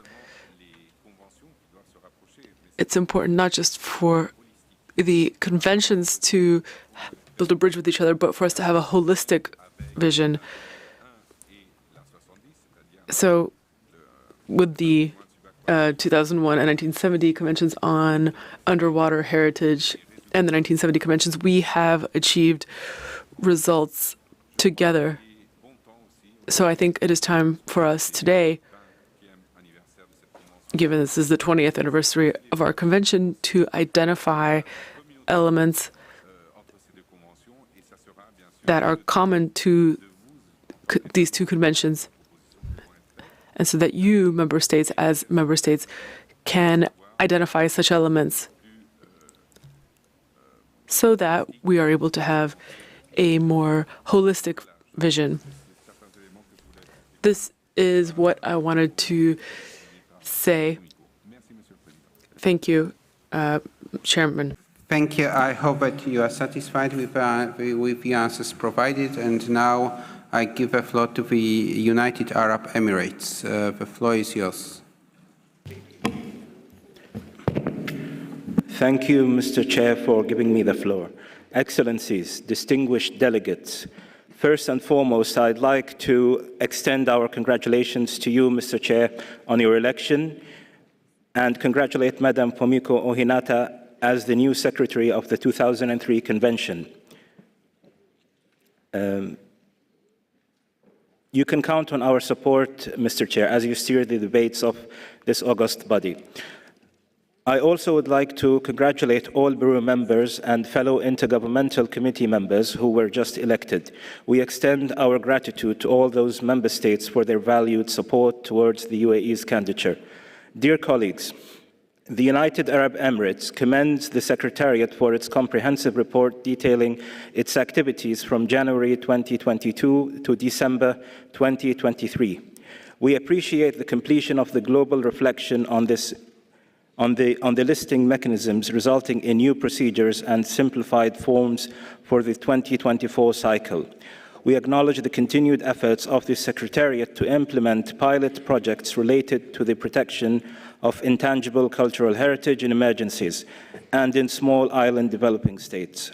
We appreciate the high rates of submission of periodic reports reflecting the commitment of the Secretariat and its tailored capacity building support. We also commend the Secretariat's effort to strengthen its cooperation with the education sector, resulting in the integration of living heritage into key educational frameworks and instruments, such as the Framework for Culture and Arts Education adopted in Abu Dhabi last February. In addition, we see the thematic initiative on intangible heritage and climate change launched by the Secretariat as a critical area of focus, with forthcoming guidelines to be informed by expert reviews. These initiatives are in line with our vision to ensure that our diverse cultural heritage is not only preserved, but also celebrated and integrated into sustainable development strategies. As we look to the future, we believe that through collective efforts and shared commitment, we can advance the goals of the 2003 Convention and ensure that intangible cultural heritage remains a vibrant and integral part of our shared identity. Thank you. Thank you, Ambassador. And now, Libya. Libya, you have the floor. Thank you, Chairperson.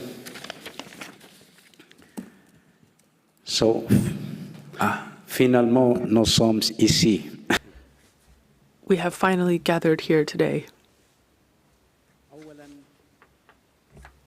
Because, first of all, I would like to congratulate all of the states parties, and I would like to congratulate and thank all those who worked hard, previous ambassadors, parliamentarians, and even members in their personal capacities who helped Libya in order to accede to and ratify the convention. I would also like to thank all of the countries who welcomed us joining. And we hope that our membership will bring a valuable contribution and will help us to protect living heritage and make it more sustainable and more capable of facing the challenges we face today. We have a very rich, tangible and intangible culture in my country, which saw a succession of civilizations ever since prehistory. There are clothes and dances and the imprint of the civilization of the pharaohs. And you can still see the traces of drawings that were left by ancient civilizations. And there's also the Casca dance, which is extremely well known. The Libyan ICH includes trans-boundary civilizations because we were part of the Roman civilization, Byzantine, Arab Islamic civilization, and many others. We have links to sub-Saharan Africa because of our geographic location. And all of this left traces and left us with rich cultural diversity and strength. ICH in my country has a lot of support from governments and also from our people. Despite the fact that we are joining the convention late, we early on created a center to protect our heritage in the 90s of last century. in order to safeguard ICH and conduct research in it. In 2012, we created the Libyan Center for Local Culture, and our ministry takes stock of our ICH and tangible cultural heritage. We have a register for that, and we carry out training sessions to help prepare nomination files. And recently, a workshop was organized with Alexo. This workshop was aimed at taking stock of our heritage and preparing files. We have many traditional crafts based on the use of wood and many other materials. 150 organizations that deal with ICH have been registered. From the city of Matroun, someone wrote to me about a festival in which there are traditional crafts and dances representing all of the components of society. Despite this, we still need technical support in order to raise awareness about safeguarding and for capacity building. We need help from you, thanks to your expertise, to protect our heritage. I would also like to bring up a last point in my statement, which has to do with paragraph 7, which attracted my attention. I think that paragraph 7 is not reflected in the draft decisions. It talks about emergencies, and there is talk of refugee camps in Cameroon. And then it jumps to Ukraine and the meetings which were held on that. But then all of a sudden, the report falls silent on what is happening in Gaza. There are very old human civilizations. This was the first place that humans settled, and the three religions of the book were born there or close to there: Judaism, Christianity, and Islam. And its living heritage is being destroyed. All of the organizations are watching this happen. However, there is not even a mention of concern, especially since its preamble. The report says that it covers all activities until the end of December 2023. What is strange is that the decision of the General Conference, which was taken in November 2023, is not mentioned. This decision concerns the role of UNESCO, because this is in its field of competence. The fact that the Secretariat does not mention what is happening to the ICH in Gaza doesn't mean that it is ignoring something political, but as the slogan of the 20th anniversary says, "We are the living heritage," says the speaker in English, which is what is happening is killing and genocide of elements. Every sheikh who dies, whether a man or a woman, kills off a part of this heritage. Thank you. Thank you, Ambassador. And now, Lithuania, followed by Romania and Germany. Lithuania, you have the floor. Merci, Monsieur le Président. Thank you, Chair. Lithuania is grateful for the Secretariat's report on its work, and specifically its work on implementing the global capacity building program, as well as seeking synergies and intersectoral approaches. We welcome its actions on integrating living heritage into post-2030 development programs, not to mention, of course, its efforts to improve submission rates, periodic reporting submission rates. We believe that the Secretariat's efforts in awareness raising on ICH in education are extremely important, and the UNESCO Associated Schools Network could play an important role in this area. In Lithuania, recently we conducted a series of pilot projects and partnerships with associated schools with the goal of considering elements that could be included on the representative list while using interactive schools such as comics, video reporting, and working with local artisans and so forth. We are also grateful for the implementation of a large number of initiatives on living heritage by the Secretariat in the context of the aggression against Ukraine. In several years, in early June, Lithuania has a partnership with UNESCO and Ukraine. 30 states gathered in Vilnius. This was June 6th and 7th, and they took on commitments to support the Ukrainian cultural sector, including support for living heritage. A mid and long-term action plan was devised with the participation of over 40 international organizations, including Ukrainian ones, and it will be implemented. The Vilnius conference led to the final document, which was a call for action in support of Ukraine's cultural sector, and it calls upon all UNESCO member states and all stakeholders to mobilize their efforts to provide assistance in the cultural realm, including through the protection and safeguarding of heritage in Ukraine. All documents and video resources from the conference are available on the UNESCO web conference website.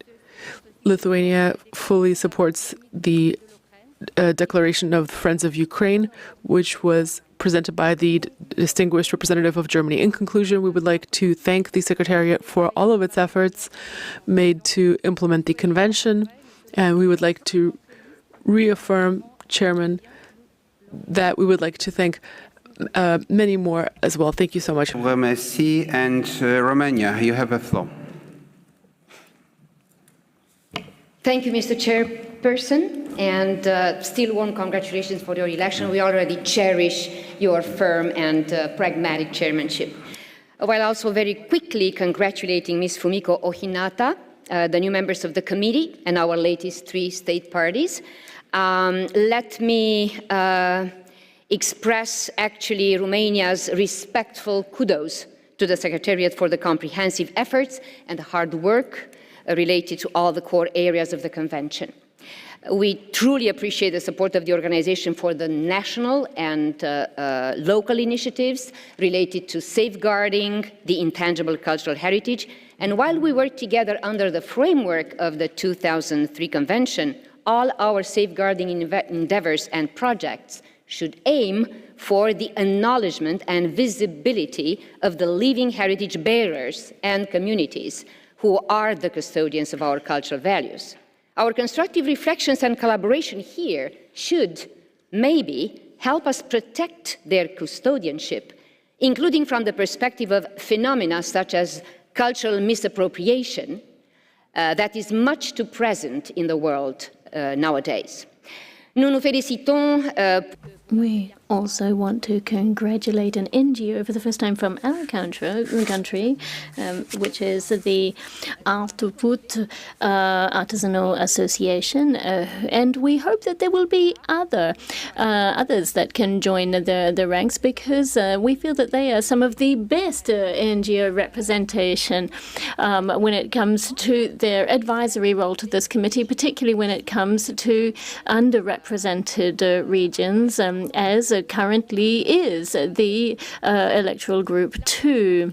Romania is actively engaged in extending cooperative efforts for safeguarding ICH, and at the same time contributing to the cross-cutting 2020 initiatives in this regard. And that is why we're delighted to be able to tell you that we've initiated a coordination process with a view to the transhumance file extension, and we're delighted to see that this element has been inscribed on the representative list. Regardless of its belonging, is a reason of great concern and sadness for the international community. We reiterate our support for the Ukrainian people, including those displaced during the war, for whom we provided conditions for preserving their cultural heritage, including through intergenerational transmission. And we thank UNESCO for the assistance provided from the Intangible Cultural Heritage Fund in this respect. Dear colleagues, as we say in Romania, the intangible heritage is a temple to the bearers. So let's take wise decisions for cherishing it, building it up, and consolidating perpetually. Count on Romania for this. Thank you, Madam Ambassador. And now Germany, followed by Costa Rica and Denmark. Germany, you have a floor. Thank you, Chair. As Germany is taking the floor for the first time in this session, I would like to start my statement by joining others in extending our sincere congratulations and thanks to you, Chair, dear Mariusz, for your leadership and dedication in guiding the proceedings of this 10th session of the General Assembly of the States Parties to the Convention. And we'd also like to congratulate all our colleagues for the election to the Bureau of the General Assembly, as well as all the States Parties newly elected this morning to the committee. Thank you, Chair, for giving me permission to deliver 2 statements today, our national statement and one on behalf of a group of 42 states, which is the one I shall now start with. Excellencies, colleagues, Russia's illegal, unprovoked and unjustifiable war against Ukraine continues to affect all areas of life for the Ukrainian people. In addition to the devastating loss of human life, material and environmental damage, and the destruction of cultural heritage, it also negatively impacts the social fabric of Ukrainian society. As a result, the living heritage of communities in Ukraine, a fundamental part of their identity, resilience, and continuity, is under threat. According to UNESCO, almost 4,800 cultural and touristic assets in Ukraine have been damaged or destroyed. This includes sites and buildings of heritage value, works of art, collections and cultural repositories, and buildings and workshops dedicated to the cultural and creative industries. We appreciate UNESCO's leadership in providing emergency assistance for Ukraine to cope with the adverse impact of Russia's aggression.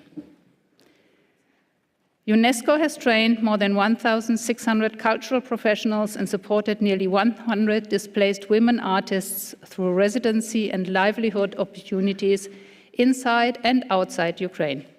A resource kit for teachers has been produced, providing guidance on how to integrate living heritage in school teaching. Another example of UNESCO's support is the development of community centers such as the Lviv Culture Hub that will be opened this year thanks to support from Spain. We commend the Intergovernmental Committee of the 2003 Convention for its contribution to safeguarding Ukrainian intangible heritage by inscribing the culture of Ukrainian borscht cooking on the list of intangible cultural heritage in need of urgent safeguarding in 2022. The Bureau of the Committee has recently granted emergency assistance to a project aimed at safeguarding the intangible cultural heritage of Ukrainian displaced persons in Hungary. By recognizing and safeguarding Ukraine's intangible cultural heritage, UNESCO rejects Russia's attempts to deny the existence of Ukrainian culture, history, and identity. We very much welcome the preservation of the richness of Ukraine's traditions, performing arts, social practices, festive events, and traditional crafts in the framework of the 2003 Convention.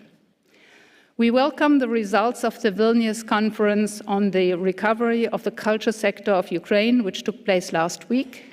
The meeting provided a platform for discussions between ministers and experts, identified funding needs, and came up with an updated action plan for culture in Ukraine. Reflections on the preservation of Ukraine's cultural heritage are continued this week in Berlin at the Ukraine Recovery Conference 2024. Finally, we reiterate our demand on the Russian Federation to end its war of aggression against Ukraine and to immediately, completely, and unconditionally withdraw all of its troops and military equipment from the entire territory of Ukraine within its internationally recognized borders and to cease its destruction of tangible and intangible Ukrainian cultural heritage. This statement is supported by the following countries: Albania, Austria, Belgium, Bulgaria, Costa Rica, Croatia, Cyprus, Czechia, Ecuador, Georgia, Denmark, Estonia, Finland, France, Greece, Iceland, Ireland, Italy, Japan, Republic of Korea, Latvia, Lithuania, Luxembourg, Malta, Republic of Moldova, Monaco, Montenegro, Kingdom of the Netherlands, Norway, Poland, Portugal, Romania, San Marino, Slovakia, Slovenia, Spain, Sweden, Switzerland, United Kingdom of Great Britain, Northern Ireland, Ukraine, United States of America, and my own country, Germany. I would now like to turn to my national statement. And this, I'd also like to start with congratulations and a warm thank you to the Secretariat for their outstanding work in organizing this session. And in particular, we warmly welcome Ms. Fumiko Ohinata as the new Secretary of the Convention. We are confident that the Convention is in excellent hands under your leadership, dear Fumiko-san. And we, as a current member of the ICH Committee, stand ready to support you and the Secretariat in all your essential efforts, particularly in safeguarding living heritage during emergencies. This includes initiatives such as the joint effort by UNESCO and the Ministry of Culture and Information Policy of Ukraine to develop the action plan for the prosecution of culture in Ukraine. Additionally, we commend the Secretary for its project addressing the safeguarding needs of Ukrainian populations temporarily displaced in Romania, Slovakia, Poland, Moldova, and Hungary. Furthermore, the Secretary's efforts to preserve the intangible cultural heritage of states whose heritage is threatened by natural disasters due to climate change also deserves our highest recognition. We are pleased to extend a warm welcome to the newest members of the Convention, San Marino, Libya, and the United Kingdom. Their ratification of the Convention represents a significant milestone, enhancing our collective endeavors to safeguard intangible cultural heritage and fortifying our global community. The initiative on intangible cultural heritage and climate change is of particular importance to Germany. To underline our commitment, we had intended to send the German expert, Mr. Johannes Mohr, to the related Category 6 meeting on safeguarding intangible cultural heritage and climate change, scheduled to take place next week from 19th to 20th June at UNESCO headquarters. It is with deep regret that I must inform you of the sudden passing of Mr. Mohr. We mourn this loss and acknowledge his significant contributions to our shared objectives. He played a leading role in the multinational nomination of Austria, Belgium, Italy, Luxembourg, Netherlands, Switzerland, and Germany for traditional irrigation, knowledge, technique, and organization, which was inscribed during the last committee session in Botswana in September 2023. Furthermore, Germany commends recent developments such as the introduction of the simplified global reporting system for state reports set to begin in 2025. This system will enhance our ability to contribute to the global report on cultural policies. The streamlined reporting process will improve our capacity to share and analyze crucial data, fostering more effective cultural policies worldwide. As the 2003 Convention represents the intersection of tradition and innovation, we advocate for an inclusive understanding of gender roles in the implementation of various forms of intangible cultural heritage, in alignment with UNESCO's priority for gender equality.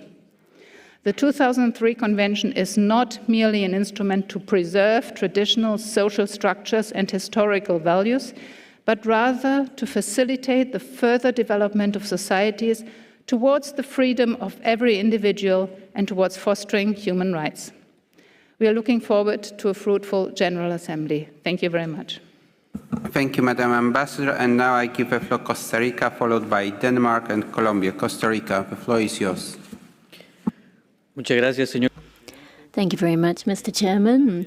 First of all, I should like to congratulate you on your election and also to the new secretary. Congratulations. We wish you every success going forward. I also wanted to take this opportunity to congratulate the newest members of the committee and also welcome San Marino, UK and Libya, who have recently joined our family.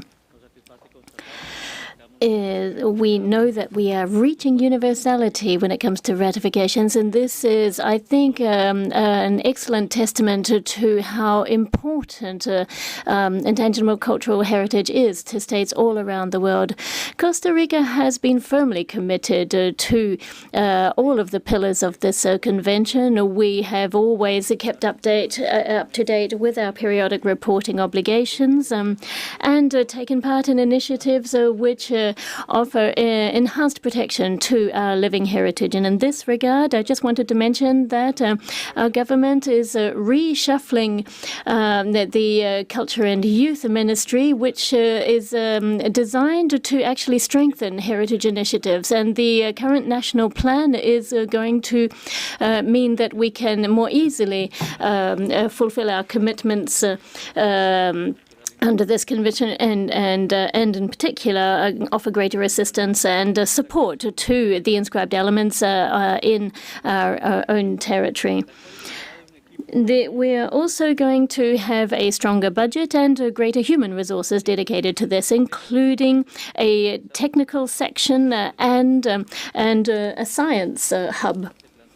Furthermore, we are looking at cross-cutting issues across the Ministry for Culture and Youth, and we will have issues such as safeguarding of heritage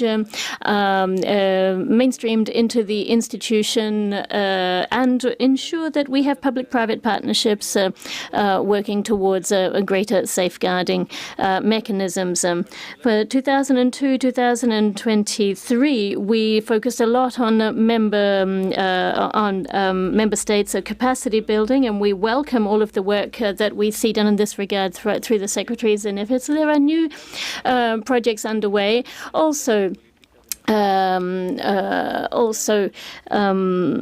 We have further safeguarding plans in the pipeline, and we do hope that the upcoming efforts will be just as fruitful as over the last 2 years. Thank you very much, sir.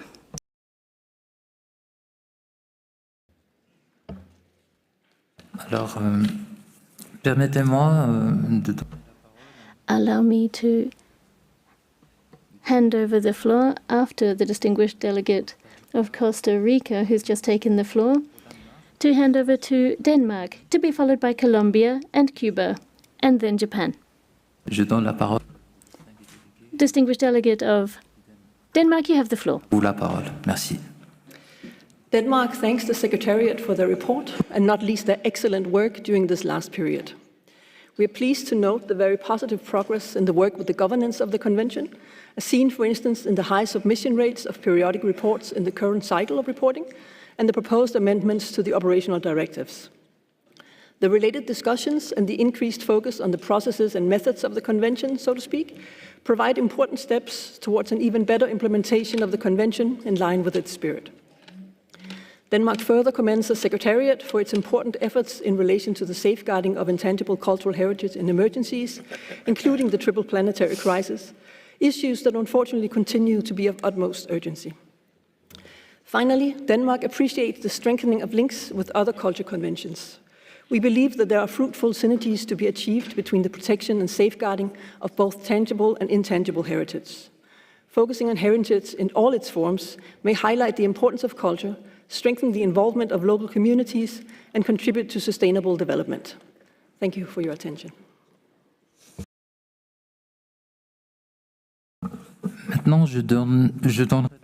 Now I should like to hand the floor to the distinguished delegate of Colombia. You have the floor, Colombia. Gracias, señor presidente. Thank you very much, Chair. In Colombia, we believe that the capacity building initiatives are one of the most important aspects of the last biennium. And we understand that safeguarding ICH is one of the key levers for overcoming issues of inequality, the threats of climate change, and the way of achieving Agenda 2030.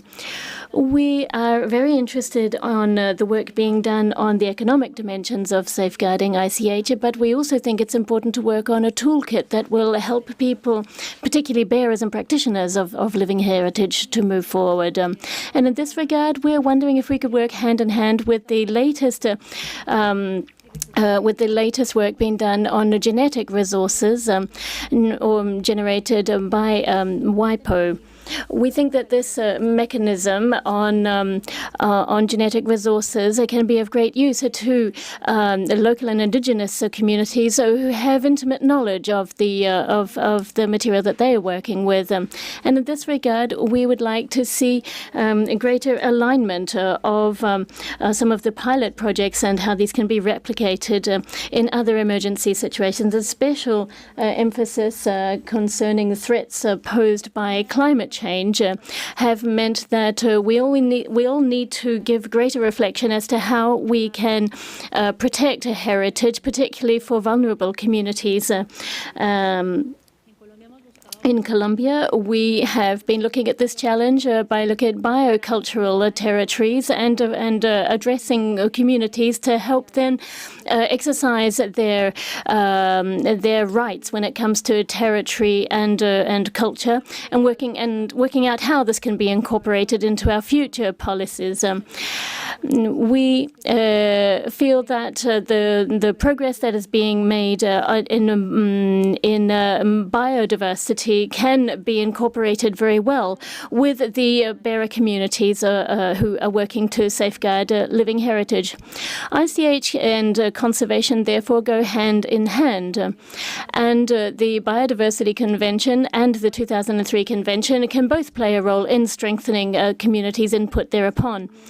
We would like to support Brazil's proposed amendment because it addresses some of the challenges that the convention could face, and we think that it should enhance visibility and practicality for the communities.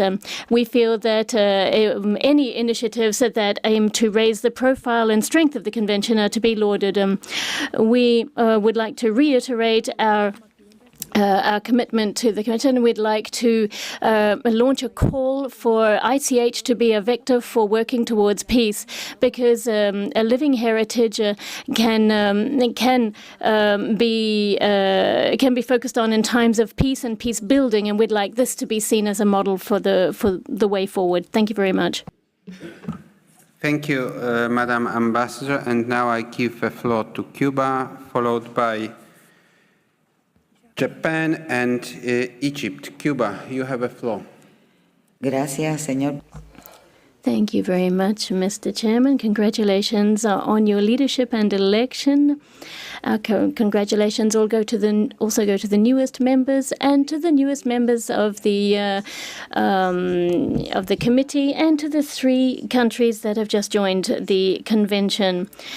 Before anything else, we should like to extend our thanks to the Secretariat for the report, and also the reports from Botswana and Morocco, and for their excellent leadership of their 2 respective meetings over the last 2 years. We'd also like to extend our thanks to the Secretariat for all of their constant work and their commitment to implementing this convention. Cuba is firmly committed to safeguarding intangible cultural heritage and extends a special priority to intangible heritage in its cultural policies, particularly as concerns sovereignty and national identity as part of defending who we are as a nation. In this assembly, we have put forward numerous ideas so as to give greater visibility to the convention. We have 9 elements on the representative list of ICH, and we have adopted new policies so as to update the legal framework in our country for the protection and safeguarding of ICH and also natural and cultural heritage, including intangible heritage. One of these that stands out is the general law on protecting cultural and natural heritage, which was adopted by the Parliament in 2022, and which only recently, at the start of this year, entered into force. And this, once its regulations had been approved, this new law is a transcendental step forward when it comes to our commitment in Cuba to protect natural and cultural heritage of the nation. Implementation of its provisions are going to mean that it's going to be easier to identify and protect and ensure the democratization of living heritage in our country, which is also a source of local income. It's also worth underscoring the fact that in this context, the initiatives that Cuba has been undertaking over the last year, 2023, as our country held the presidency of the Group of 77 plus China. And in that context, I'd like to say that I wanted to underscore the convocation for ministries of culture in May 2023, in the framework of which a final outcome statement was adopted, in which the protection and safeguarding of ICH was recognized. Furthermore, it highlighted the role of the international community in safeguarding measures. In that same year, and as part of the centenary of Marta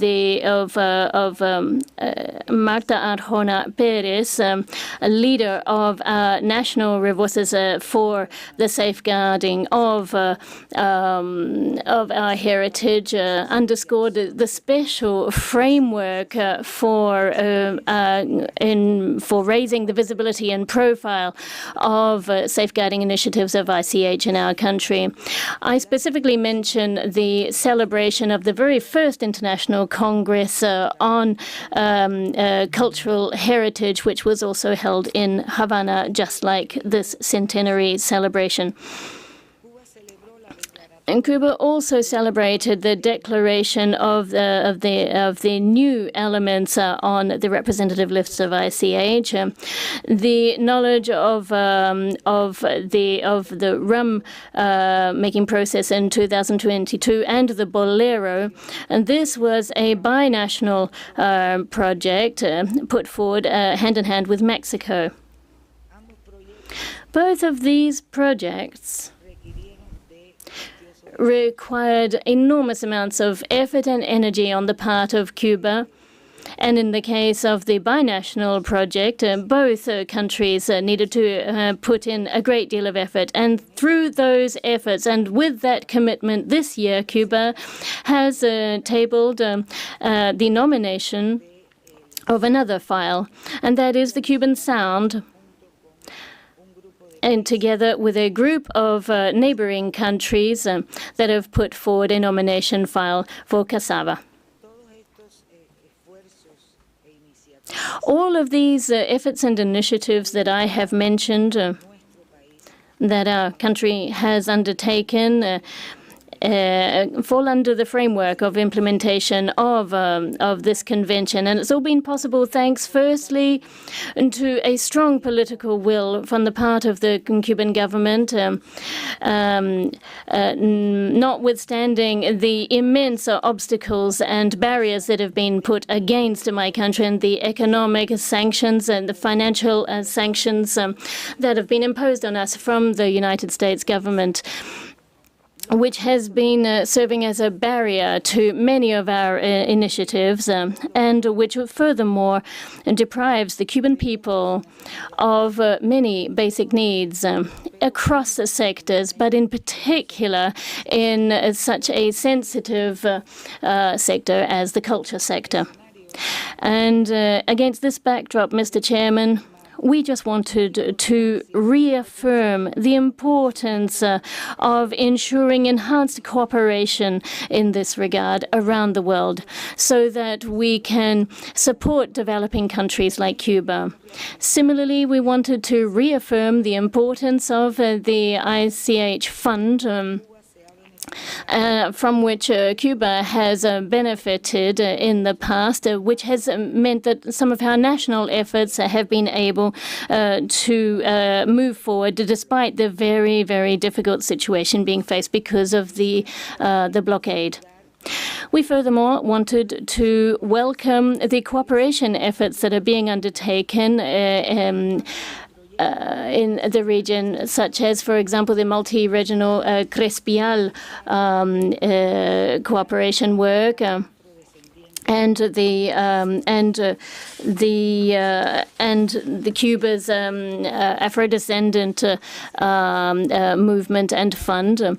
We have been able to reach out to the communities of people of African descent in Cuba and been able to move forward thanks to those collaborative efforts. Finally, we wanted to acknowledge the work and leadership of the Secretariat of the Convention and highlight some of the initiatives that have been undertaken as part of the 20th anniversary celebrations last year, which again offered greater visibility and raised the profile of this most important international instrument. Cuba took an active part in those celebrations, and this included numerous activities throughout the country so as to highlight our intangible cultural heritage, be it national or local, which I think attests to the pride that we feel of our various different regional groups. And finally, Mr. Chairman, my delegation would like to reiterate its unwavering support and echo what was said by the distinguished delegate of Palestine concerning the situation in Gaza. Thank you, sir. Thank you, Ambassador. Dear colleagues, we are having 29 minutes and 19 delegations, so I would appeal to you to be as brief as possible, and I'm offering a coffee on me for every delegation that will speak in less than 2 minutes. And Japan, the floor is yours. Thank you for giving me the floor, Chairperson. We would like to take this opportunity to congratulate you on assuming the chairpersonship of this General Assembly and to assure you of our full cooperation and support, and congratulate Fumiko for your appointment. We welcome the new team and we promise to support you. Japan welcomes the excellent report by the Secretariat on its activities, and we would like to thank the Secretariat and the evaluation bodies for their effort in implementing the pilot scheme decided at the last General Assembly. We have found that the revised operational directives have simplified the work involved in making extension nominations, including the use of newly developed nomination forms for national and multinational extension. We would like to commend the Secretariat's effort to increase the number of inscriptions to the representative list and urgent safeguarding list and good practices.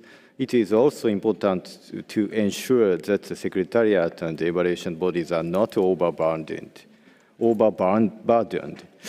Finally, the web page on intangible cultural heritage is designed to be very useful for persons involved in the convention worldwide. We would like to emphasize this point and share it among member states.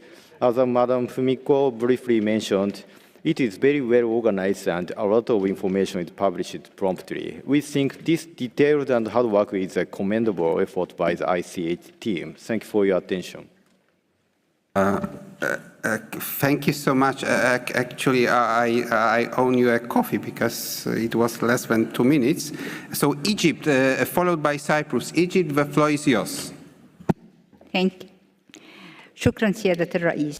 Thank you, Mr. Chairperson. We'd like to congratulate you and congratulate the members of the Bureau for their election. We'd like also to congratulate the 3 countries who joined with access to the convention. We'd like also to welcome the new elected members of the committee. We'd like to extend our thanks to Morocco and Botswana for hosting the previous sessions of our General Assembly. We'd like also to praise the efforts deployed by the team of the ICH in implementing all the instruments of the convention and in coordinating with the NGOs as well as civil society organizations in the implementation of all the different programs related to the building capacity.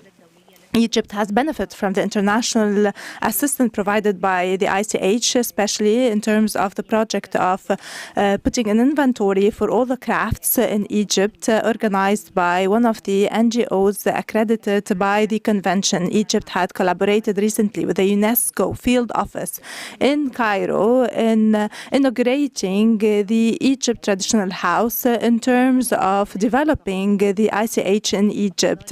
In fact, we are pleased to see that this convention has expanded to tackle themes that are related to education and climate change. The convention also is shedding light on the important role of the intangible cultural heritage in mitigating the impact of poverty and in gender equality. This is a clear proof that the convention is bearing fruit and it's implementing sound instruments. We also praise the role played by the countries in inscribing new elements on the lists of the ICH. We also commend the role played by countries to include new nomination files. This will allow the countries to be more close to each other and to ensure peace. Despite this, we'd like to note that there is a limited numbers of elements on the urgent list, inscribed on the urgent list. Therefore, we need to look why the countries are not inscribing elements on that list. Egypt would like to ask the Secretariat to send a survey for the different state parties to know why this is not happening. As for the amendments that are related to the implementation forms, they would like to commend the role played by the Secretariat, especially when it comes to the second criteria and the new form. We also appreciate all the amendments that are in line with the SDG goals. However, we need to let you know that we need to reconsider the formulation of those forms. We need to receive trainings on how to present those forms to make it more clear for state parties, and this will allow them to achieve their goals. We'd like also to support what was presented by the representative of Palestine. We'd like to ask the Secretariat to clarify how the last decision made by the UNESCO Executive Council would be executed, especially when it comes to the implementation of the Convention of 2003. Thank you, Mr. Chairperson. Cyprus, you have a floor, followed by Norway. We congratulate you, Mr. Chair, for your leadership and also extend our congratulations to the members of the Bureau, the new committee members, and of course the Secretariat, the recently appointed Mrs. Oshinata and her hardworking team for the rich program of activities carried out, especially on the occasion of the 20th anniversary of the Convention, and also the efforts over the years to engage diverse stakeholders from regional bureaus, field offices, and Category 2 centers to UNESCO chairs, NGOs, networks, and groups of practitioners. Meaningful involvement of communities and NGOs active on the field is of paramount importance, even though it still requires further consideration as regards participatory processes in the framework of the Convention. Addressing challenges for the safeguarding of living heritage is only possible through collaboration and partnerships.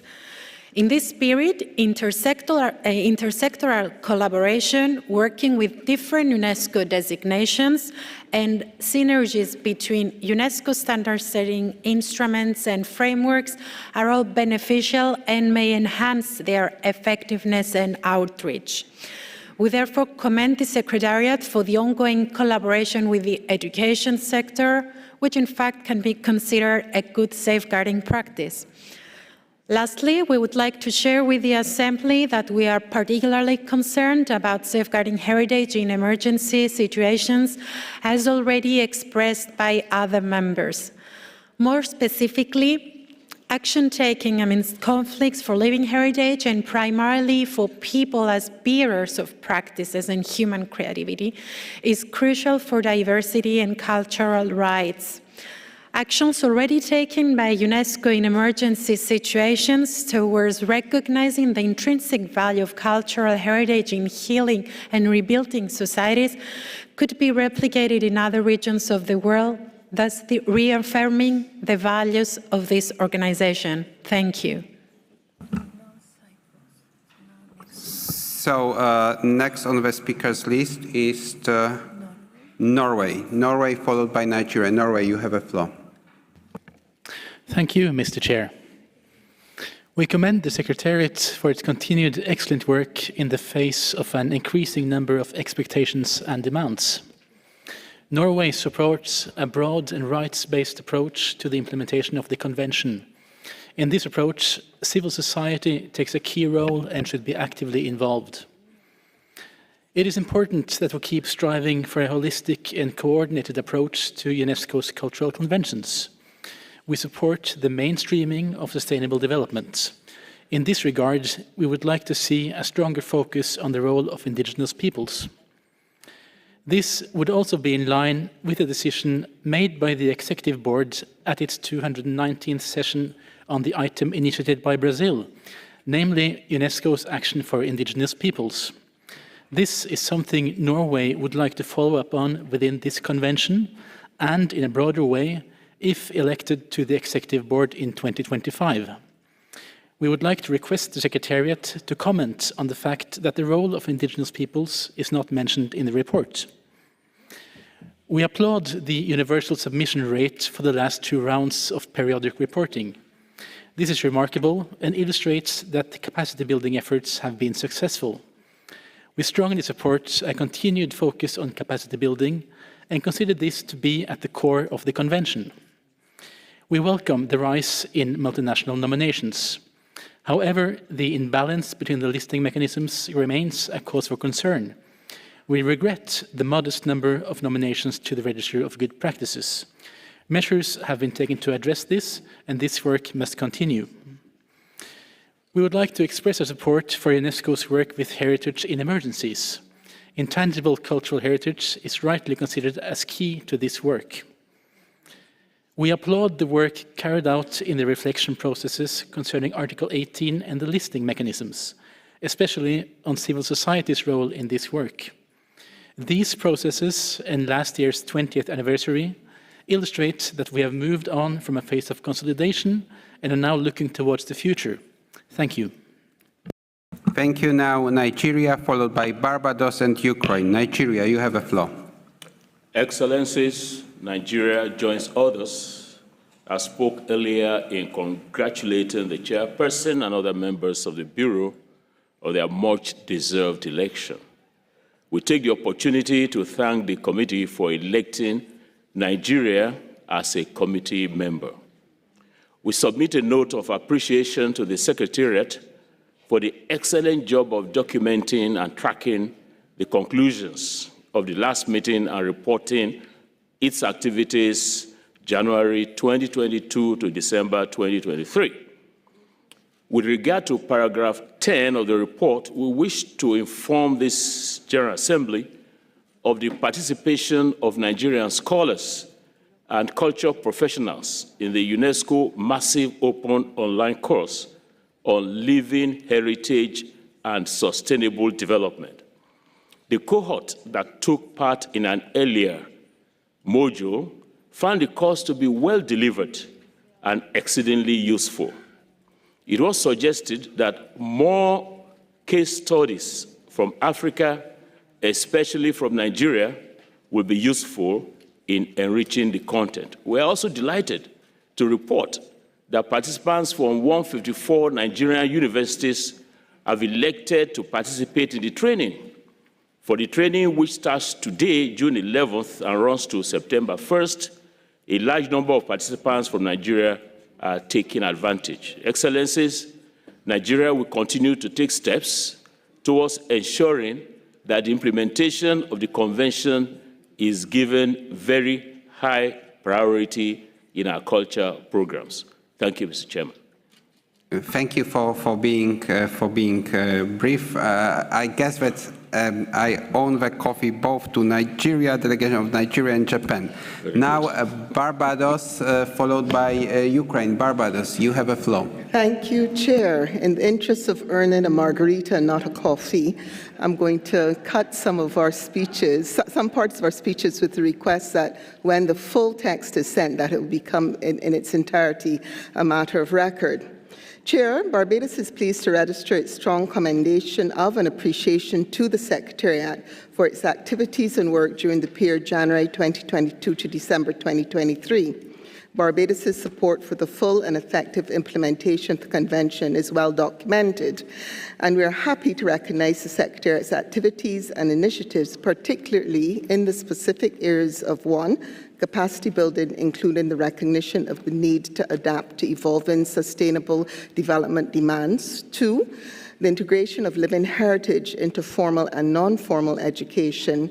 3, the leveraging of living heritage for sustainable human development, particularly as it relates to the economic dimensions of safeguarding international cultural heritage and the nexus between ICH and climate change.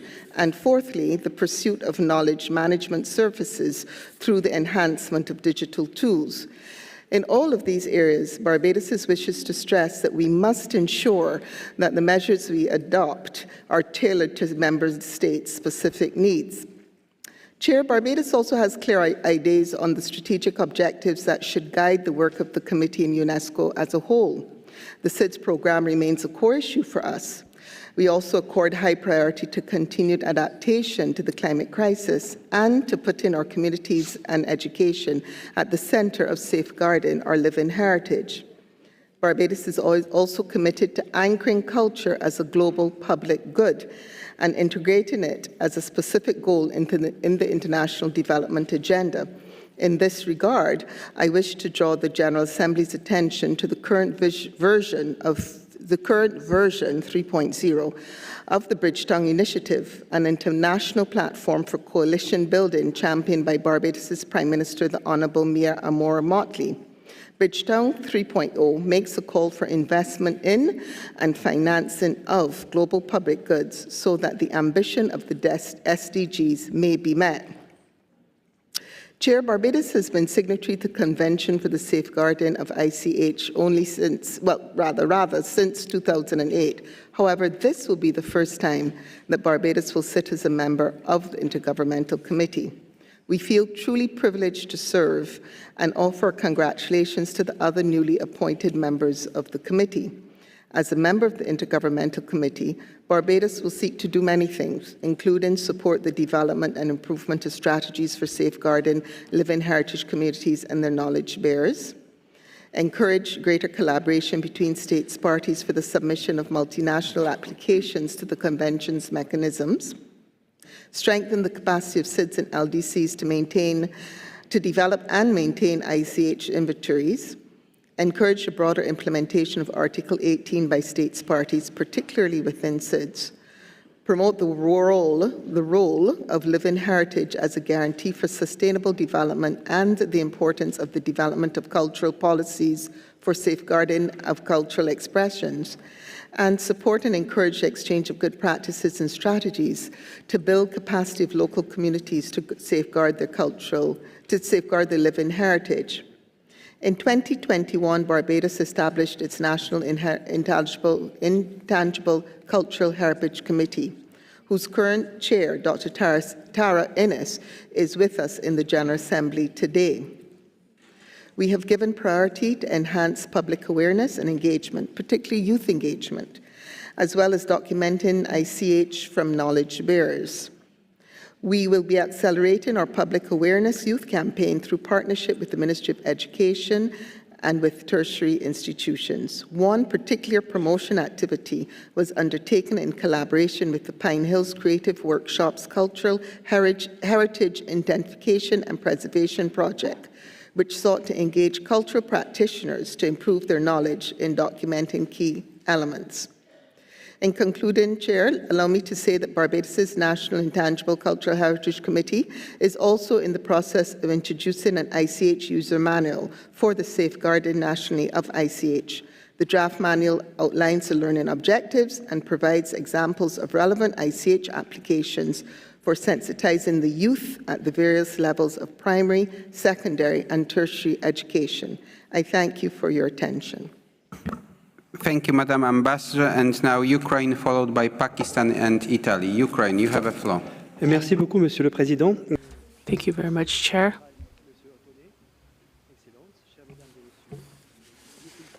L'ambassadeur de Pologne, Monsieur Maroszewicz, son élection en tant que président de.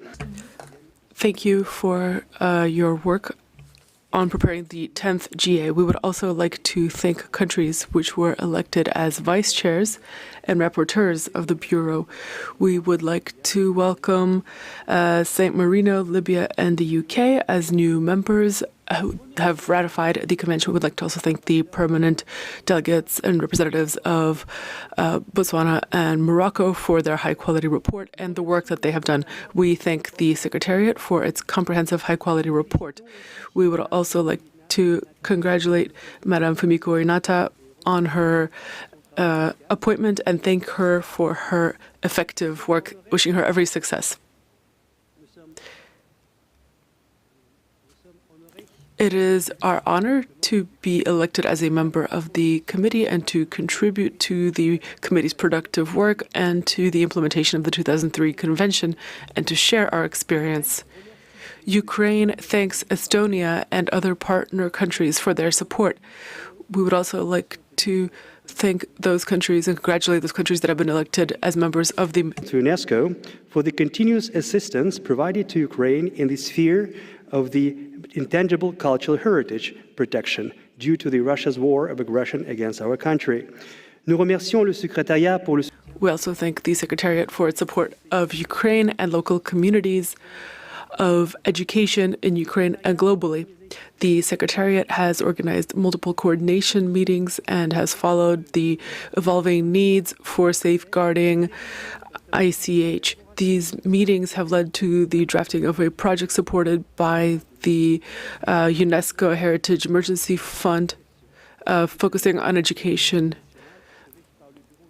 The requests were approved by the committee in 2023 to address the needs of the Ukrainian people for safeguarding, especially displaced peoples in Romania and Slovakia. There's also a joint initiative between UNESCO and the Ministry of Education and Information in Ukraine, developing an action plan for safeguarding culture, which includes a thematic focus on strengthening resilience through culture, covering a wide variety of initiatives. To express also our sincere gratitude to our neighboring countries, Romania and Slovakia, who have been working in close collaboration with UNESCO and our country, Ukraine, in implementation of this project, addressing and safeguarding needs of Ukrainian populations temporarily displaced in those countries.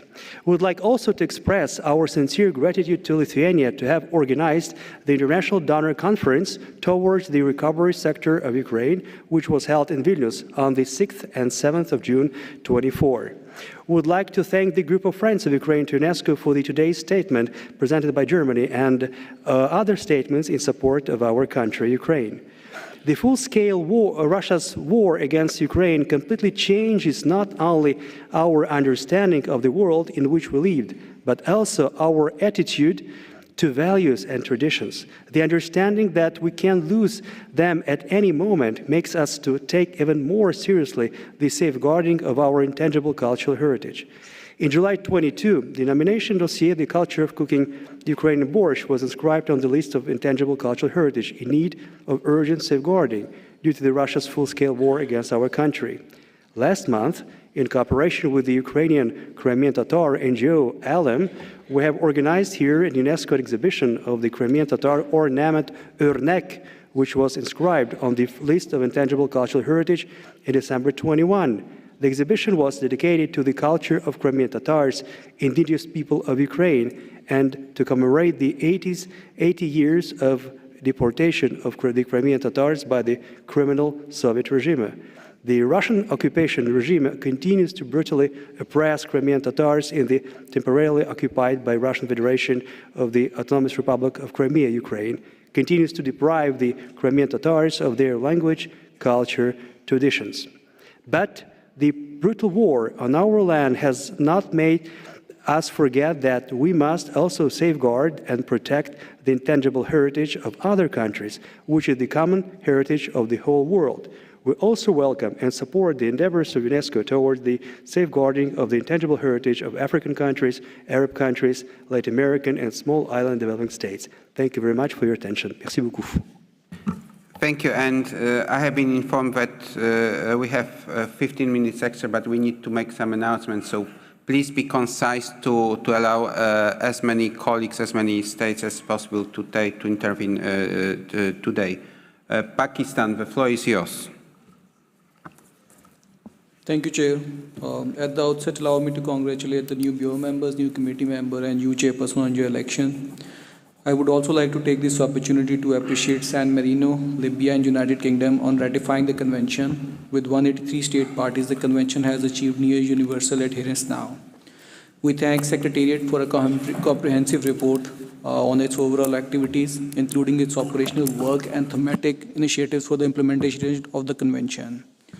We appreciate that through capacity building initiatives, Secretariat has extended its support to 114 member states for safeguarding living heritage.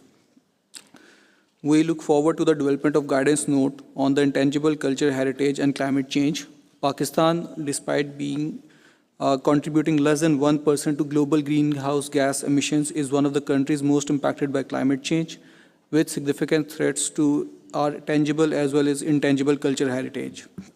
Chair, being home to one of the oldest civilizations, Pakistan has great cultural diversity and traditions which are passed down from generation to generation.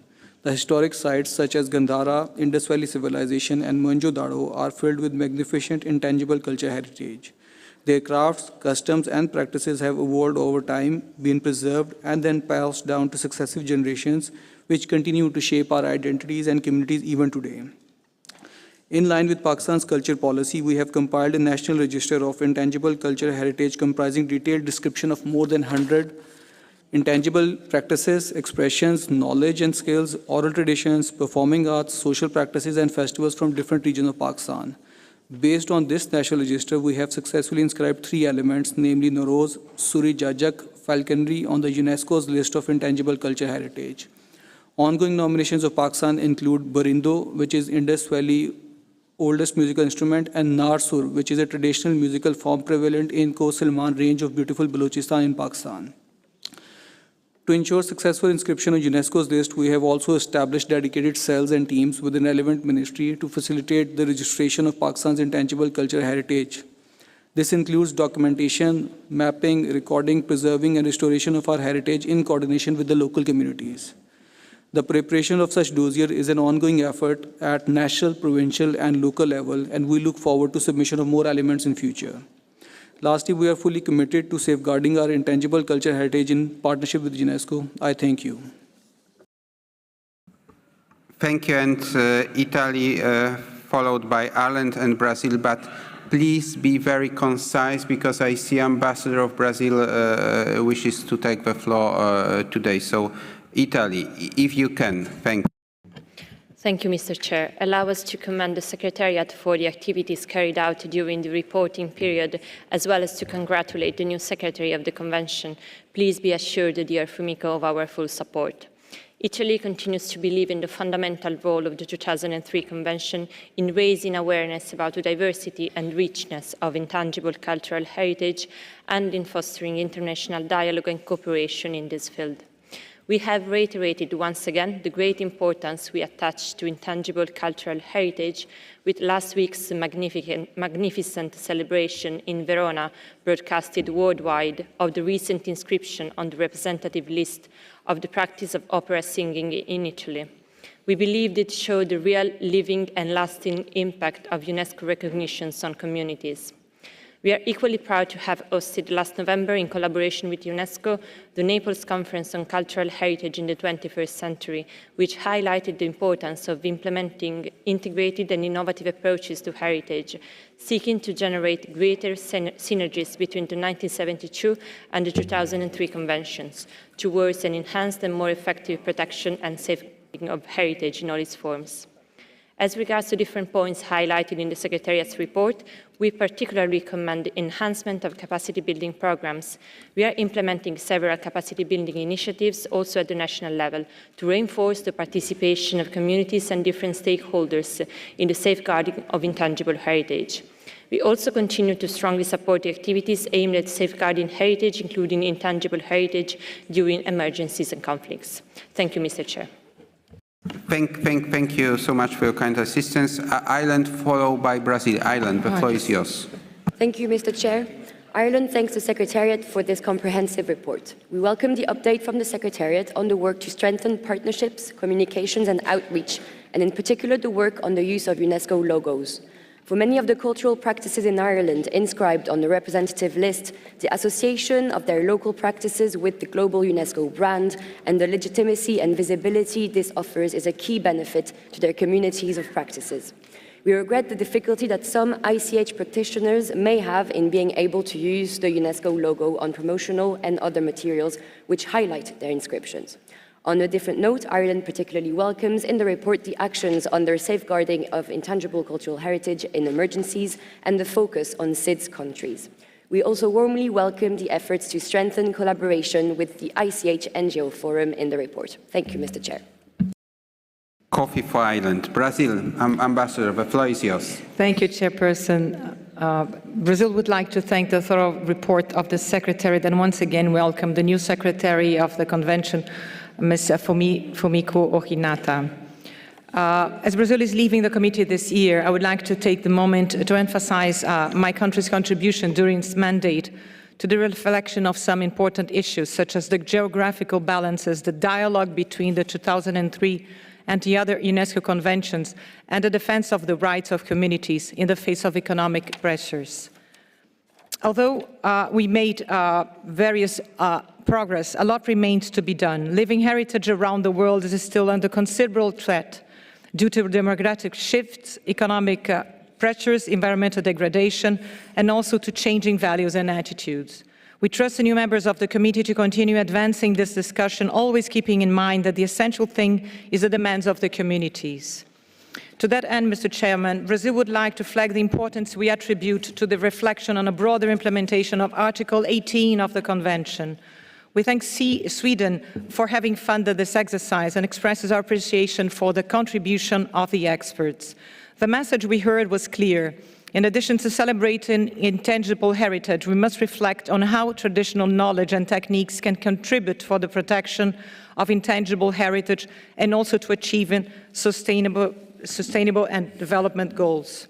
Having said that, we believe that in order to unleash the Convention's full potential, we need to work together to develop,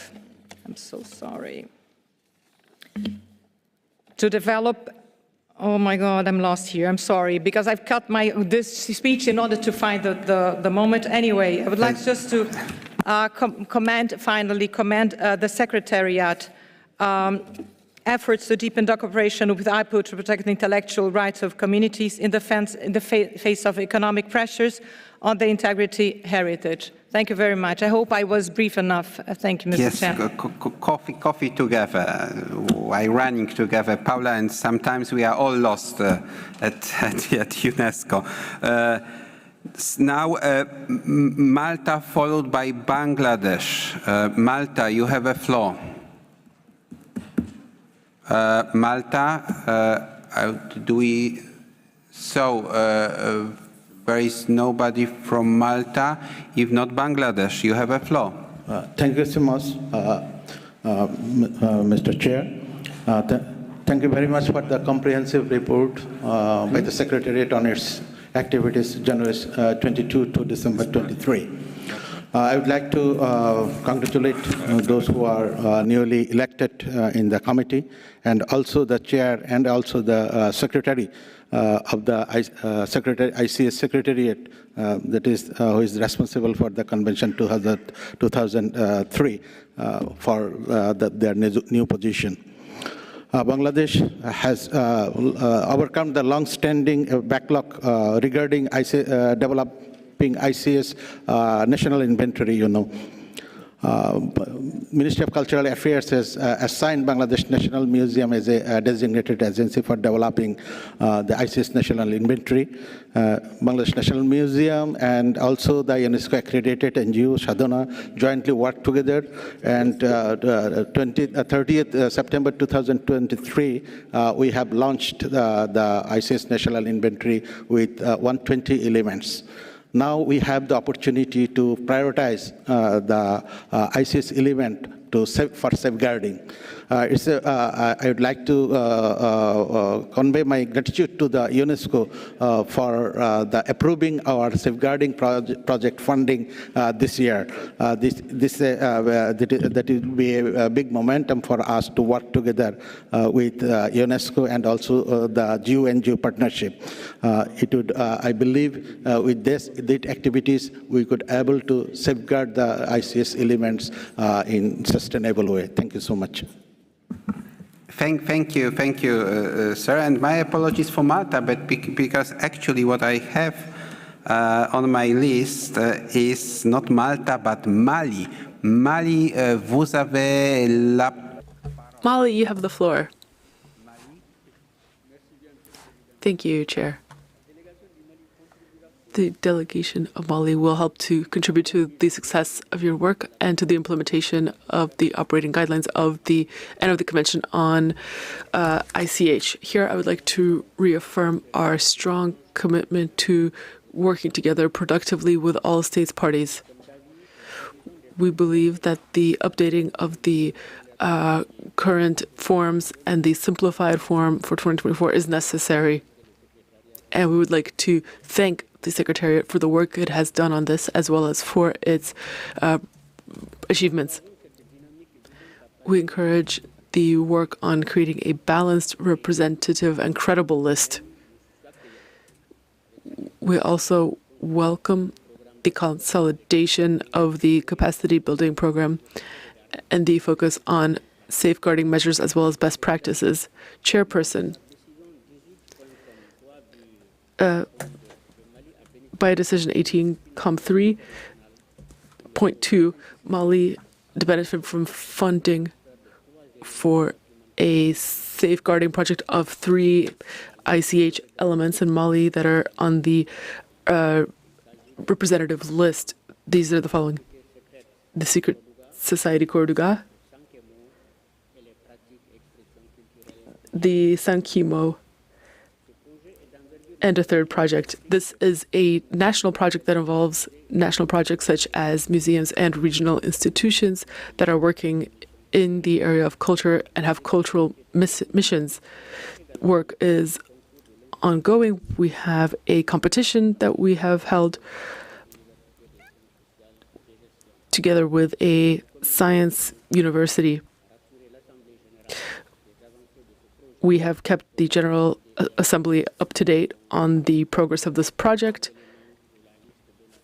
and we hope that these 3 elements will soon be moved to the representative list from the list of for emergency safeguarding. So we need to take collective efforts, and thousands of people have participated in our programs, including youth. This is proof of the fact that by integrating ICH in our plans, in our development programs, is key to promoting the aims of the 2003 Convention. This is a region in which we fully support the implementation of best practices for safeguarding ICH. Thank you very much. Thank you. And now Uruguay, but please be brief because I need to give back the floor to the Secretariat to provide answers to some questions. The floor is yours. Gracias, señor presidente. Thank you very much, Mr. Chairman, and congratulations on your element. We also wanted to congratulate Fumiko Hinata for her appointment as a secretary. We want to thank the Secretariat for its report. It is absolutely crucial from our point of view for the presentation of nomination files to make sure that the process is transparent and accessible. We appreciate the flexibility of the process, which means that we are able to overcome new challenges, be they related to climate, new technologies, or armed conflict. We also want to highlight the relevance of education when it comes to safeguarding ICH, and UNESCO can play a vital role in this regard. And we are very proud to be able to work with the UNESCO chairs. Our country is interested in the publication of manuals that can help countries overcome different challenges, be they related with natural disasters or climate change. And in this regard, we are looking at we're interested in the guidelines that the Secretariat was talking about. When it comes to the challenges of sustainable development and peace and developing human capital in our regions, we think that what is upcoming in September of this year will be an excellent opportunity for us to look at how culture and heritage can be put to the service of sustainable development and the delivery of the Agenda 2030. Thank you. The floor back to the Secretariat to answer the questions raised. Ernesto, the floor is yours. Gracias, señor presidente. Quiero ser muy breve. I should like to be very brief. As regards what was said by the various delegations about from Palestine, Libya, Tunisia, and also what was said around the room. As you know, December 2023, we had a key date, and the Secretariat is trying to work as honestly as possible. In other words, we don't usually incorporate every we aren't able to list every single initiative and action that we're undertaking. It doesn't mean that we're not active in those theatres. It means that when it comes to ICH, we are able to we are trying to give you a summary, and the ICH Fund is working on projects. I'm sure you know, and I'm sure the Ambassador of Palestine is aware of some of those projects. So it doesn't mean that that it hasn't been incorporated. It's just that we're trying to give you an overview of what we're doing, and I'm sure that. We will be able to give you further details on all of that as we go forward. Thank you. Okay, we have still four minutes to utilize. So, first of all, let me remind you that there is a Bureau meeting tomorrow morning at 9 a.m. in room 6. And thank you to the Vice Chairperson from Luxembourg, El Salvador, Ethiopia, Vietnam, Morocco, as well as to our Rapporteur, Monsieur Suleiman Konate, for being punctual so that we can start at the scheduled time. And my apologies for 5 delegations that cannot take the floor today. We'll continue with it tomorrow morning.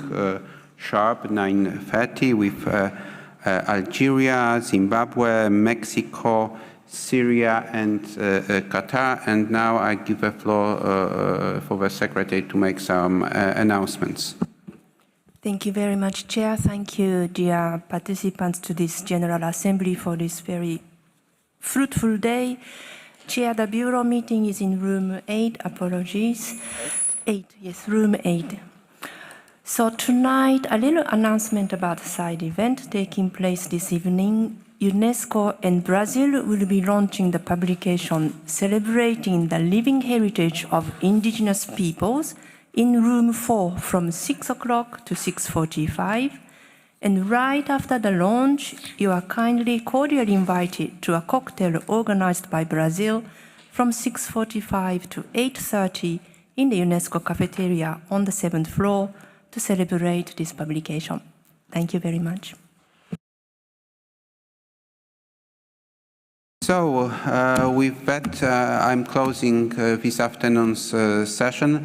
Let me thank you very much for our interpreters for the flexibility, and enjoy the evening. Thank you, and see you tomorrow sharp, 9:30. Thank you. The meeting is closed. Okay.